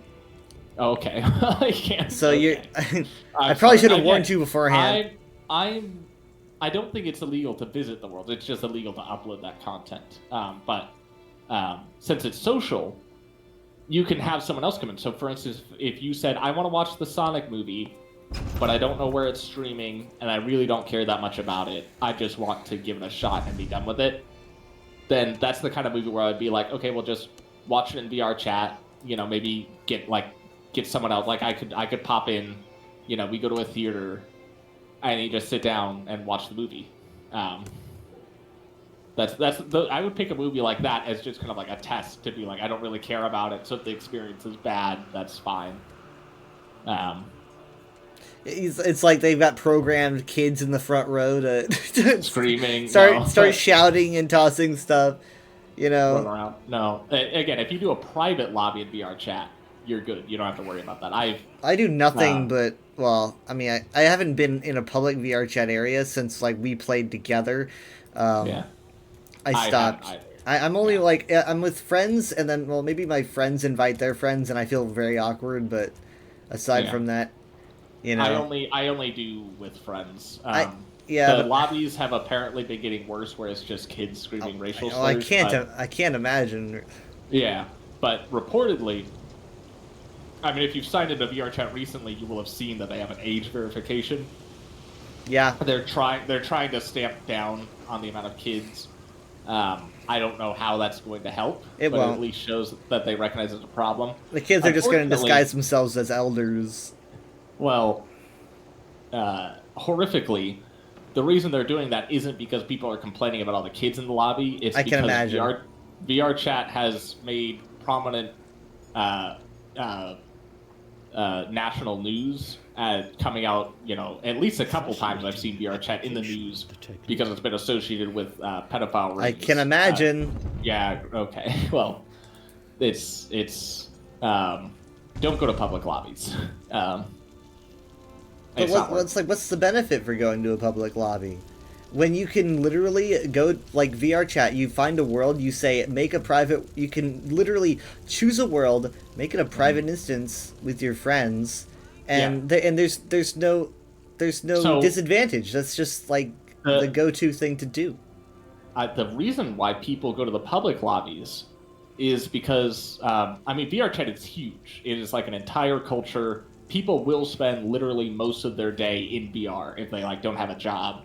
No, I'm serious. Like people, if you go to the VR chat Reddit, there are people, they invest in all the full body tracking, and their social life is completely in VR. Now, granted, that's on one end of the extreme, but more in the middle is a bunch of people that go to these public lobbies because they just want to hang out with people. You go to the Black Cat Cafe, you goof around with some strangers, you experienced it when you've done public lobbies a few times. You see a bunch of people up in the loft, they're all hanging out. None of those people probably know each other. They might have met just a couple hours ago. Yes, and it was honestly a pretty nice experience, kind of. Yeah, you have a dude that's a Metal Gear Solid up in the rafters. He's a Metal Gear Solid. A Metal Gear Solid. You get the idea, though. People are conversing, and you get to share about your day with someone. You may never talk to them again, but it's that kind of experience is something that people have daily with. There's public spaces in real life where people might engage in conversation, Yeah, but you get the kind of, I don't know, there's a filter. If everyone's in VR chat, you kind of know what you're dealing with. You're dealing with other people that are wanting to be in VR chat, which is a different kind of people than, you go to a park and you don't know what you're going to... You can get stabbed if you go to a park. I was literally shot through with a beam of pure hentai. Well, yeah, that's the negative thing is you're literally walking through the internet. You're in a physical... Yeah, it went through me, right through my chest.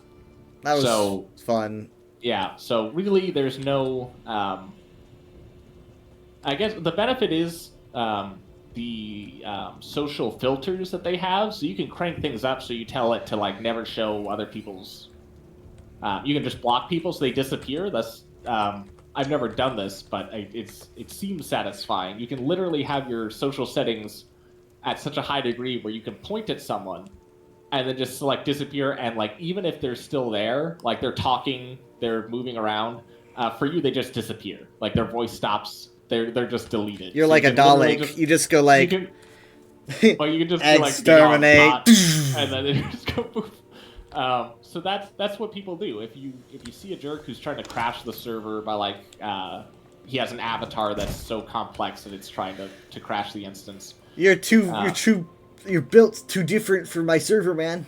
Well, people purposely create avatars that the second that they switch into them, it's so complicated the server crashes. You cannot handle all my vertices. Yeah, it's like that, but they do it to be an asshole. They just jump from server, crash it, jump to another server, crash it, jump to another server, crash it, and they just do that all day until they forget that their dad hates them. A lot of these people, apparently, that seems to be... Hey, you're writing the same backstory for all of them. I say it as a joke, as my go-to thing, but it is because statistically most people's are acting the way they do because of something, poor parental experiences. So it's most mean people are sad. Everyone knows. I know, but it usually, saying something like their dad never loved them is sadly inaccurate. If you were to get them to be honest with themselves, that's probably the case. Anyway, yes, the trolls get to have more fun in VR because, like I said, everything feels more real in VR. So pissing people off, obviously, is more... there's no consequences. You can be a horrible asshole just like you're in real life, but no one can touch you. But, again, conversely, there's settings where you can just point at them, say "be gone," and they disappear from your experience. Smuzzies, be quiet. Yeah, Smuzzies, be gone. You can even say that, and once they're gone, you can't listen to them be confused. I kind of And the want. best thing is, they can't come back, right? Because you've said I blocked this person. So like, what are they gonna do? That all being said, yeah, I it's nice in theory. Like when I watch you and Jacob play in the public space, it's like, yeah, I am now in a place with my social confidence where I feel like I could just jump into a random group talking around a fire, in the Black Cat, and just kind of, even if you're not jumping in, you can just kind of chill and listen, or interject if you think you have something interesting to add. But I still would much prefer to just find friends that I already trust and just like go explore the back rooms or something. The back rooms was a scarring experience. Oh, did you not enjoy the back rooms in VR? No, I thought you probably enjoyed it less than I did. So I might be thinking of a different one. I remember we went to the one that had that seemingly infinitely long pitch black hallway. That I think that was probably the same one, but there was something in it that was. Oh, there was like the cell phone. Yeah, that was it. Like actual, like, that was That was what I was. Okay. Yeah. Okay. Yeah, I don't know if you heard that. I seem to remember. I heard nothing of it, but I. Okay. Yeah. I like, don't pick up the phone. You told me not to pick it up. It sounded like just like a one of those 911 calls where like the other person's panicking. I don't know if they were acting or if it was a real call, but all I remember is that it was just like the sound of someone over the phone screaming like something horrific just happened. Not my favorite take on the backrooms. Like I don't. No. The backrooms shouldn't have that. Why would that be there? Yeah, the backrooms should literally just be empty hallways. The backroom does not exist to try to break you psychologically. That makes it feel like you matter. Like, oh, it's got you. It's trying to get to you because it knows you're a thing and it really cares about you. It's like, no, it doesn't. It's just a hallway. It's just an infinite. It's supposed to be an environment that you're the victim of, but it's like space. Outer space doesn't care. It's like take a Bones approach and be like, it's just unfeeling and gonna kill you. Yeah. Now, most points in reality are inhospitable. Not only inhospitable life, but actively you would die. I like the pool rooms. I want to go there. So, do you know the video game pool rooms that came out? I think I downloaded it. I don't know if we're talking about the same thing, but I downloaded a pool rooms game that I haven't done yet. It's just called Pool Rooms. I own it. I played all the way through it. Officially, they just added a VR mode. I haven't played it, but absolutely, like that liminal. That's an entirely different subject on like the benefits of VR. But the entire liminal community has benefited from VR so much because the whole thing is like you're in a space, right? So it's very easy to replicate virtually a liminal space. Even to make it seem photorealistic. My favorite liminal experience I've had actually was in VR chat. I think I found this world since the last time we've played, so I don't think I've been able to take you to it. But it's literally just called Liminal Safari, and it's a huge liminal map. You start in the back rooms because that's everyone's starting point whenever they make a liminal space experience. But there's so many other liminal inspired zones that are like you can just break through at random places. So like you might turn a corner and find a hallway with a door that leads to just like a park at night, and then like that park has a parking garage and you're just going through like the different levels of this parking garage, and when you get to the bottom it leads to like a waterworks underneath the city. Yeah, that sounds nice.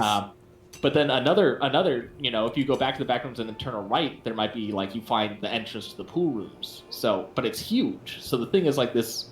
I mean, that's why they call it Liminal Safari, because it's like you can spend hours exploring this map.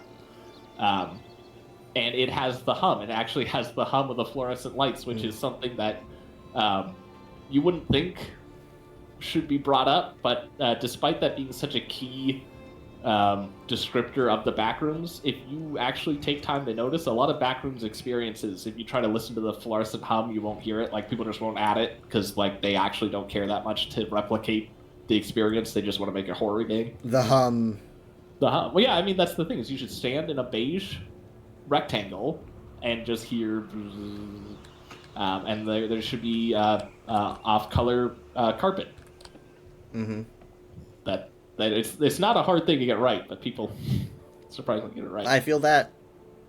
But yeah, next time you're in VR chat, look. I mean, it is disconcerting to do by yourself. I know liminal experiences, it's kind of taboo to use them as a social space, like multiplayer liminal games. It's against my religion.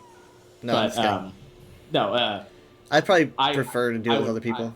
I would say that I would love, like, that it would be a better experience to do socially. There is a huge, another VR chat liminal space is one that is, it's modeled after actual, there's a thing that's like a flood runoff. It's like underground tunnels that it's a real thing in real life, but they're huge. They look like the Halls of Moria in, like, Lord of the Rings, where it's just like infinite long black space of just giant pillars that just go on forever. But there's a VR chat world where it's one of those tunnels, like, replicated, and they are lit with, you know, light, so it's not just like infinite pitch blackness, but they're just so huge. It's just a huge cement cavern that then goes into, like, tunnels or, like, huge tubes, you know, so it's designed for, like, floodwater to just come through, but when it's empty and you're just walking around it and it's just this vast man-made cavernous cement cathedral, it's very eerie, especially since it's not just the same, like, room of pillars. Like, there is variety of, like, tubes and, like, shafts and stuff just walking through this huge complex. I haven't actually reached the end of it. I've gone to the world a couple times, but it's just so big I've never hiked all the way to the end. There's another one that's more it's a liminal space, but it's much more abstract art. What's the name of it? It's not Papyrus. Sands. Is it? No, it's not Sands. It's is it Pueblo? See if it's. I know it's a semi-famous world. So if I type in VR chat, God,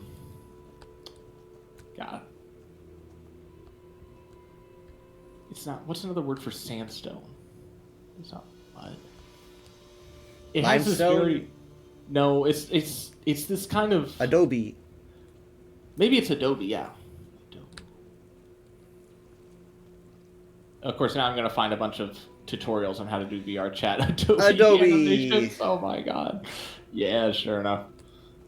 Oh, Adobe World. It's a abstract...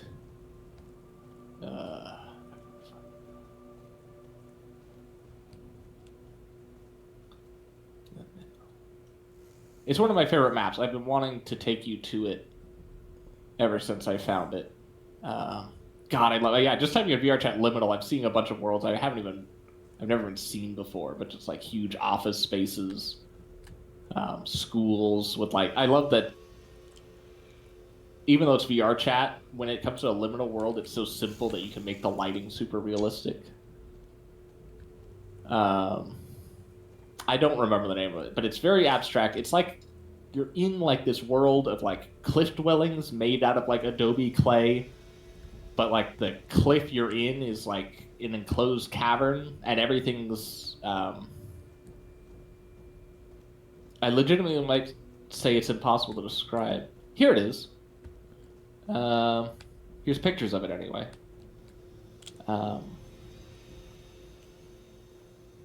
The color palette. Here, I'll send the pictures. The color palette is very. There's just something about it. I don't have words.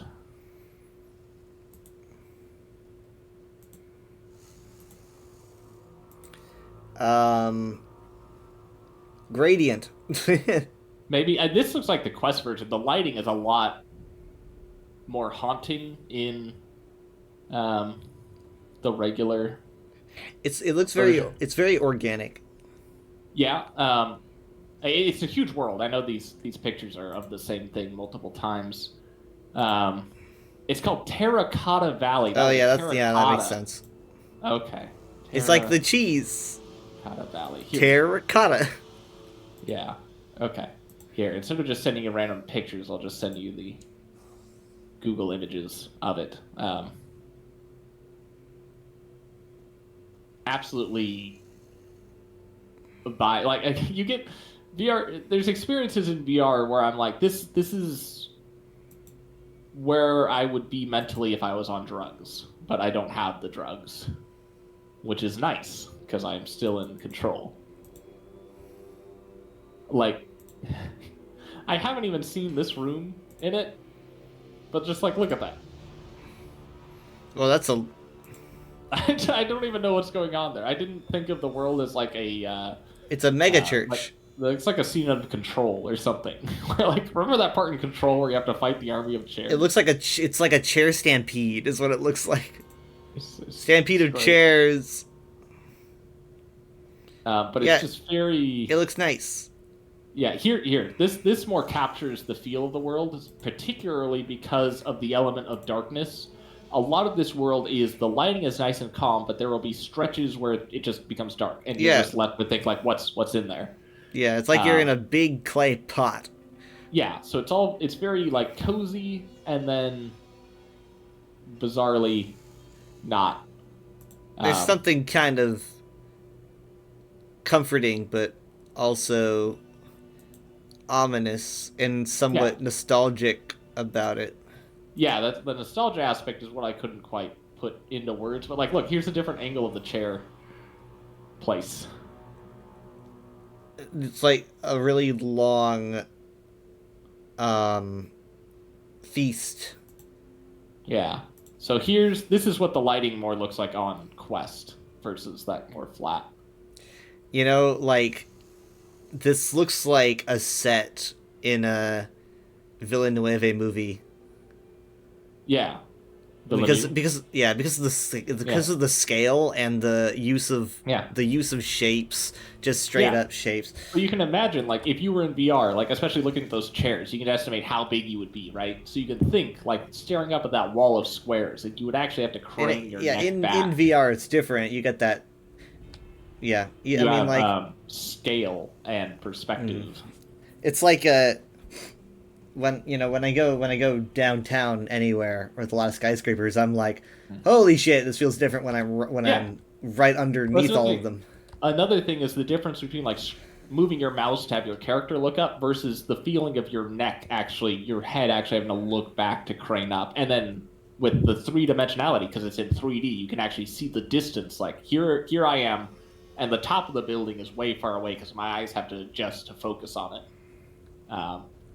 Or like this last picture with this walkway, like you can just by looking at it, you can tell what it would feel like to walk on that walkway and have to look down, like past your toes over the edge, and that feeling you would get by seeing how tiny the furniture is beneath you.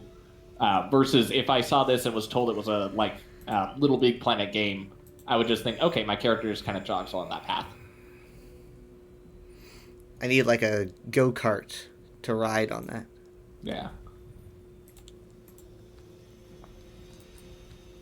Yeah, I mean, this is definitely a work of abstract art. I haven't even seen a lot of these locations in this world because it's so big.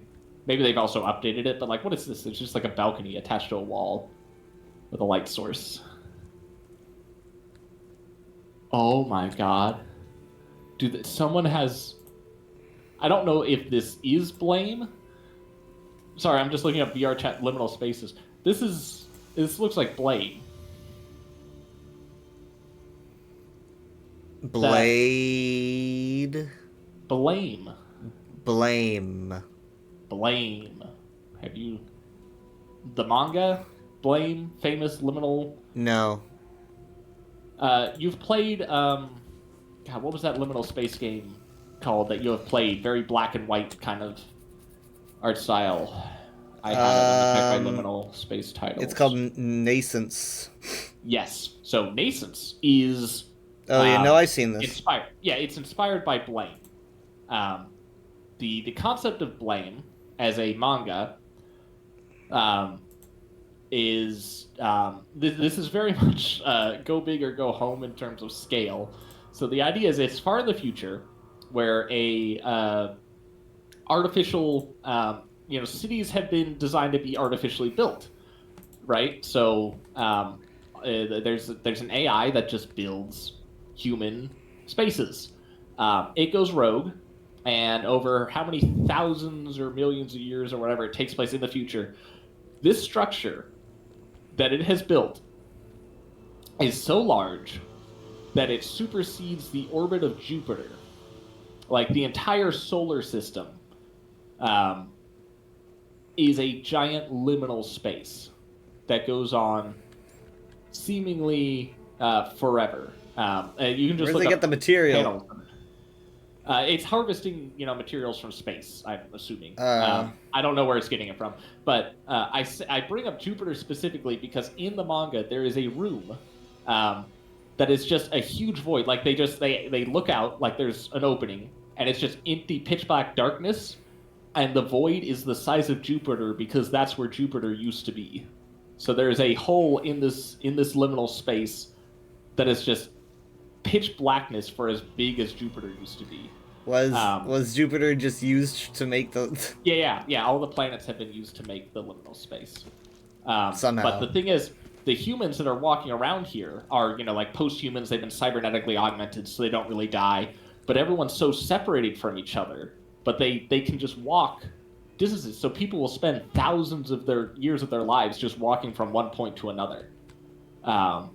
In this, so it's like this very like Dante's Inferno style sci-fi version of hell, where it's like just think, like, I want to go here, and to go here, like, that like you can get there, but you're going to spend the next 1,000 years of consciousness just walking through stairs and hallways. I mean, and do there's you biomechanical live thousands of years? Yeah, that's what I just said. Oh, sorry. Like, the people are like biomechanical. It's like post-human. It's so far in the future that people are just, okay, enhanced with technology, so they're able to traverse this space.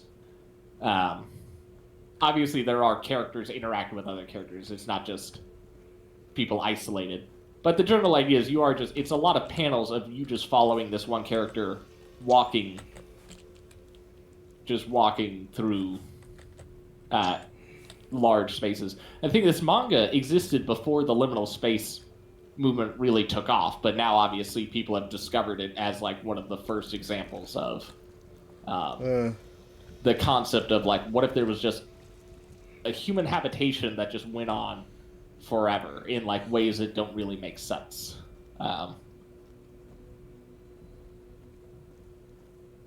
Like, particularly that canyon scene I sent with the stairs that kind of all meet in the middle is a very famous panel from it.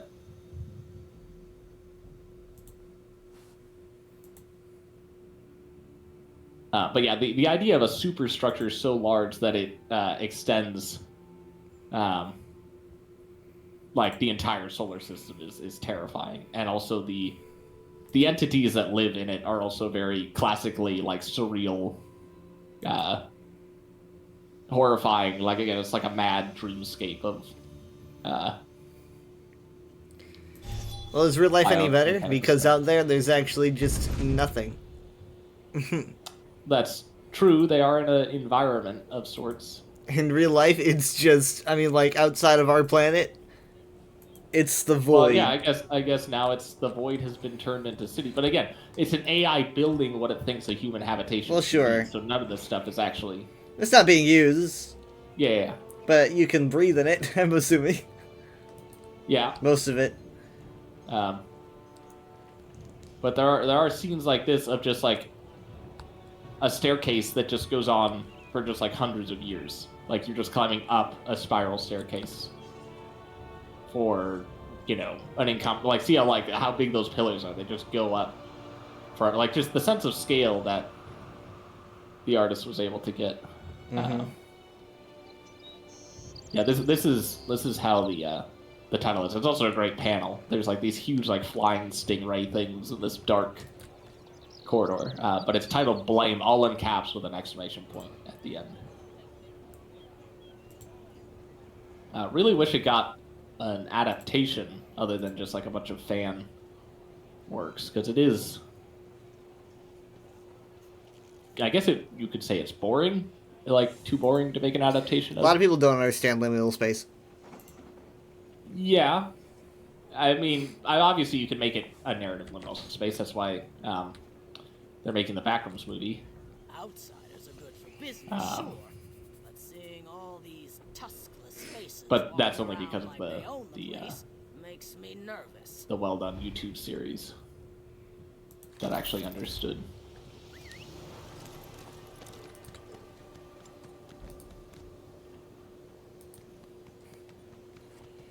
Though he did find a way to put monsters in it, but it's not. You can't have a whole manga of just empty spaces. That would be more like a series of pictures. No, I'm You not need to have talking about. I something mean, in sure, it. the manga does have monsters, obviously, Yeah. but I was talking about the Backrooms Oh. YouTube series. And no, if anything, this is cooler because there's just the occasional weird entity. Blame panels. Just looking at panels of Blame have inspired a lot of liminal space content.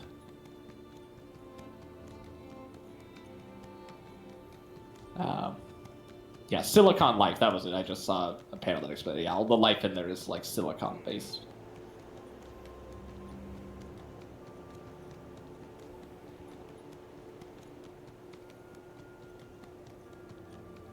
But yeah, obviously, looking at the manga panel, seeing the lack of color, you can really see the inspiration from Nascence.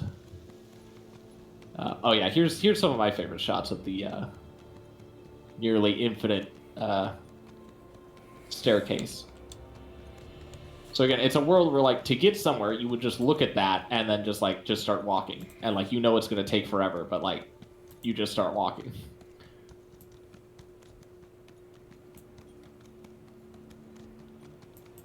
Imagine then falling.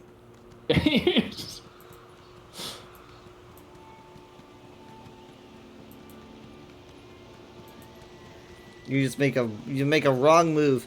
Yeah, it's what it's giving me Exegol vibes. Sometimes. Oh yeah, the plane. Yeah, This is a cool one of and again, it's so big when you think about like the size of the solar system. Like there's just so many, just spots, like things that you would come across.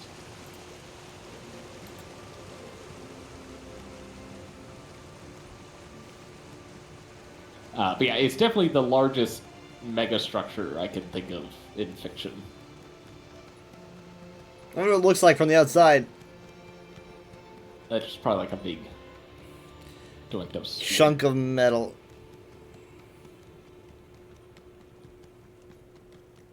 And when you think about it on a cosmic scale, it's not really that big.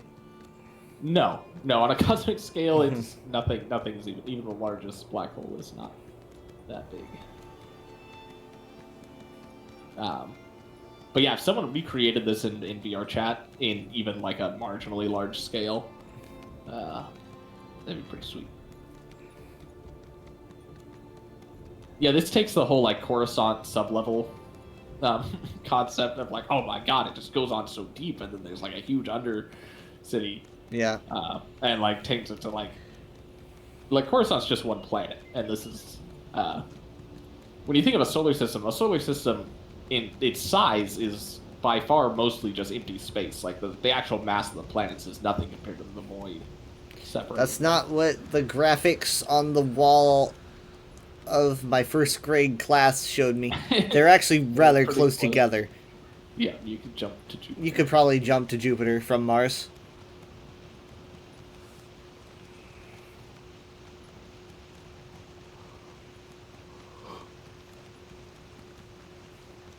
Let me see. Blame megastructure outside.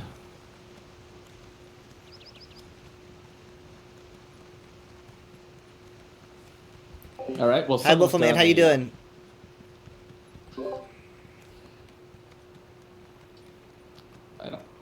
assuming this is fan work. This is very blurry.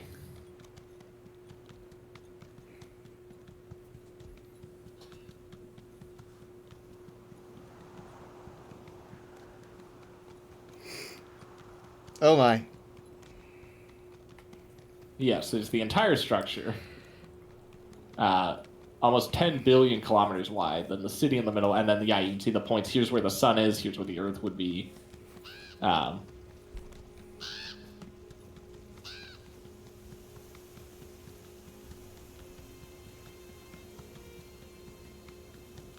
it's a megastructure that stretches as big as the Oort cloud. Yeah.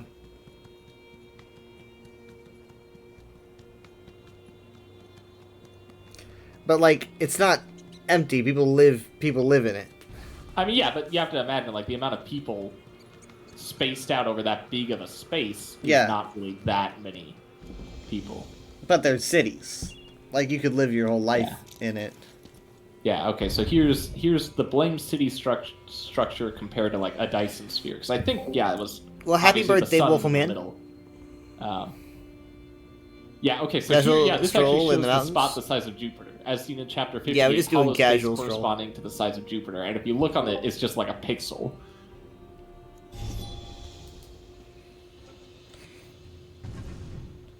So yeah, the sun is that pixel in the middle. That other black pixel up towards the top right is Jupiter. Fun. Yeah. I wonder, like, with the center... Like, this is solid structure, so maybe you can't do anything in the center. Yeah, I think this is more official art. Okay, where's the link? Wait, it says Dyson sphere. Does it actually power itself using the sun in the center? I would assume that that's where it's getting its energy. That just makes the most sense. Okay.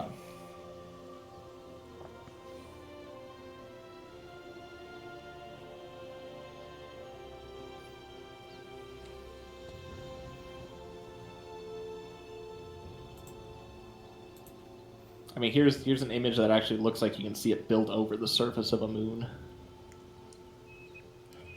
Yeah. I think the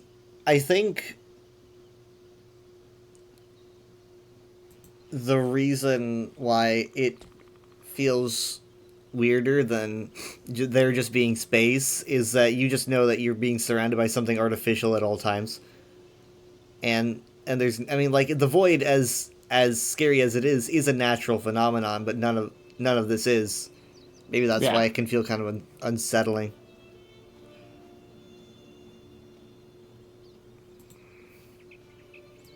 Well, and again, there's so much open space that you get, like, shots like this where it is just, like, pitch black sky.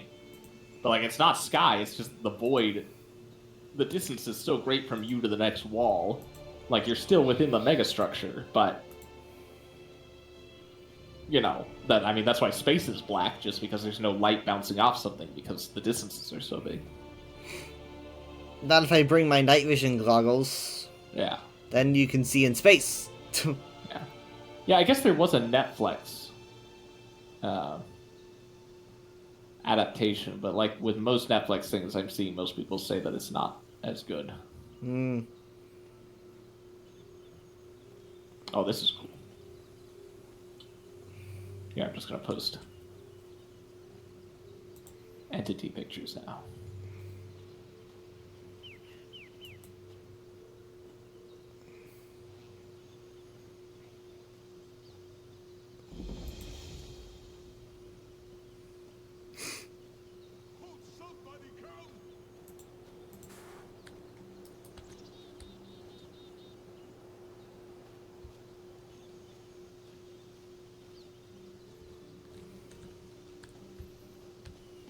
I'm sorry. They forced me to do it. I had no choice. I've got you now. Aid me. Move to flank. Move!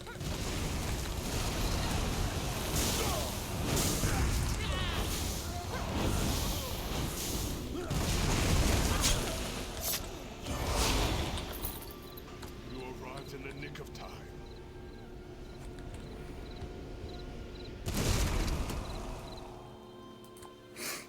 These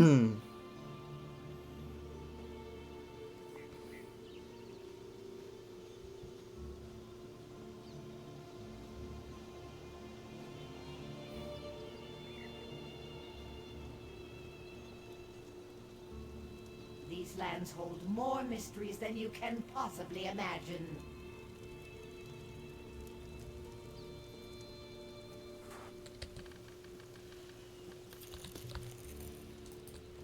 But yeah, I think there are like isolated like communities and stuff. So like you might come across a group of people that have like a society there, but they're so separated from anyone else. Yeah, it's probably impossible to make a map. I would say so. Oh yeah, here's another shot from the Terracotta VR chat world.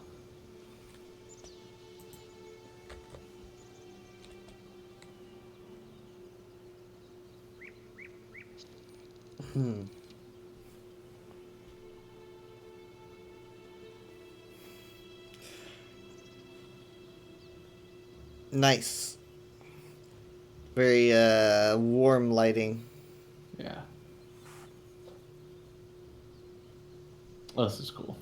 There's actually a group photo that looks like people took. Yeah, that's another thing I love about VR chat is the camera, the screenshot mechanic where you actually pull out a camera. You can aim it, you can do like a selfie mode. Yep. I know how to use it. It's very nice. Oh my god.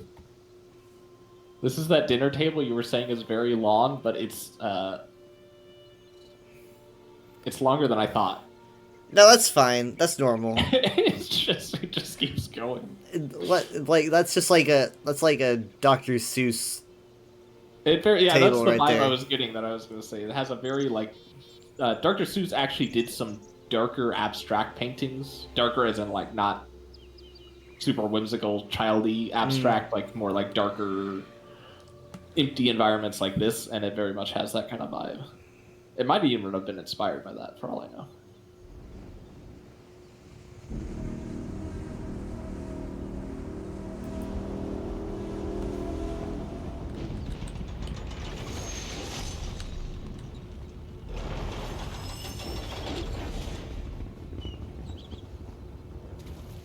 Yeah, I have not seen most of these images of the Terracotta Zone, so maybe I thought I had explored. I thought I knew what it was. I thought I knew what it was, but obviously there's so many little tunnels and stuff you can go down.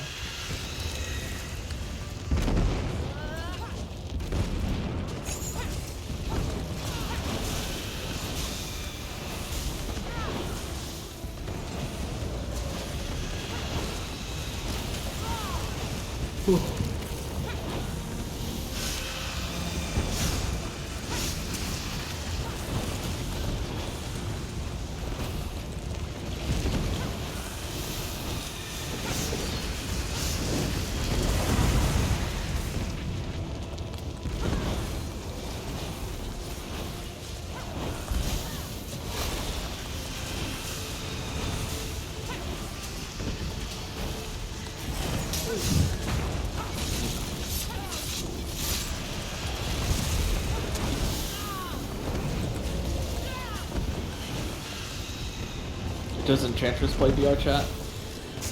No, she's. I think that she's kind of. She definitely doesn't. I think she's tried, and the publicness of it really put her off. But it's like I think that if she knew that we were doing a private world, she would probably be okay with it. I don't recall her ever really saying she has a set, but apparently she's done it. No, well, you don't have to. You know, you can play VR chat on the flat screen. Yeah, I know, but... Do you think... I mean, I would assume... I just thought if she did play with us, she would just be on a flat screen. But... I guess it's selfish to say, like, even if you're the one in VR, it's kind of all the same, but you still feel like you're hanging out with them. You know that they don't feel as immersed. But if we're going to hang out with her anyway, you know, if we're on Reddit or something, you know, I guess that doesn't really... It's all the same from her end. Either she's walking around on a keyboard and mouse. Yeah.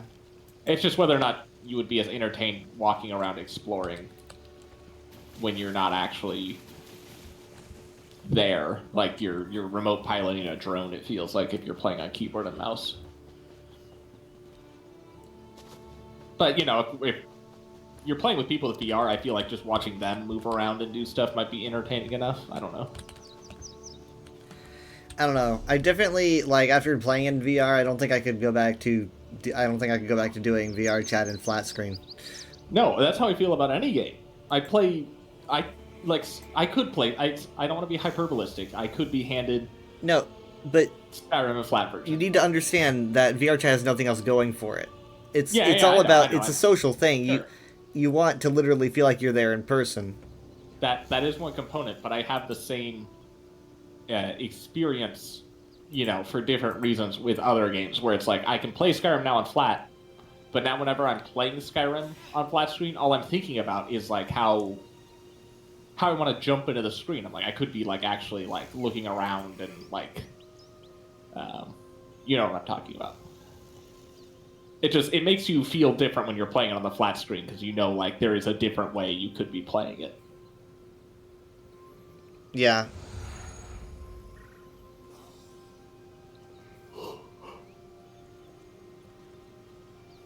And again, there are certainly some games where, like, they only work on flat screen, or they work best in flat screen. You know that one game about perspectives that came out? You got a camera, you take pictures. Yeah, I remember that. Everyone, particularly in the community hub, keeps demanding that the dev make a VR mode for it. And that they have to keep explaining to people that the game wouldn't work in VR because all of the tricks, you know, like you line something up and you take a picture and then it becomes like a world you can step into.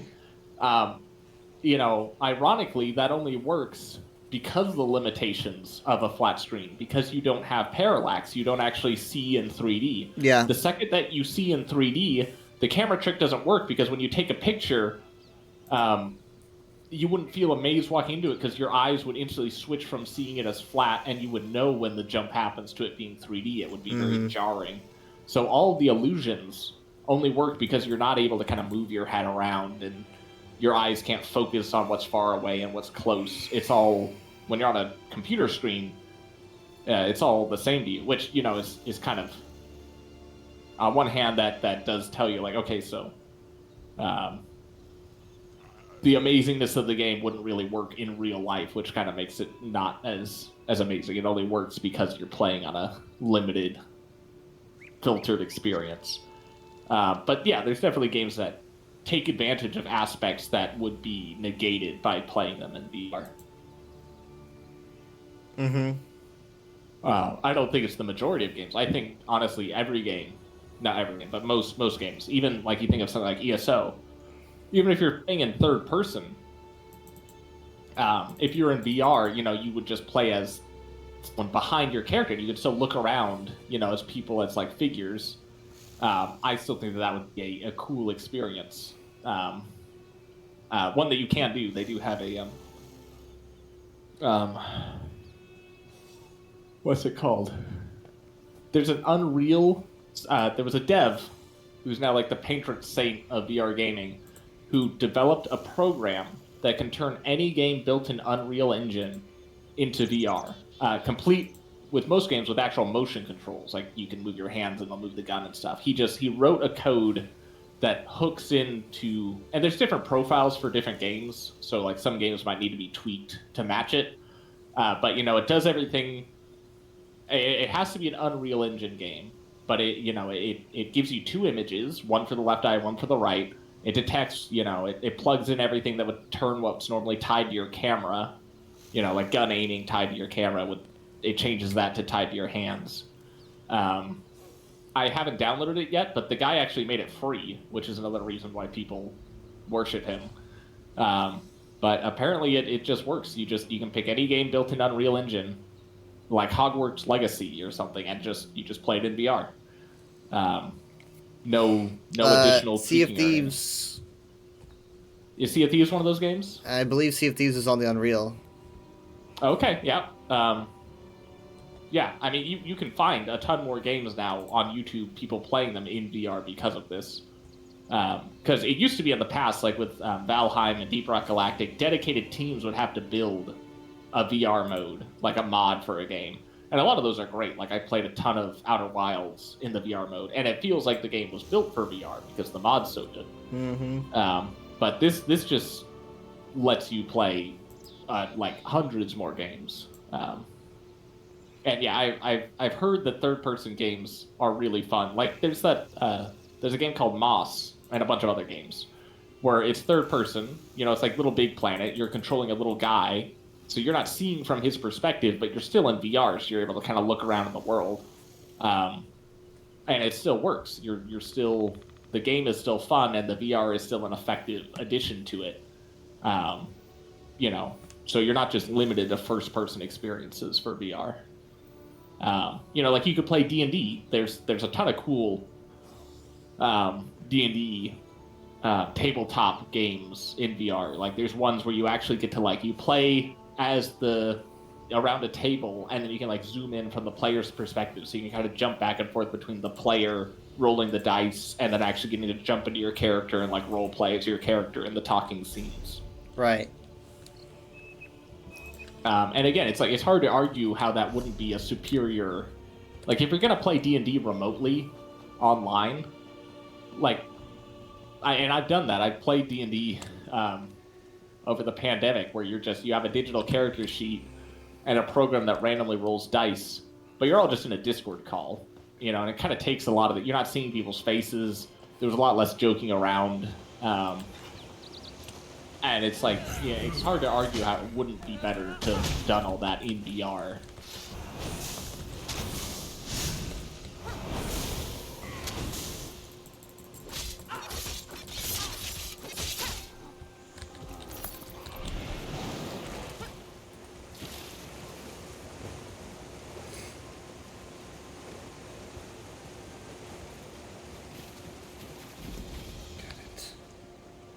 You probably haven't played No Man's Sky in VR. Nope. That's another where it's like a totally different experience.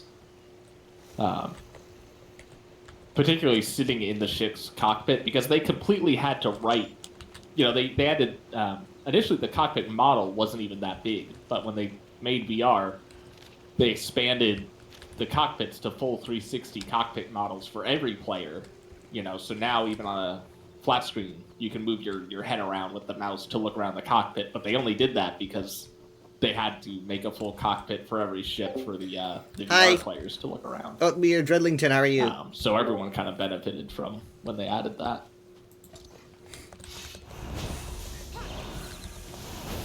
Well, yeah, one of my favorite things is using submarines. I'll find an ocean planet with a deep ocean and just hop in the submarine in VR, because it's a very kind of tight submarine cockpit with like this, you know, there's like the display panels and like a glowing red light for light, and everything outside's all kind of dark. You just put on some calming music with this submarine.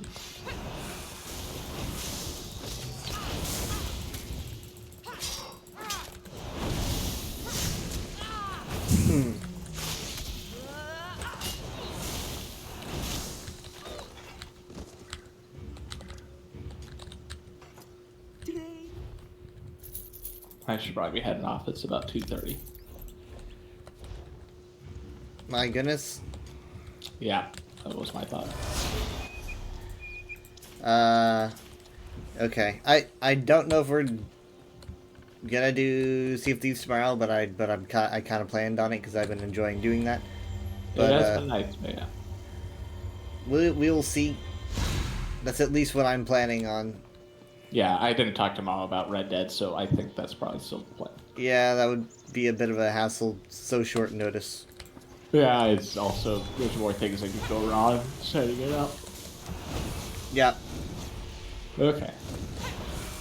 Well, good night. Night. Bye. Bye.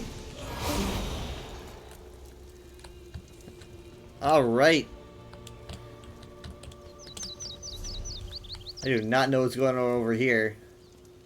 I don't remember. I kind of partially remember. This is that quest where you, like, turn into a wolf. I've only done it once, I think, but I remember. I'm not on it, but I think this is where it takes place.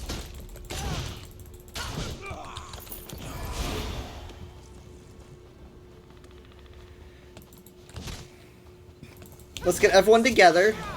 It's gonna be a little bit hard because I know there's a lot of casters. Decent? No, let's get the Lurcher over here. Alright, here we go.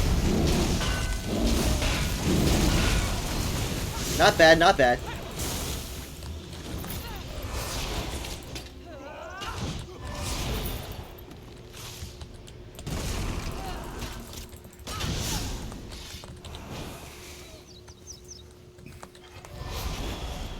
Okay. Well,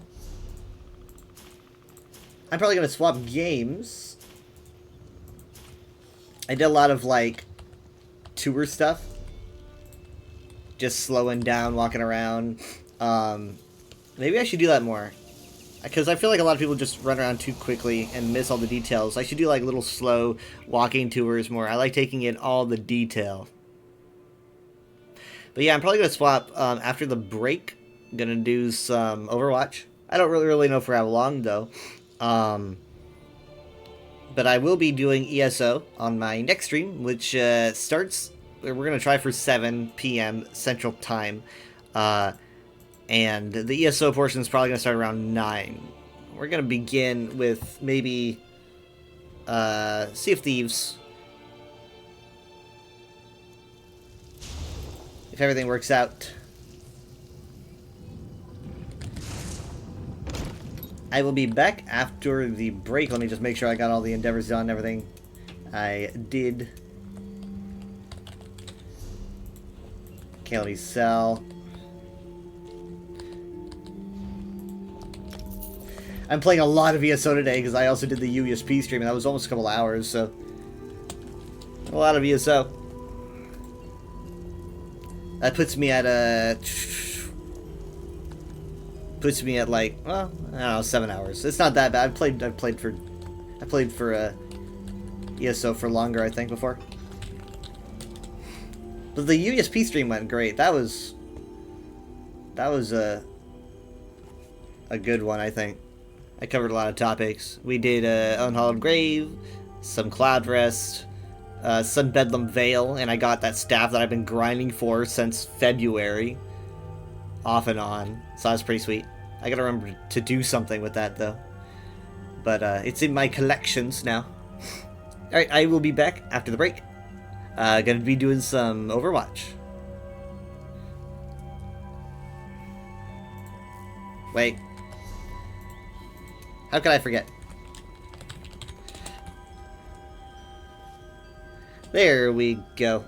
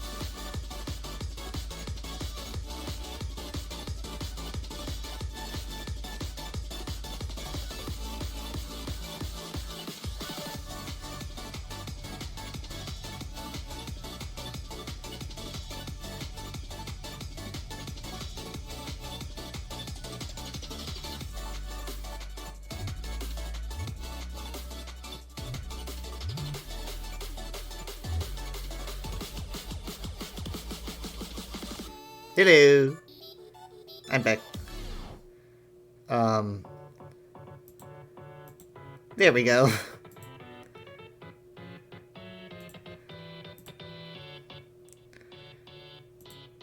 Okay, let's see here.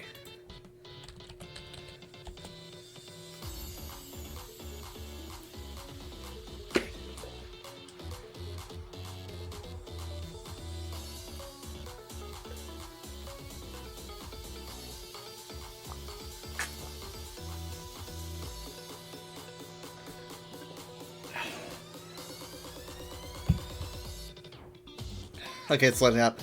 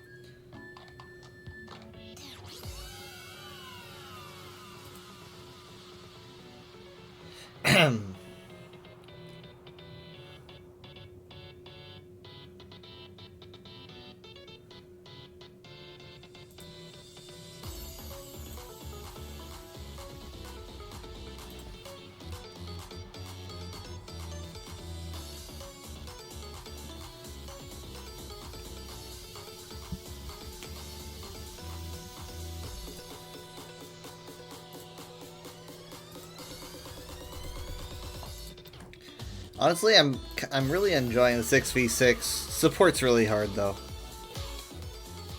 It's pretty hard to play support and do it.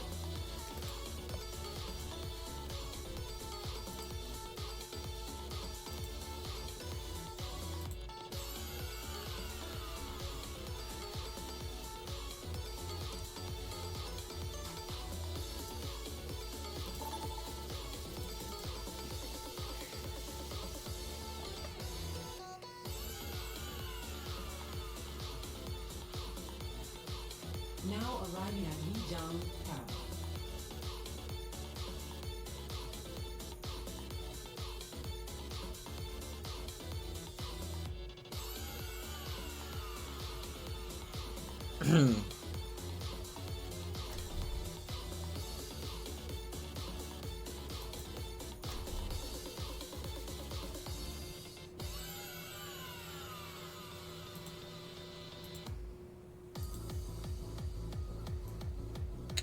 Okay. Lijiang at Night Market, we're on DPS. First match, we're starting with Tracer first thing. 5,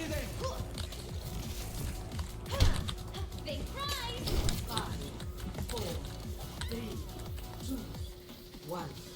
Round 1. Capture the objective. I accidentally pressed E! That's a whole 10 seconds I gotta wait.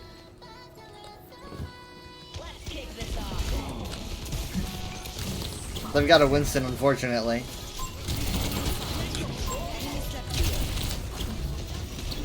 They got a sleep. I'm not sure where the sleep was, though. I know they pointed it out, though, so I feel kind of stupid.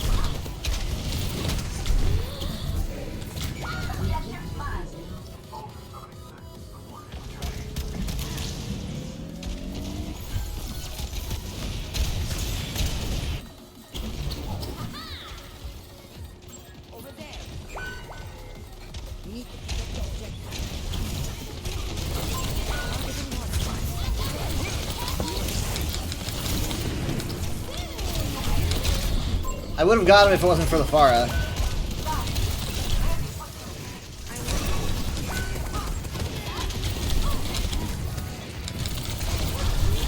Heal! Heal, heal, heal! Thank you, thank you, thank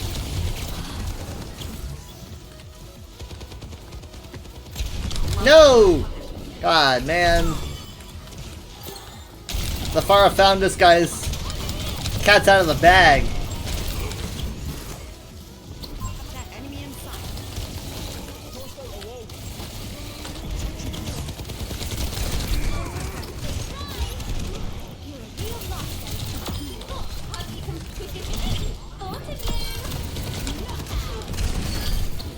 Can I have you play, please?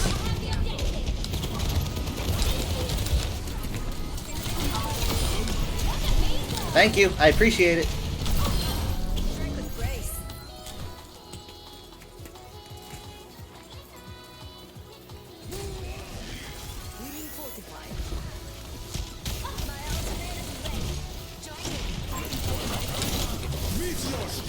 Incoming! It's almost like we didn't want him to fall off the edge.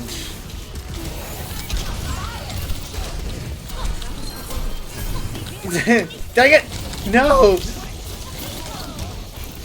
Oh, man. I could have definitely done something better there.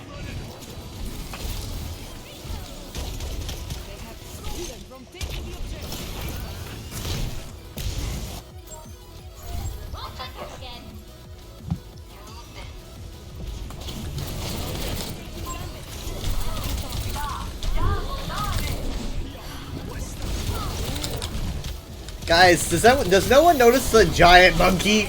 The giant angry monkey? Fuck.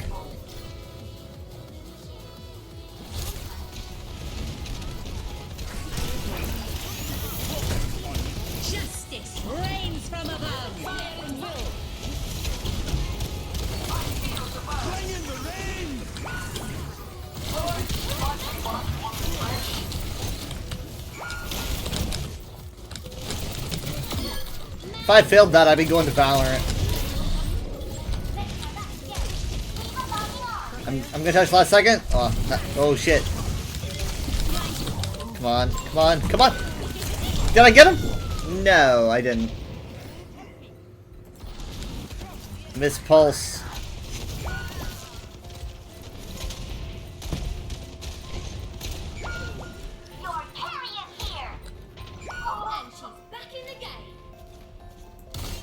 I've got you in my sights. Lost.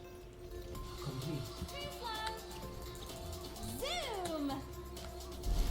Score 0-1.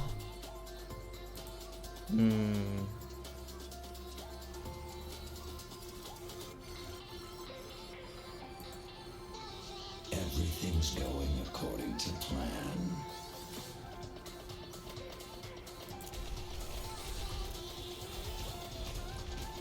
They have this coming, so let's give it to them.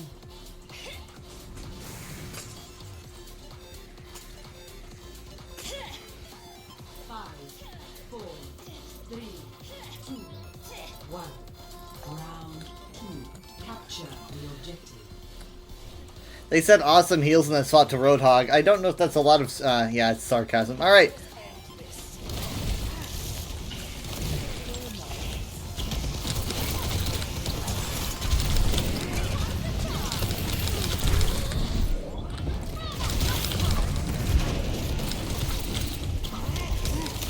Come on, come on, come on!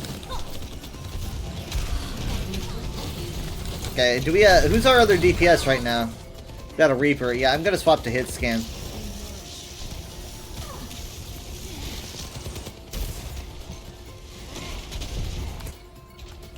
Someone needs to fill this saddle.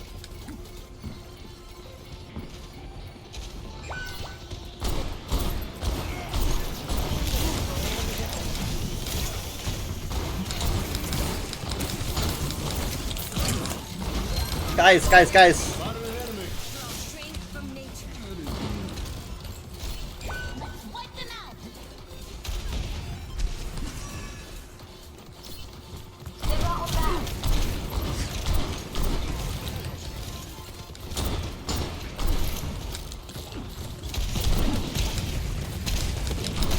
Yeah, I should be focusing on the Pharah, actually.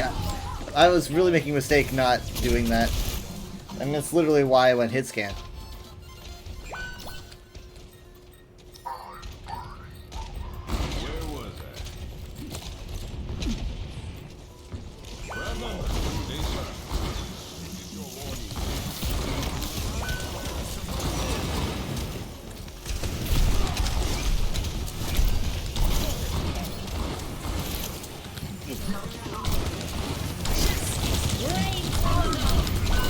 Thank you. I'm sorry, I should have done that a while ago.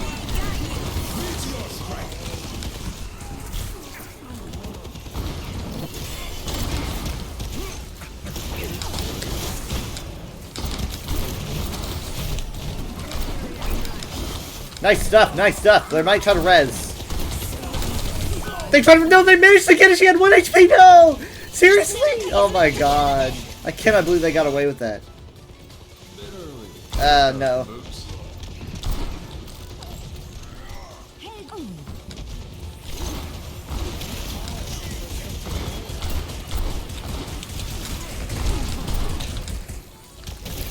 We're gonna be annoyed by this Doom. Alright.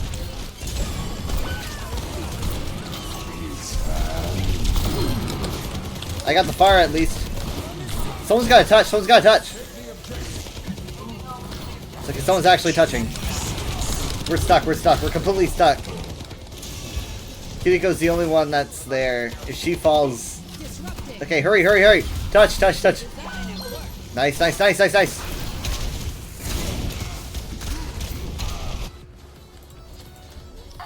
fire! Let's make history! I'm on the objective!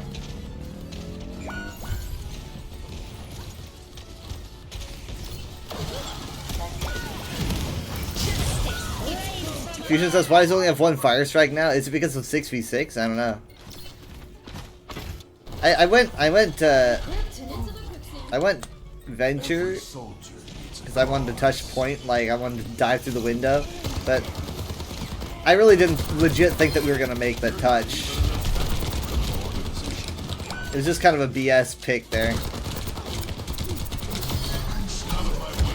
No, no, no, no, no. Oh, God, no. That's rough. That's so rough. They had people there. We were winning that fight. That's a rough, rough one right there. I did pretty well, though. Man.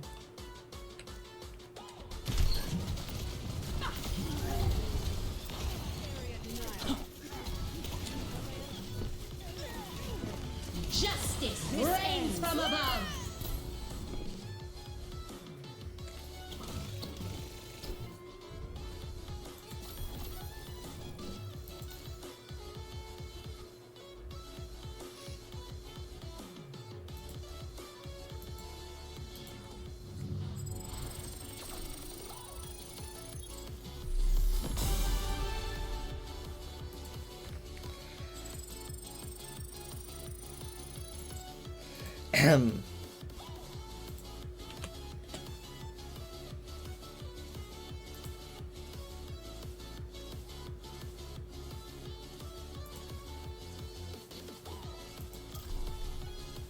I didn't really to start making progress with this. Oh man, I said I was gonna play Fortnite.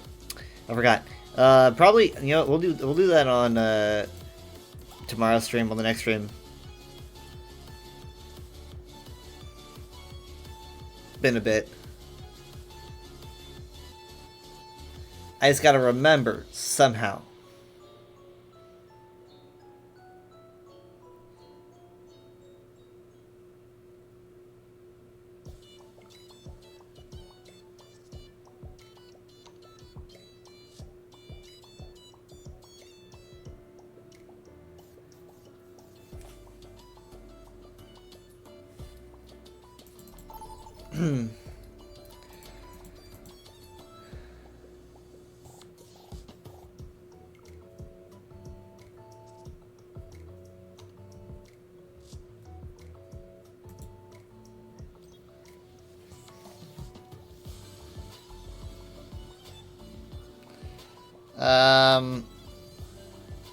We can go soldier again.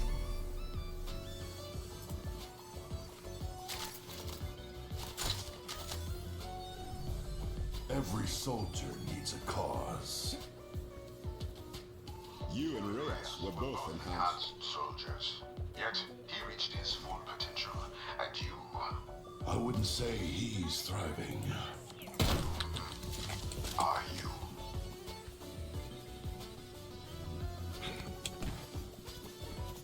I can't wait to get out there! We got Milky and Butter. Good choice. 5,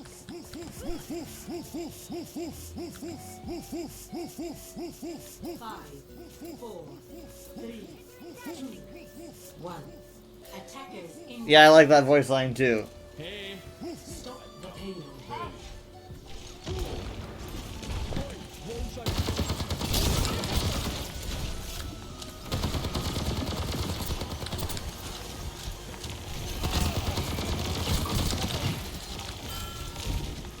This Juno has to go down.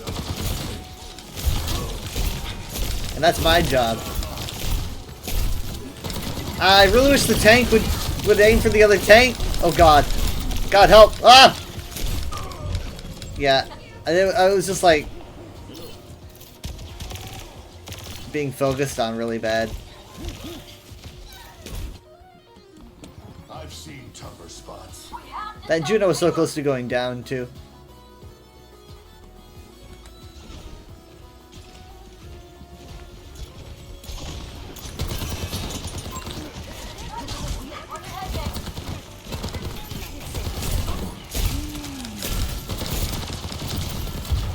Nice!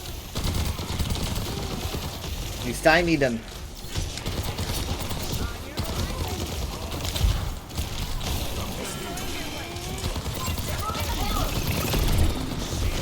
No!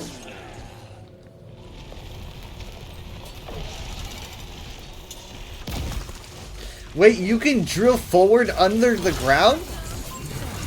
You can boost using while you're doing the drill? I didn't know that. Huh. I did not know that. That could prove useful. Still got some fun. The payload has reached the checkpoint.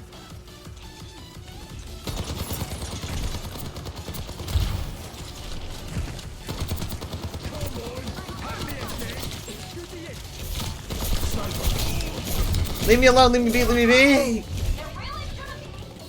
Ugh.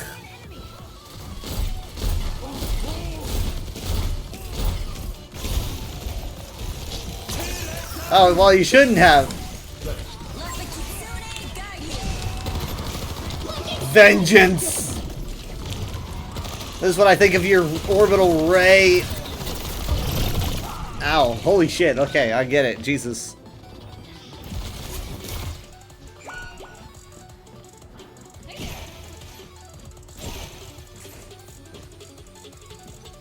They'll regret that.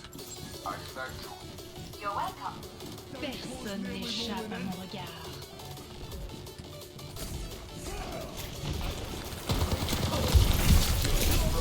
Oh, you know what? I put myself in this position. This is all my fault. Okay, you know what? I'm gonna try to force him back, alright? Here we go, here we go. Shit! Yeah, I barely got a chance.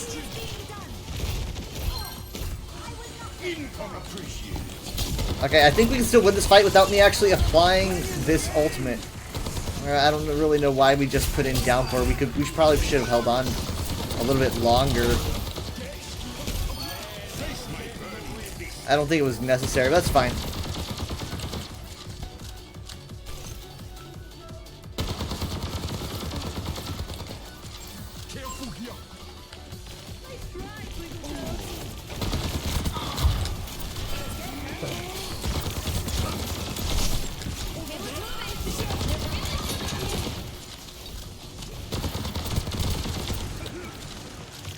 Come on. I want Deflect to be out before I do this, really.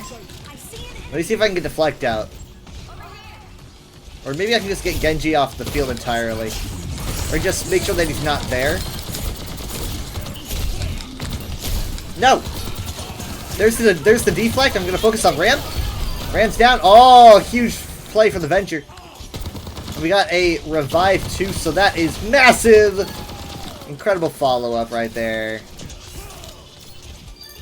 Nice. One more story to go on the fire. We did use a lot for that, though. All we're working on now is Kitsune Rush, in terms of ult for the next fight.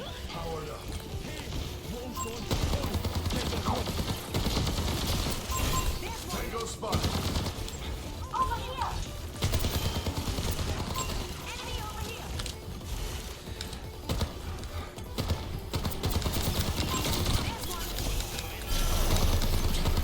Oh my god, was he? Oh, he was just yeeted right off the edge! There he goes! Ram down, ram down.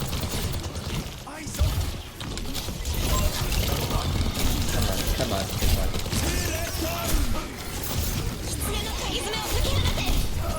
Yeah, that was it for me.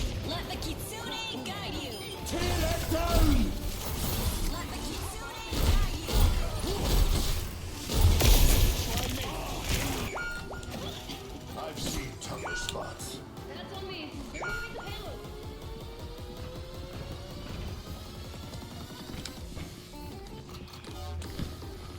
Alright.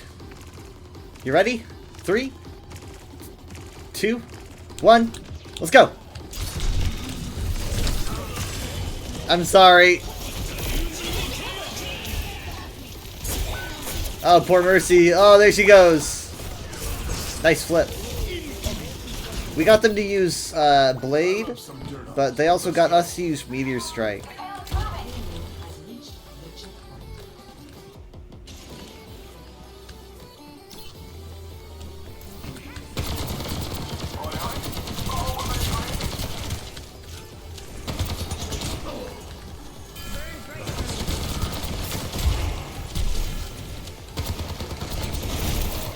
I like this power-up. Shit! Oh my god, that was, oof. There's a lot of damage. Thank you.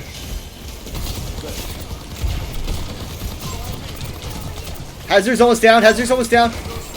Dang it. Okay, great follow-up.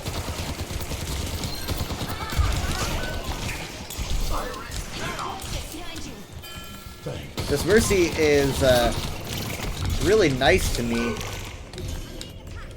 She doesn't deserve the pain I'm putting her through.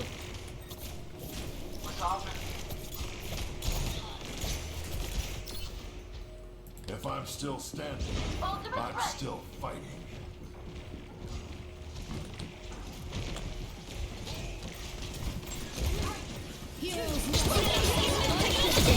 A lot going on here. Both Kitsune Rush and the Orbital Ray and a Death Blossom. Oh my god.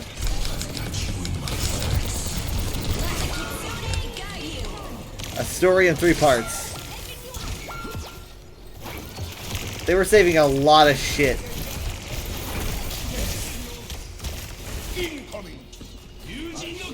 And they still have stuff. We've got nothing.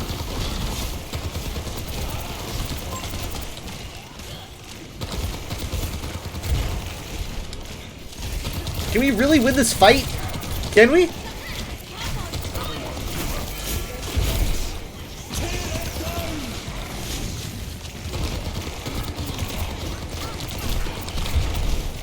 Reaper's so low. Reaper's down. Reaper's down. That's big. That's big. Ah, we have an annihilation on the field. They singled me out.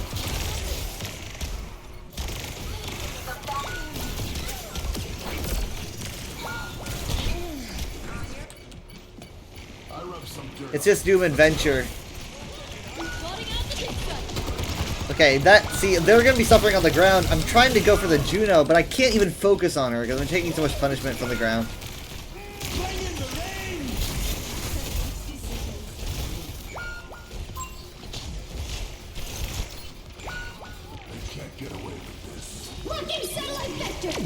Another Orbital Ray.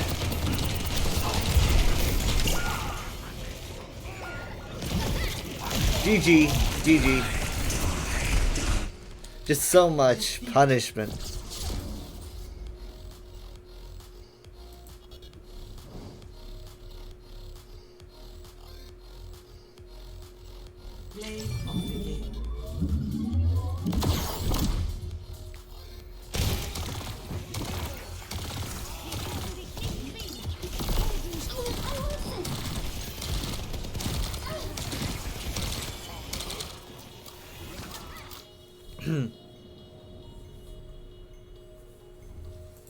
Good try. Great Mercy. Both the birds get a vote.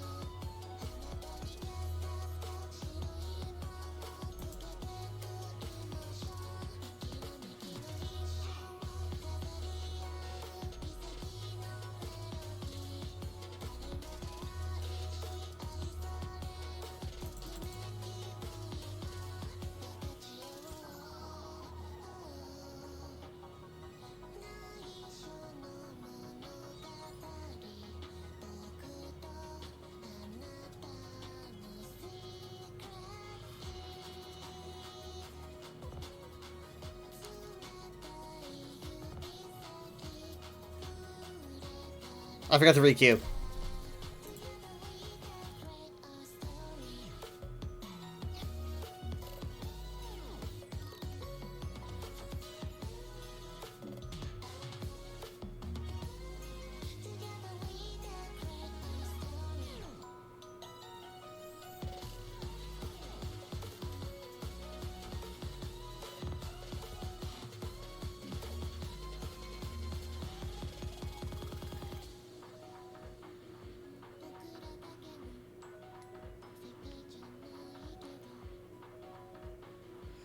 Now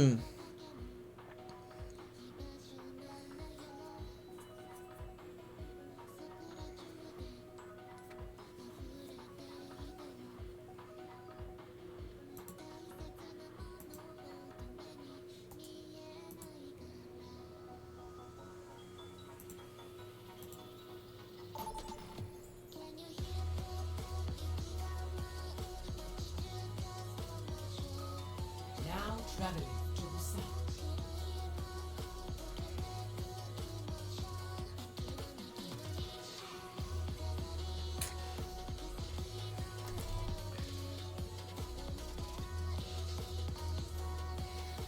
That DPS attack on mecha base.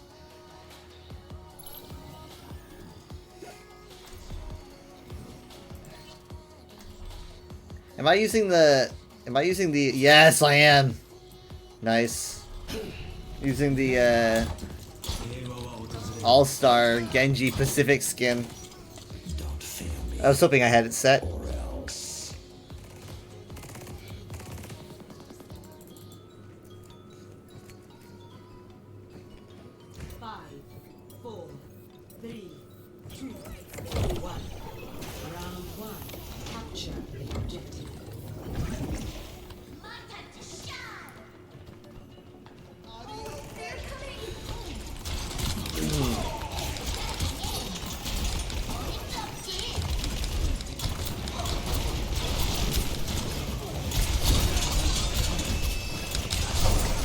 Don't let Genji in, don't let Genji in. Bully him, bully him.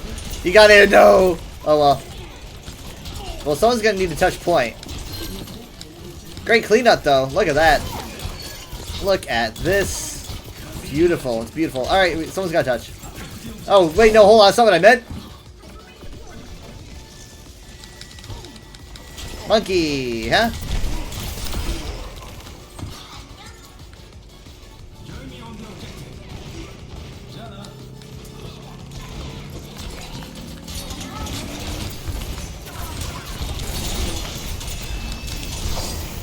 Dang it! Oh, got a hit! Got a hit! They might try to res. Yep, Mercy's being a little bit sus. There she goes. I guess I say sus now.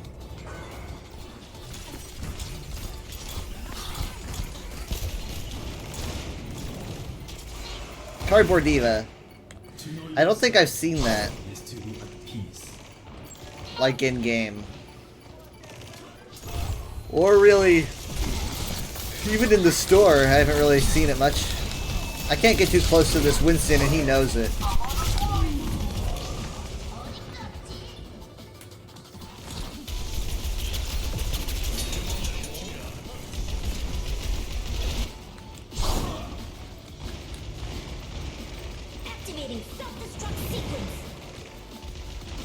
Bomb is in, does not get any kills, but might, I don't know, could be maybe some spacing and damage. Holy shit!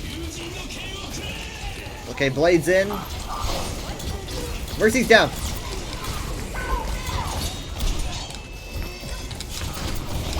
A lot of patience coming out for Cowboy. That wait for the nade was pretty satisfying. Help! Help! I'm being attacked by a gorilla! Help!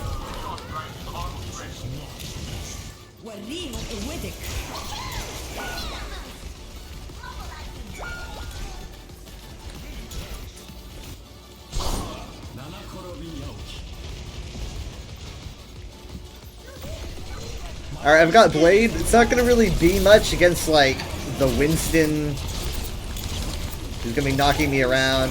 Winston's down, though. Let's see what I can do!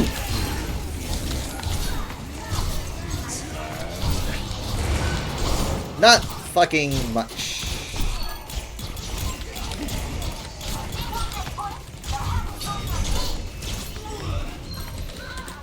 This is why I stick to playing support. I remember Blade being way more powerful.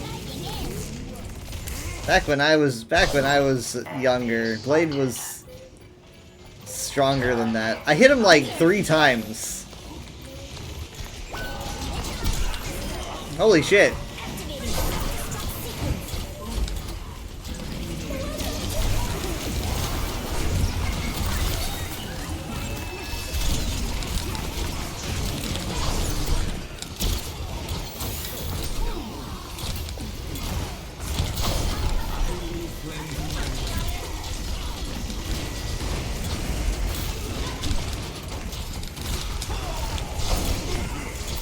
Got her, finally, God. Okay. I want my blade back. I need to redeem myself. Yeah, he went right for me. He went right for me when he got blade. Of course he did.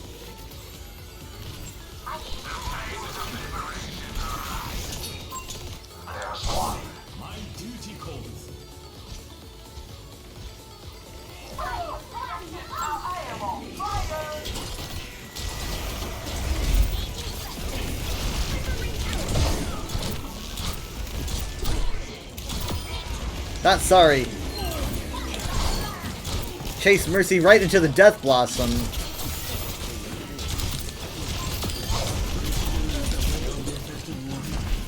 See if we can get a body block. No, no, no.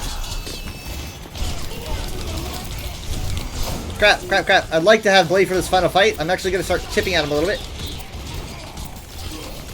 Okay, they just lost Monkey. This is huge. This is huge. This is massive. Huge. Look at that. I got Blade! Eh. Take that, you femboy.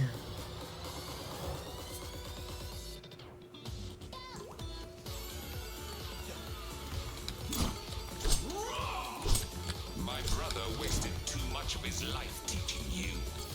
I agree. Really? Yes. Like you, I was undeserving of his patience.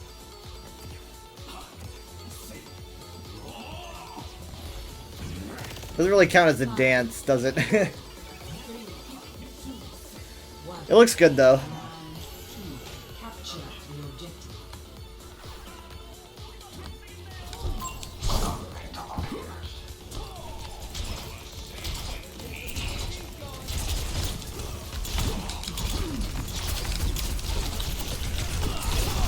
Do we have like a rivalry going on? Do you like hate me or something? Because you can't leave me alone, so either you really like me or you really don't like me.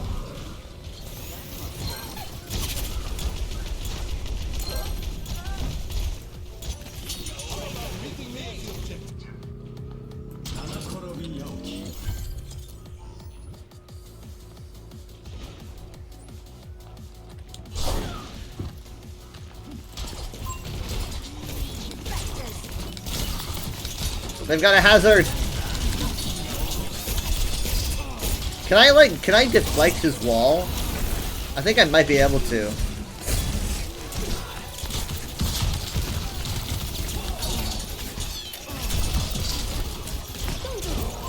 I could have deflected that, but I did not have the deflect at the time.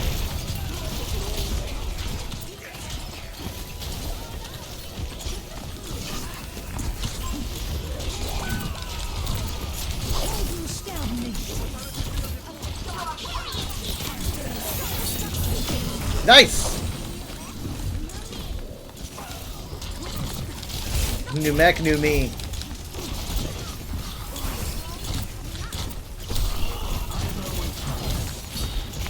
Come on!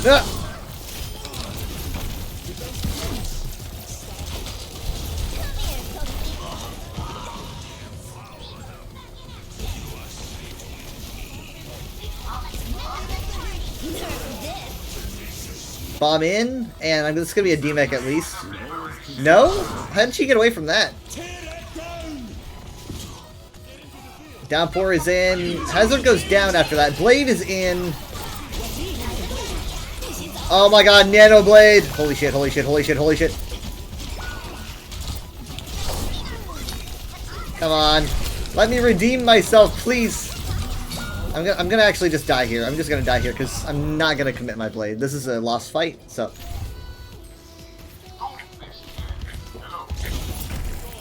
We're at 92%, so we should be good.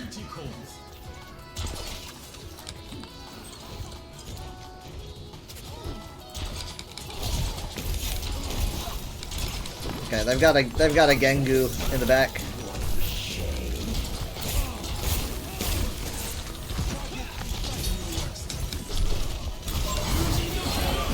Yeah, forget it. Where'd the rest of them go? Where'd they go? They were right here! All of them! Did they die? Where did they go? They're on site? They're on the point? But they were all in the hallway, I thought. What happened? Oh, what happened? Oh, I'm so embarrassed. I can't have anything. We just gotta win the fight. We just gotta win the fight, that's all. That's all we gotta do. That's all we gotta do. Just gotta keep my eyes on the prize.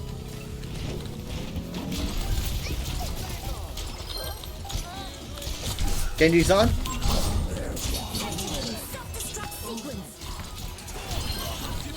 I like to think I helped. Oof. I don't deserve that. And here I am making the biggest deal about it.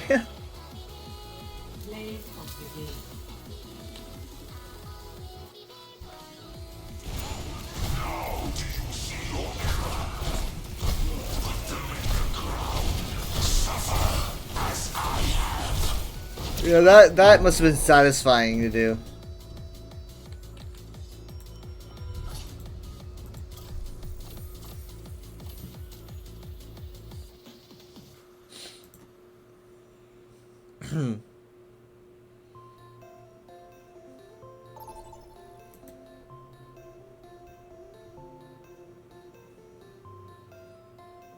Traveling to Havana.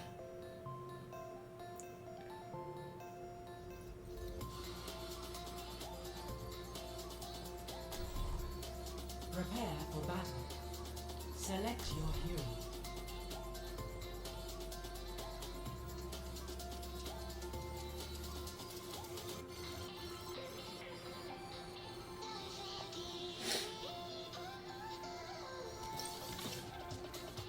DPS again. Could you describe the taste of chicken rice? Oh, it's very tender and tasty, but subtle? Thank you. It was Dr. Liao's favorite dish. I'll have some and explain it better next time. Take care of each other out there.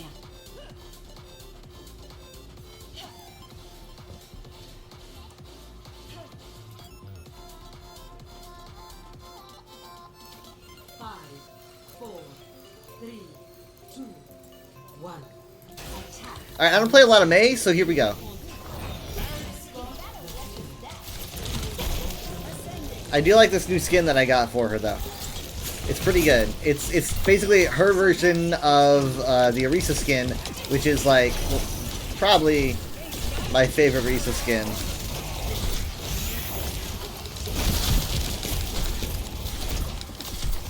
It's in the top 3.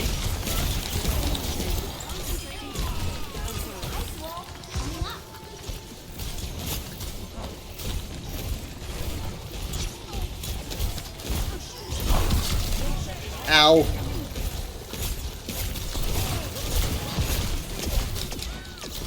Hold on, I see the pylon. Pylon's down. Sigma got it, thank goodness.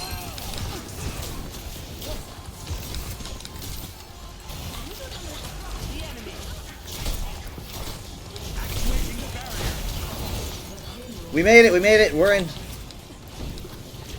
Fanboy Cat is on my team now. Oh my god, I just saved my own life.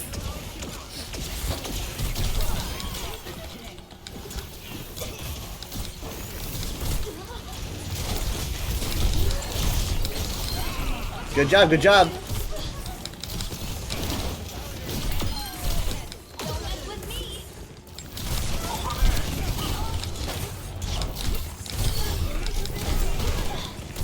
No!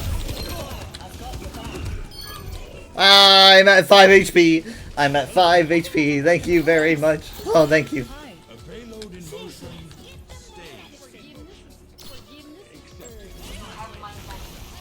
I've got Blizzard.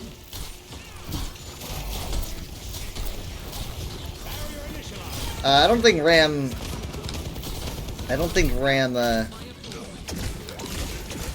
understands how bad of an idea that was. Huge play. Huge play. We are just storming right through here. They're going to need to make like a swap or something if they want to keep holding on. Look at us go. Look at us go.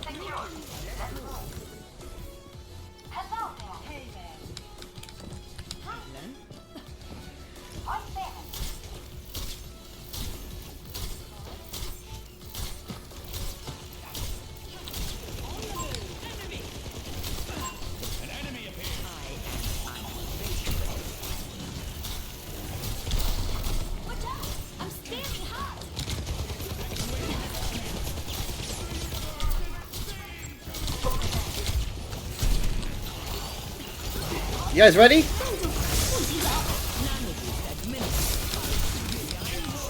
Anyone in the blizzard? No, yes, no. I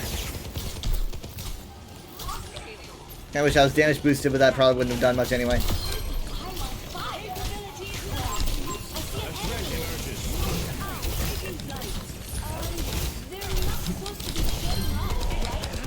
I think he's gonna try to Death Blossom. Unfortunately, I locked him in the Freezy dungeon.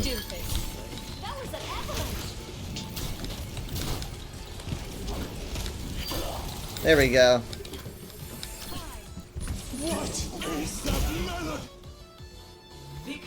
Good flux.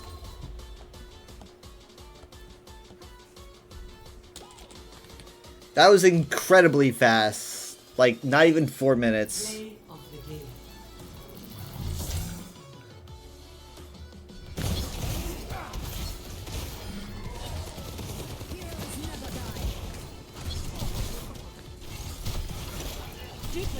Not a single death, 15 limbs, 4,717 damage.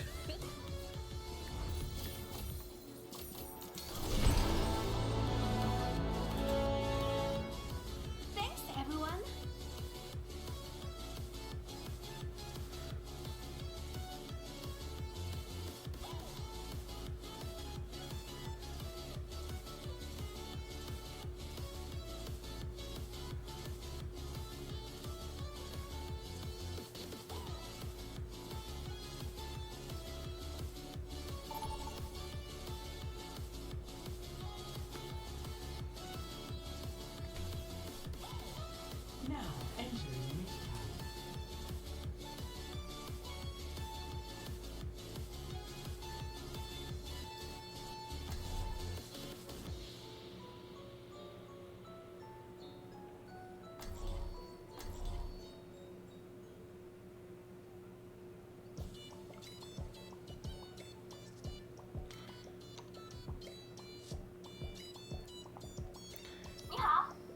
More DPS.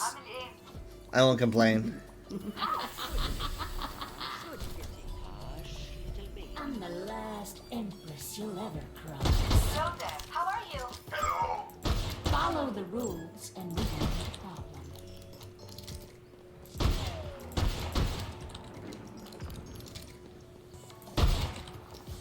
Stay sharp. Trying to keep your eye distracted.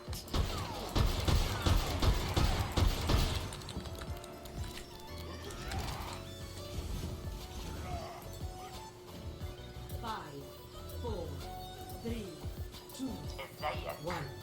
Attackers incoming. Hi. Defend objective A. Stick to my shadow.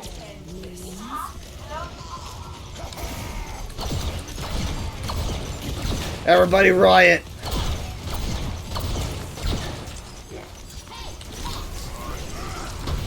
Ah!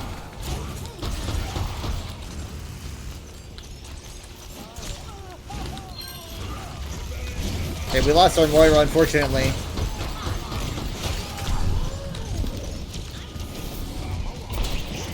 Nice, we're getting damage from the dynamite.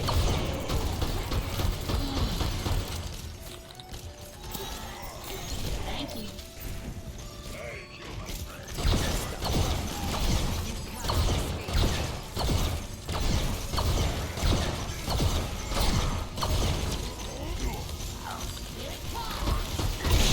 Hey, I got it.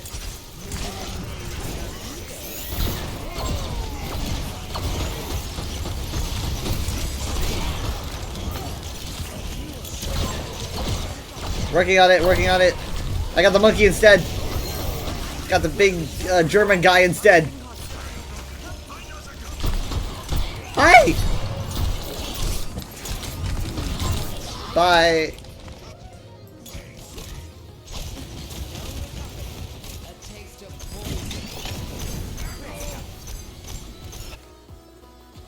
You're lucky that wasn't my final form.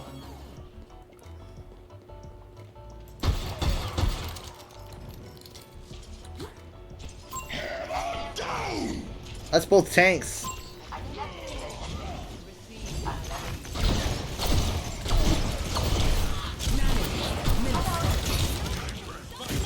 Catch with a Moira. Poor Genji, poor Genji. I'm gonna need that shield for a second. Thank you.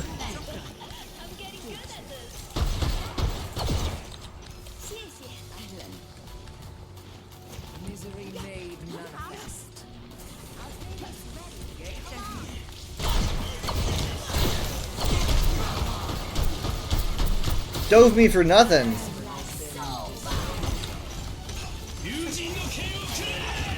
Come on, come on! I think I did that a bit early.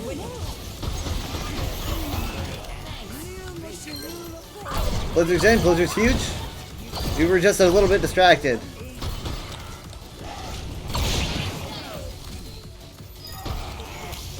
Ran right into the Malga. They are having a rough time. I'm gonna go upstairs. My ultimate is ready. Are you all ready? They're gonna sleep him though, I bet. Have fun! They slept him. They slept him. My dynamite's doing damage though. Oh wait, hold on. Okay, Zen's down. I don't know if the Bob helped with that or if that was just all dynamite. No, I jumped into it.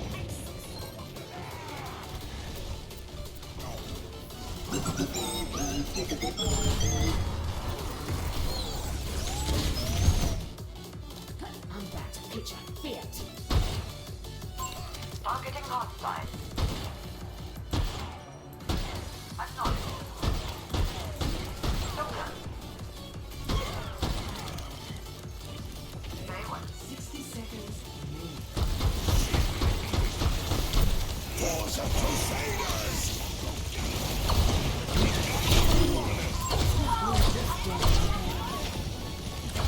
We're down to support.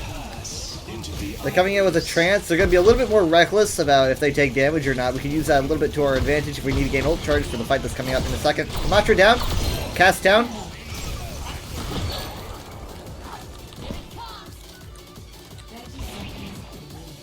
How are you? This is it. Win or lose, it's on you. I'll get up.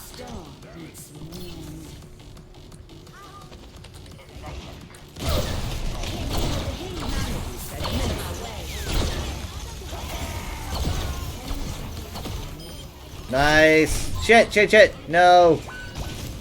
Man, both supports down. Cass just got play of the game. He's even using Deadeye because he just feels so excited. But it doesn't matter. He did not touch.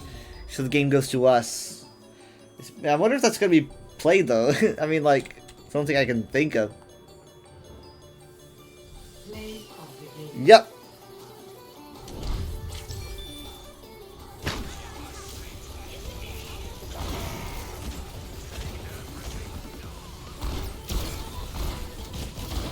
See, it does not matter what your kill count is. None of that matters. All that matters is if you play the objective. The objective is the most important thing.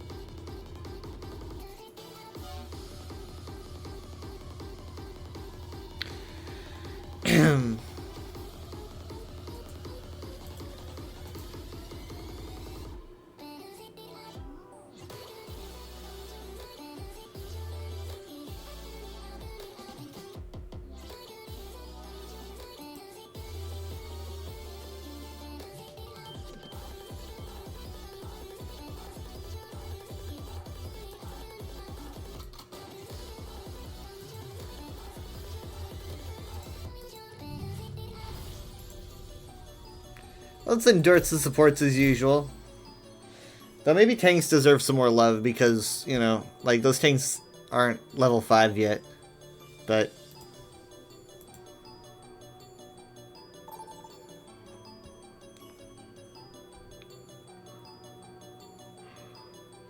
approaching the throne of Anubis.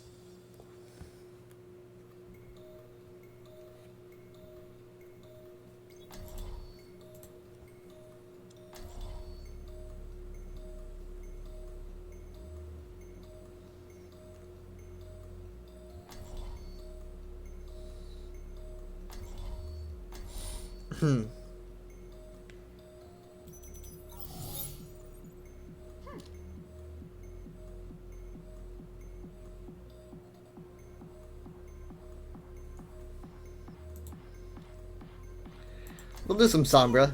In my world, there are no I'm here secrets. to support you, but you have to put in the work. Hola.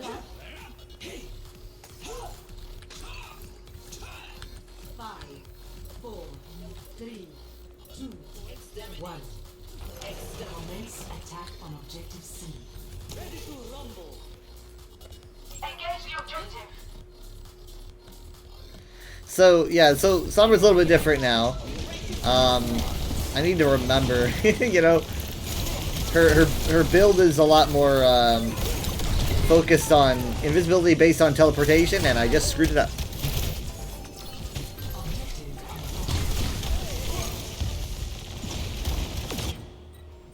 They have my attention now. Peace.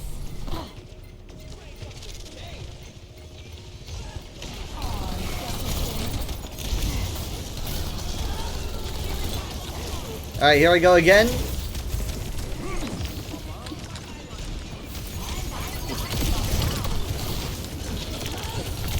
I launched that a little bit early, but we're forcing them off point.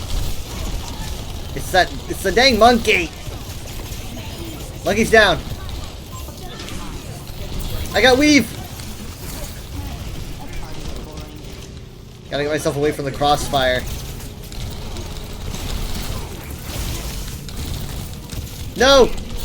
No! Oh, we got the cap.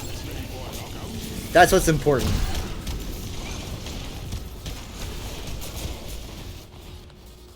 I'm not done just yet.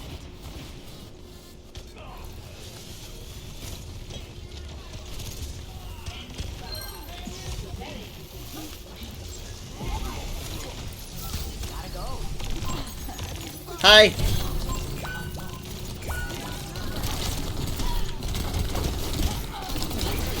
No, Juno!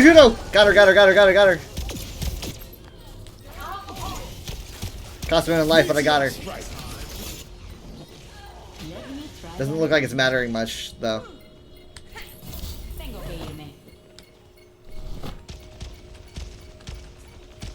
Somebody call.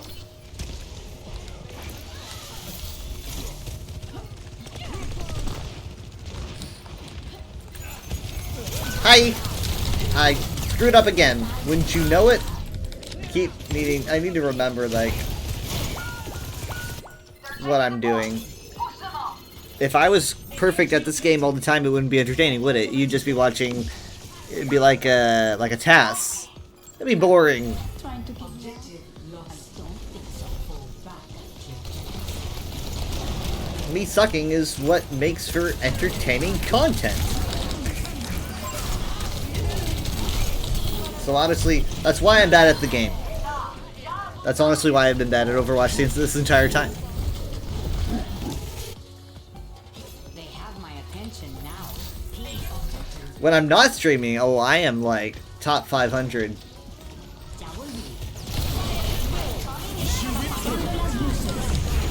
Huge! Oh my god! It's the EMP! It's the grab! It's the sun! It's the sound barrier! There's too much going on. I mean, we better get this cap, because holy shit. Ugh.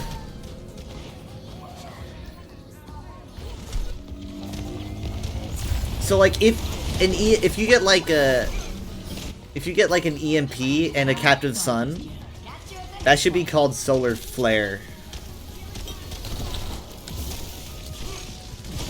I like making ult combo names. I think it's fun.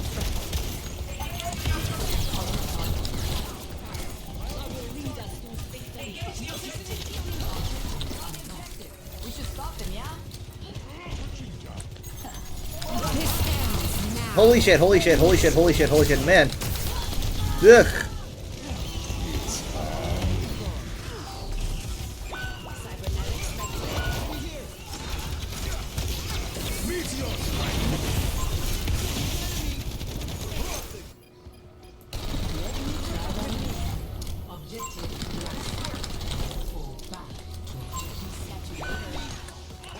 We're just gonna keep going back and forth and back and forth and back and forth.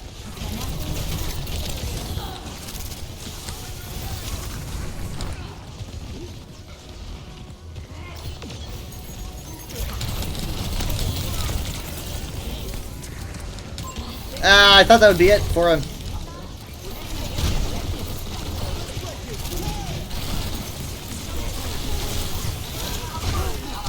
Ow.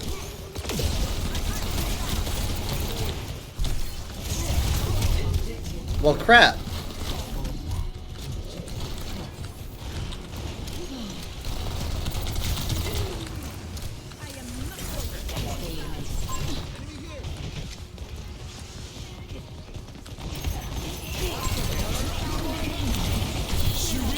Is it gonna be enough?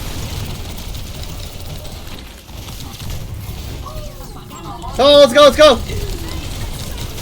There we go, another solar flare! I guess, kinda.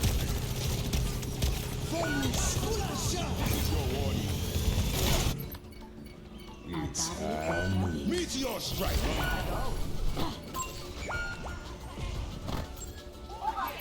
They're on the objective. We should stop them, yeah?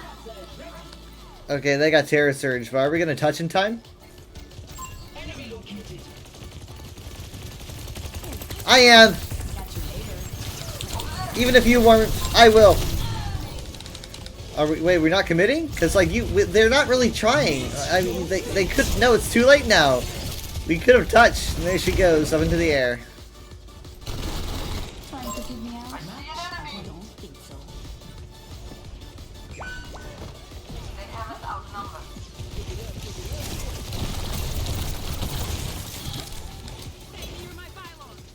Engage the objective.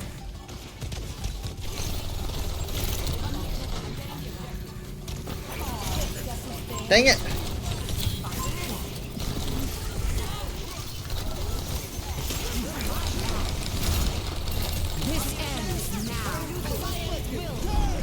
Nice sound barrier.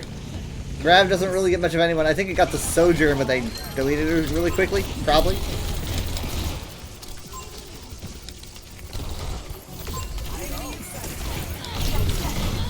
Now, I was bait.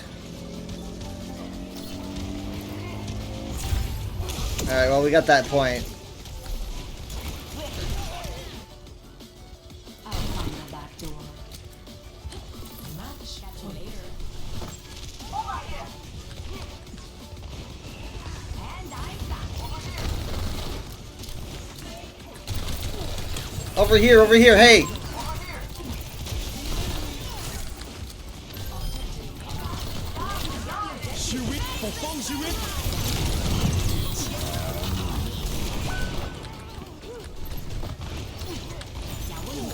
No! The boop! Lucio, your boop! No! Man, that's unfortunate.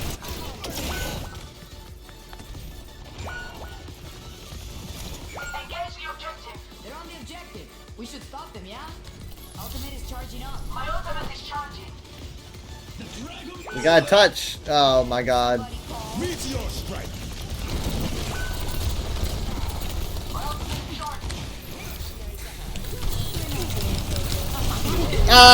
I mean, like, come on. Just, everything's got to go in. Everything. If they get this, and that's the end of the game. It's just not enough. It's not enough. Let's get back online. Well, GG. That party was boring. Defeat. Wow. Really went downhill, though, didn't it? Hi, Real Rub Leo. How you doing? I'm doing fine. I'm just tired.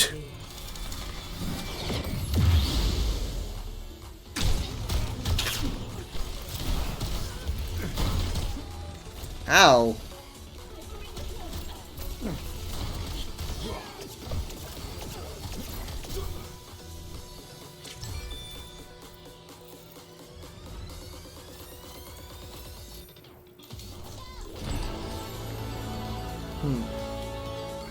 Someone has to pull their weight around here.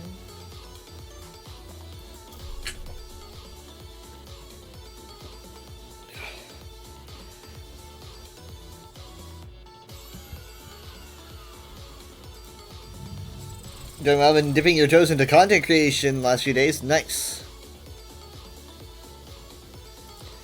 Is what I do, does that count as content creation?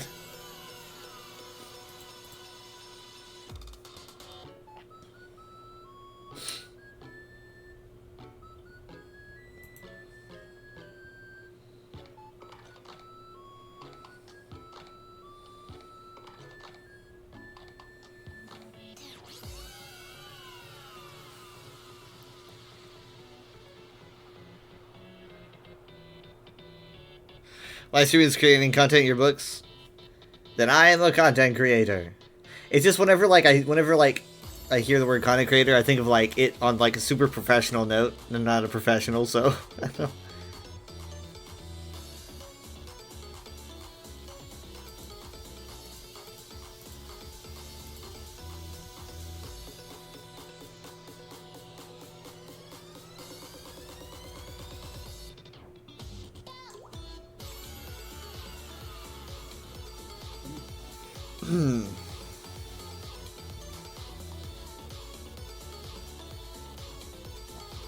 I don't know what CapCut is. Is that a software?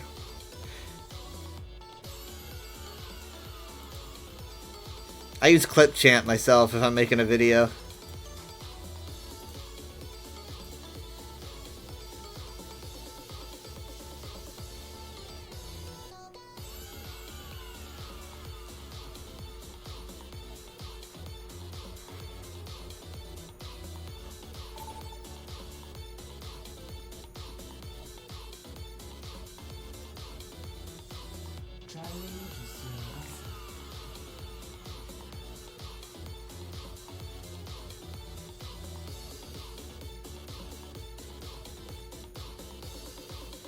Prepare for battle.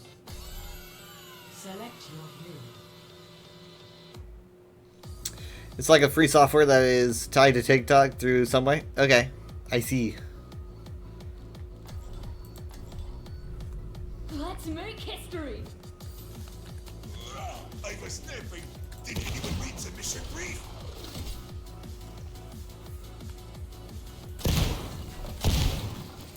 With each mission, my techniques grow more optimized.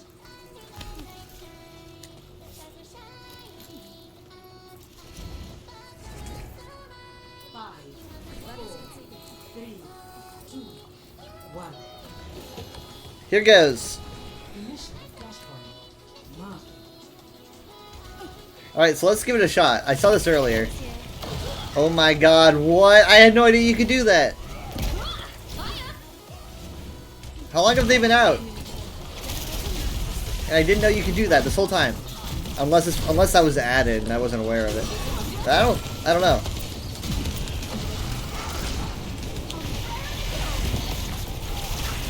Raring to go.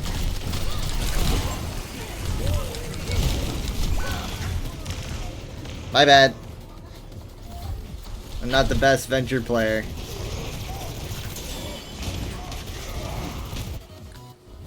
That's a bump on the noggin for sure. Teleporter taking shape. Oh, thanks.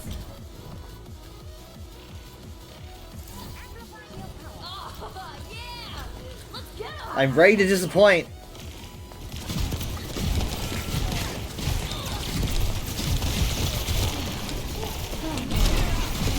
I almost got mech squished. I got killed by the AoE. Man, everyone was really far behind me. What the heck? What were y'all doing?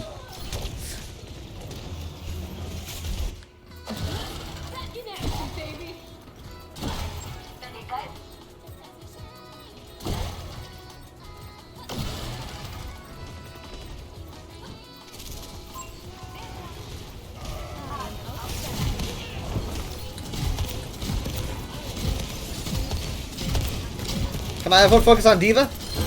Nice.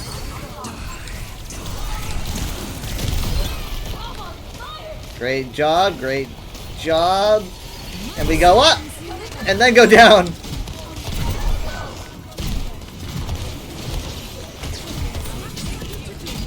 That was odd.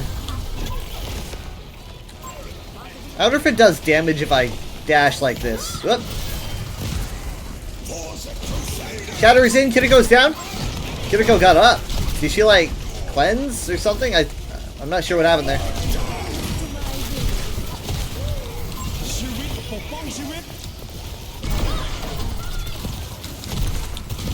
I need help. I need help. I need help.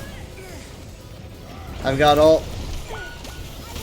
They're rezzing the Ana, which honestly is probably for the best. Lifeweaver's got like a whole little... Look, he's got a base of operations up there. Your channel is at first a parody of Imperial Knowledge. Since recently you've been getting so many views. A parody or an inspiration?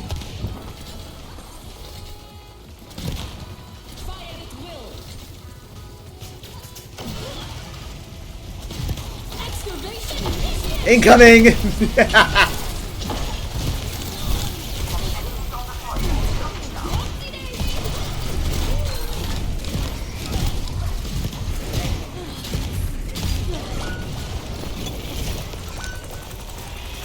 Ah, you walked a little bit too close to me. Ah, damn it, she got me. What the heck? I'm so sad. I'll marry Dominion knowledge. Oh, I see. Means with some lore, but glorifying the elves. Ah. Lost. Checking in. Next, flashpoint. Ruins.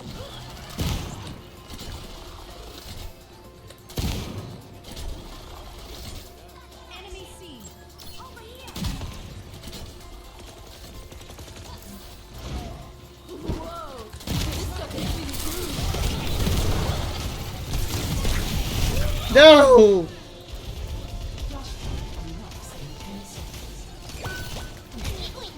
I wish I had more health.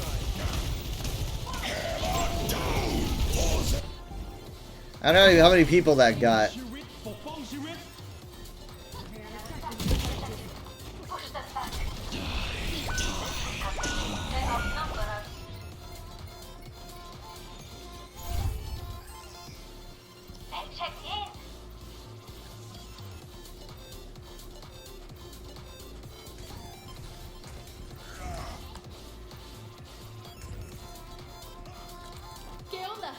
Ow, hey! What did I do to you?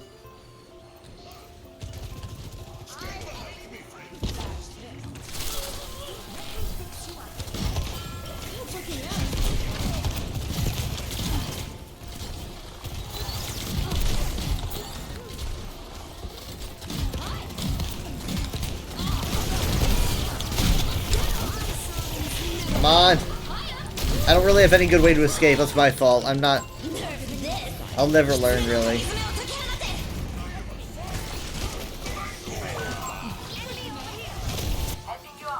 I'm pretty embarrassed.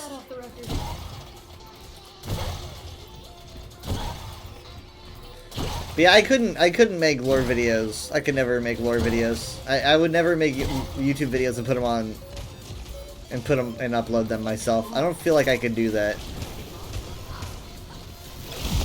I'm much more of an on the fly lore teacher, I think. Shit, man, God, that wall just kind of made things worse, to be honest. I guess I could have taken the other door.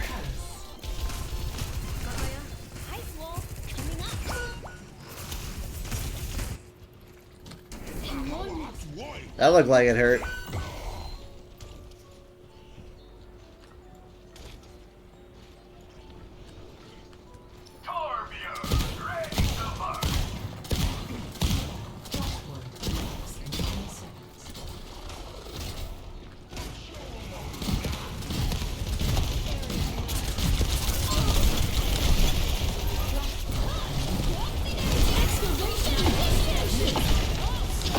Come on. Oh my god, there we go. tastes like dirt. Tastes like dirt. Is he just gonna go off the edge? No?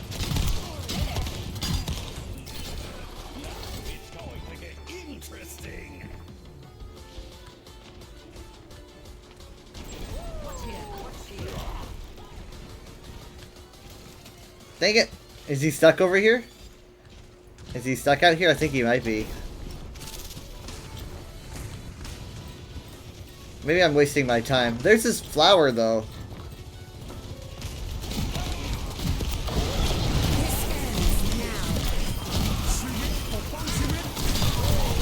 Dang it! You're working on a condensed Elves history. The part of the Aldmer is done. Nice! I can do, like, Aylin's next.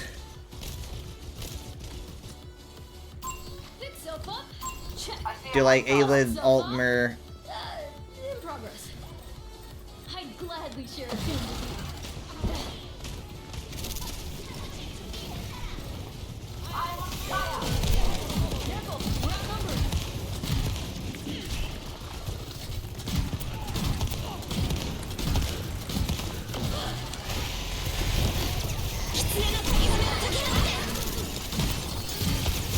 I think I caused some trouble there.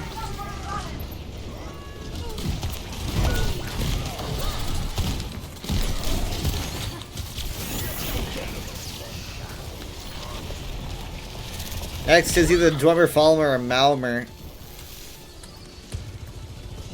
Oh yeah, yeah, that makes sense. Go, it started earlier, yeah.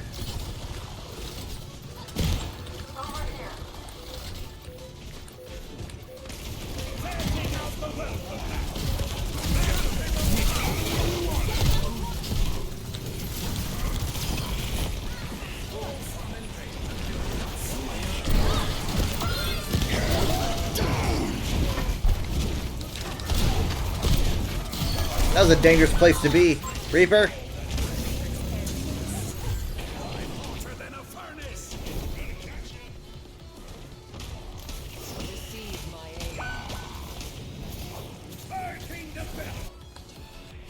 That's a bump on the nose. Sure. They outnumber us. Careful. Nerf this. Tectonic shock is ready to taking the objective. Focus out. ชีวิตปกป้องชีวิต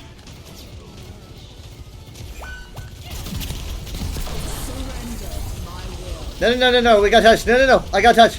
I have to touch. I have to touch. I have to touch or this whole game is shot. Fucking shit. That was up to me. That was up to me. I turned when I shouldn't have.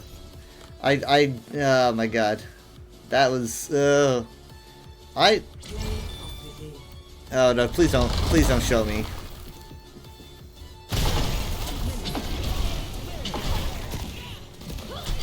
Oh man. Oh man, what an absolute failure. That was the worst thing I could have done. I was distracted.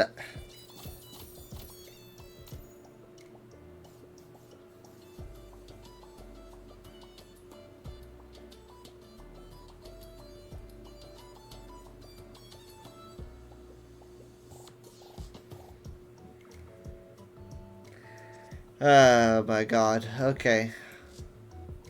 Whatever. It wasn't a comp game or anything, but editing video takes a lot of time. You think the current 23 seconds you have now took 30 minutes? Yeah. I didn't make lore videos, but I used to make other videos a very, very, very long time ago. And yeah, editing takes a while.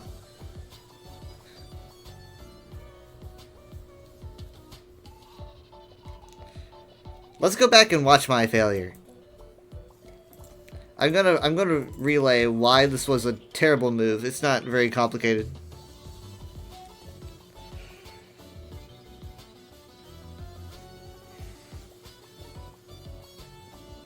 Ready for battle. Okay. Things kind of tend to slow down when I do this, so it'll just be a second.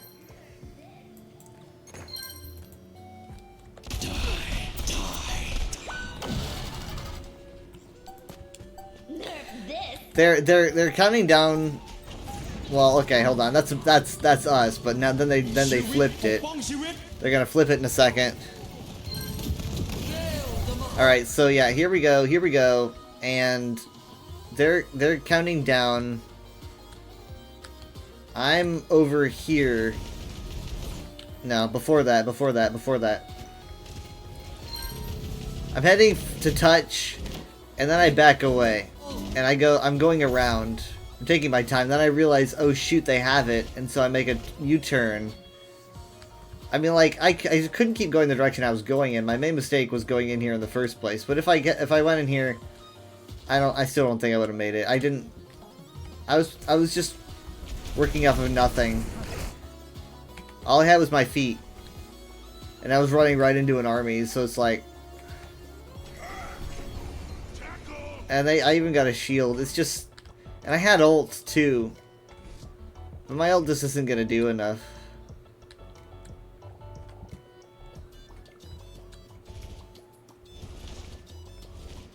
Ugh. That close. Excavation initiation!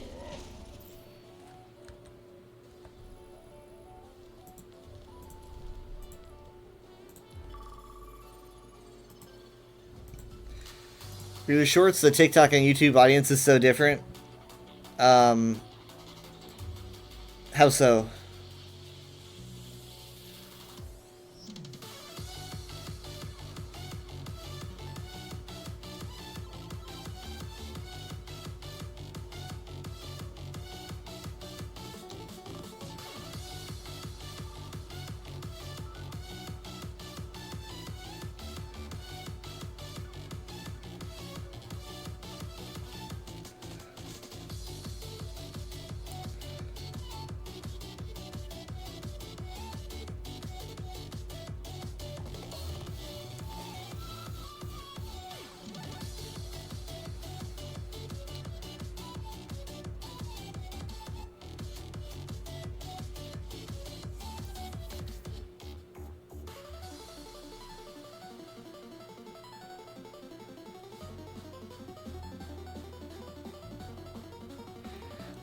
On TikTok, they're Europe-based, and on YouTube and all over.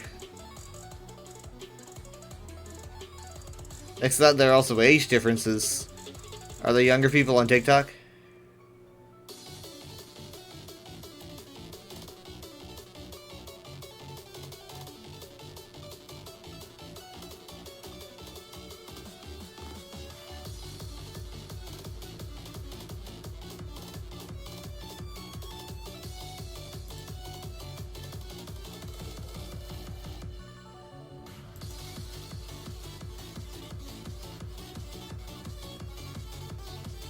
Older people? Okay, I see. Interesting.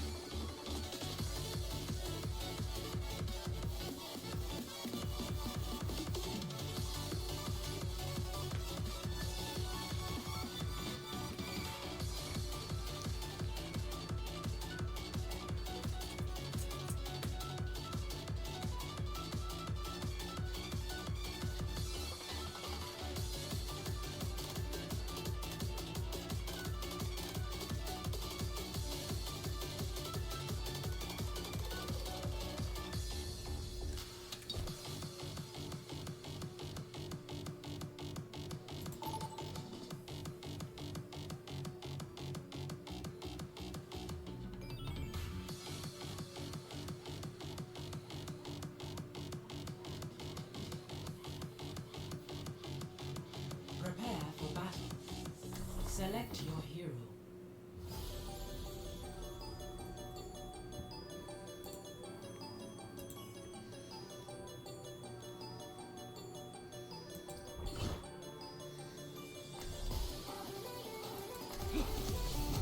We're here to be heard. Let's hear that. This might be the last match. Depends if I get squished or not.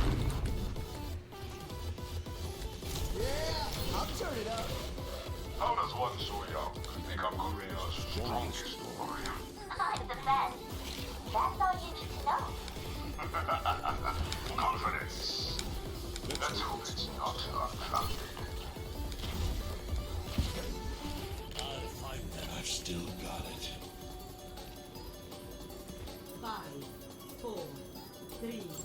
Over here. Annyeong. Attackers incoming.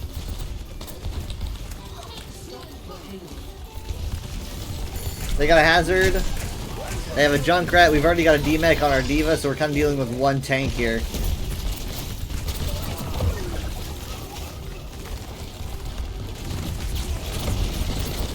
It might be kind of hard for our Diva to get mech back with that Matrix from the enemy Diva. Okay, they're only dealing with one tank in this fight because Hazard is down. I'm going to activate speed to kind of push us forward a bit so we can keep on the back foot. Oh, shit! What the fuck? Hanzo just put me away with a solid headshot right there. I guess. More of a neck shot.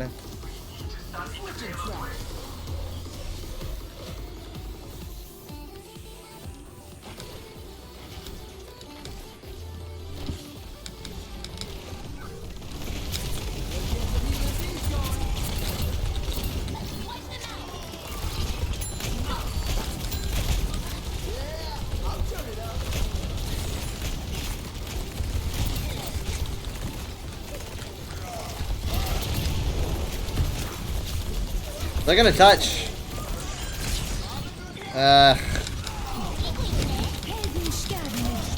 Okay, we at least have our Doom here trying to prevent them. I'm gonna see if I can get Sound Barrier to stall them, but I'm gonna need a hot second. Actually, hold on. We might not have to use Barrier for this fight. We can hold on to it. This is much better than what I thought was gonna be happening. I know I should be out there healing, but I'm kind of worried that they have someone behind that's going to end up touching.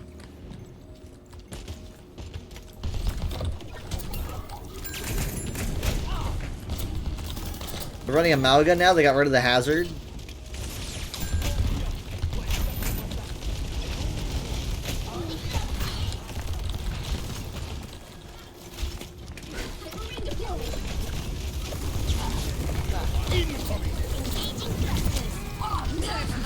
Bomb is in. Sound barrier. Just in case. Tire is in. Sound barrier is still intact. Doesn't fucking matter because it's fucking Junkrat.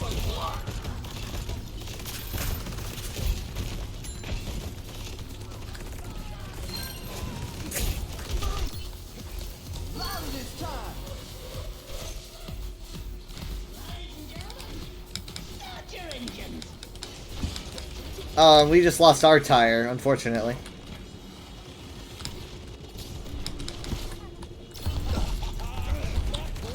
Hey junk, hey junk, hey junk, there you go.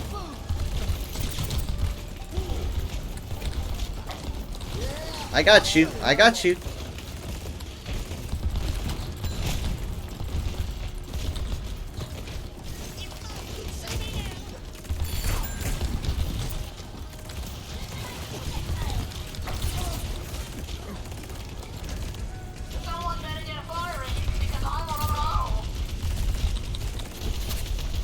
Kind of weird about that Hanzo.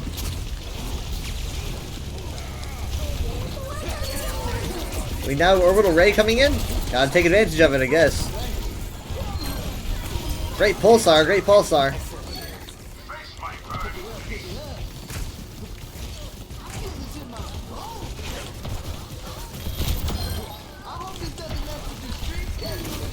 Nice! Junk didn't get out of there. He's gonna have to respawn. They've got 60 seconds. They were so close. 60 seconds remaining. I gotta be careful. I'm gonna get headshot by Hanzo. There's probably gonna be a dragon sometime soon. Probably gonna hear some Japanese. There's the dragon. And I went right through it because I was stupid. I literally, for some reason, thought I had barrier, so I thought I was okay. I was like, I'll just use barrier. I do not have it. When your best friend says you're cheating the algorithm because you get too many views. No such thing as too many views. Not that I would know much about a lot of views, but...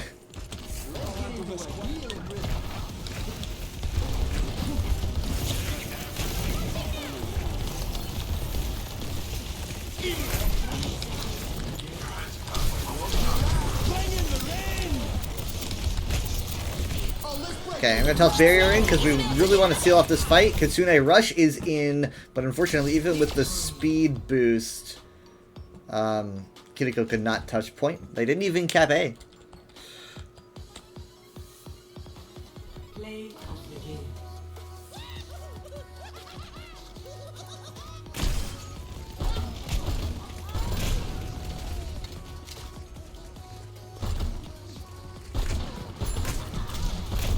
Oh, wow, nice.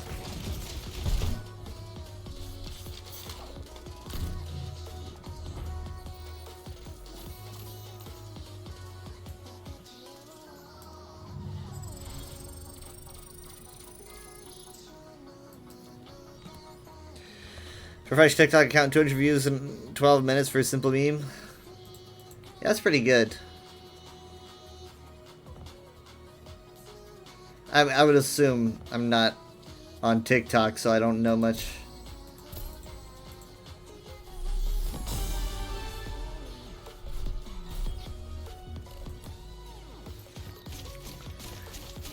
Yeah, this is a.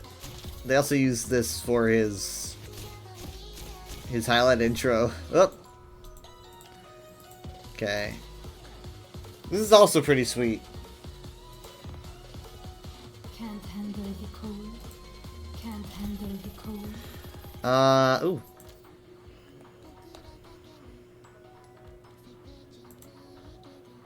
Jormungandr.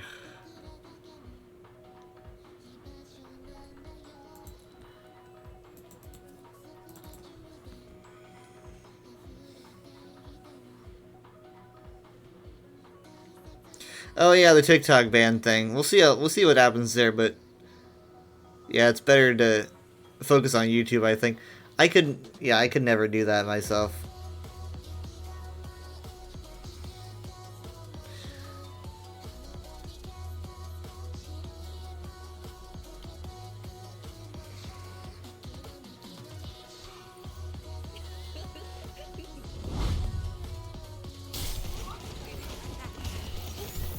I'm on fire! I see an enemy! They're not supposed to be getting up. This is when I locked the Reaper in here, because I was like, he's gonna Death Blossom, so I backed out of the room, because I couldn't get him. And then I locked him in the Freezy dungeon. If he had it, he didn't get to use it.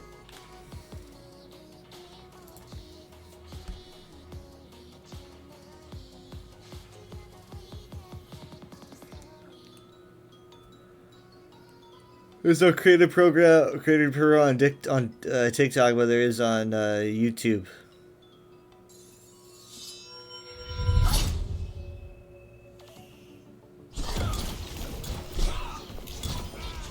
But like the ESO creator program, or I don't know what a creator program is. Precision is the way of the effective warrior.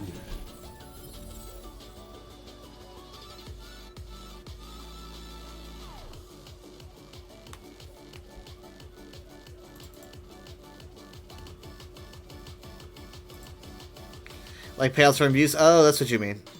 Huh, interesting.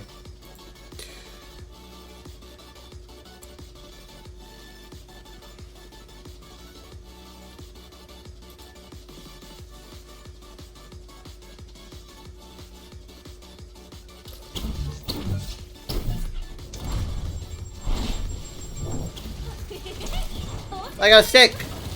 I remember that. I think this was my first match of the night.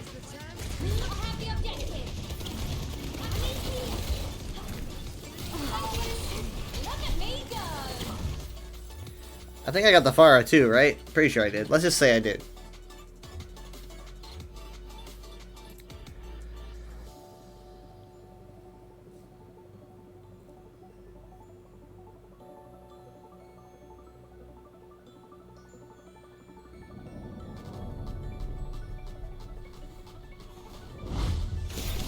I've got you in my sights. This Mercy was so good.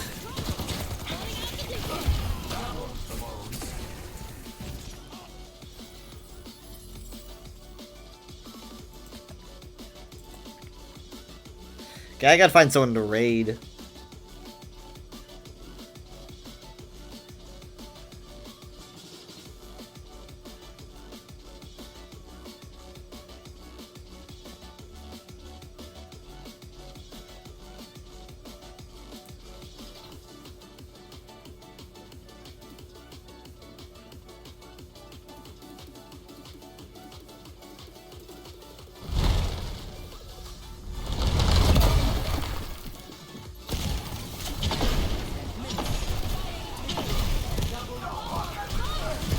Oh yes, the match that I ruined. A lovely memory.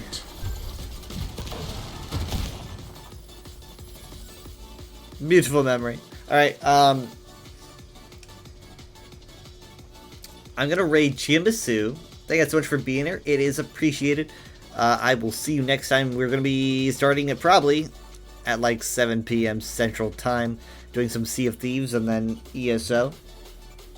And then maybe Fortnite if I remember. Please remember, future Kyle. Alright. I've got drops too. I've got drops going on for Overwatch. I didn't know. You have a great night too. Happy New Year. I'm gonna prepare the raid. Give me a second.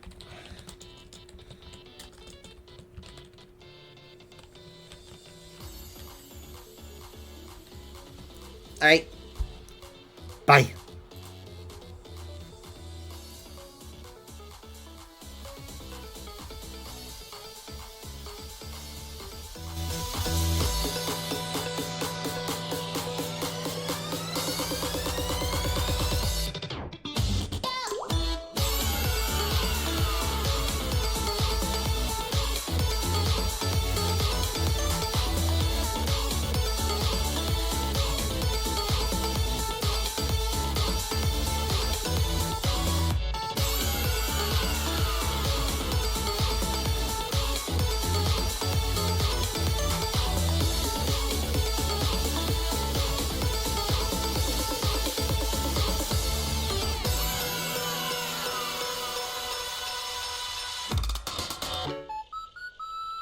You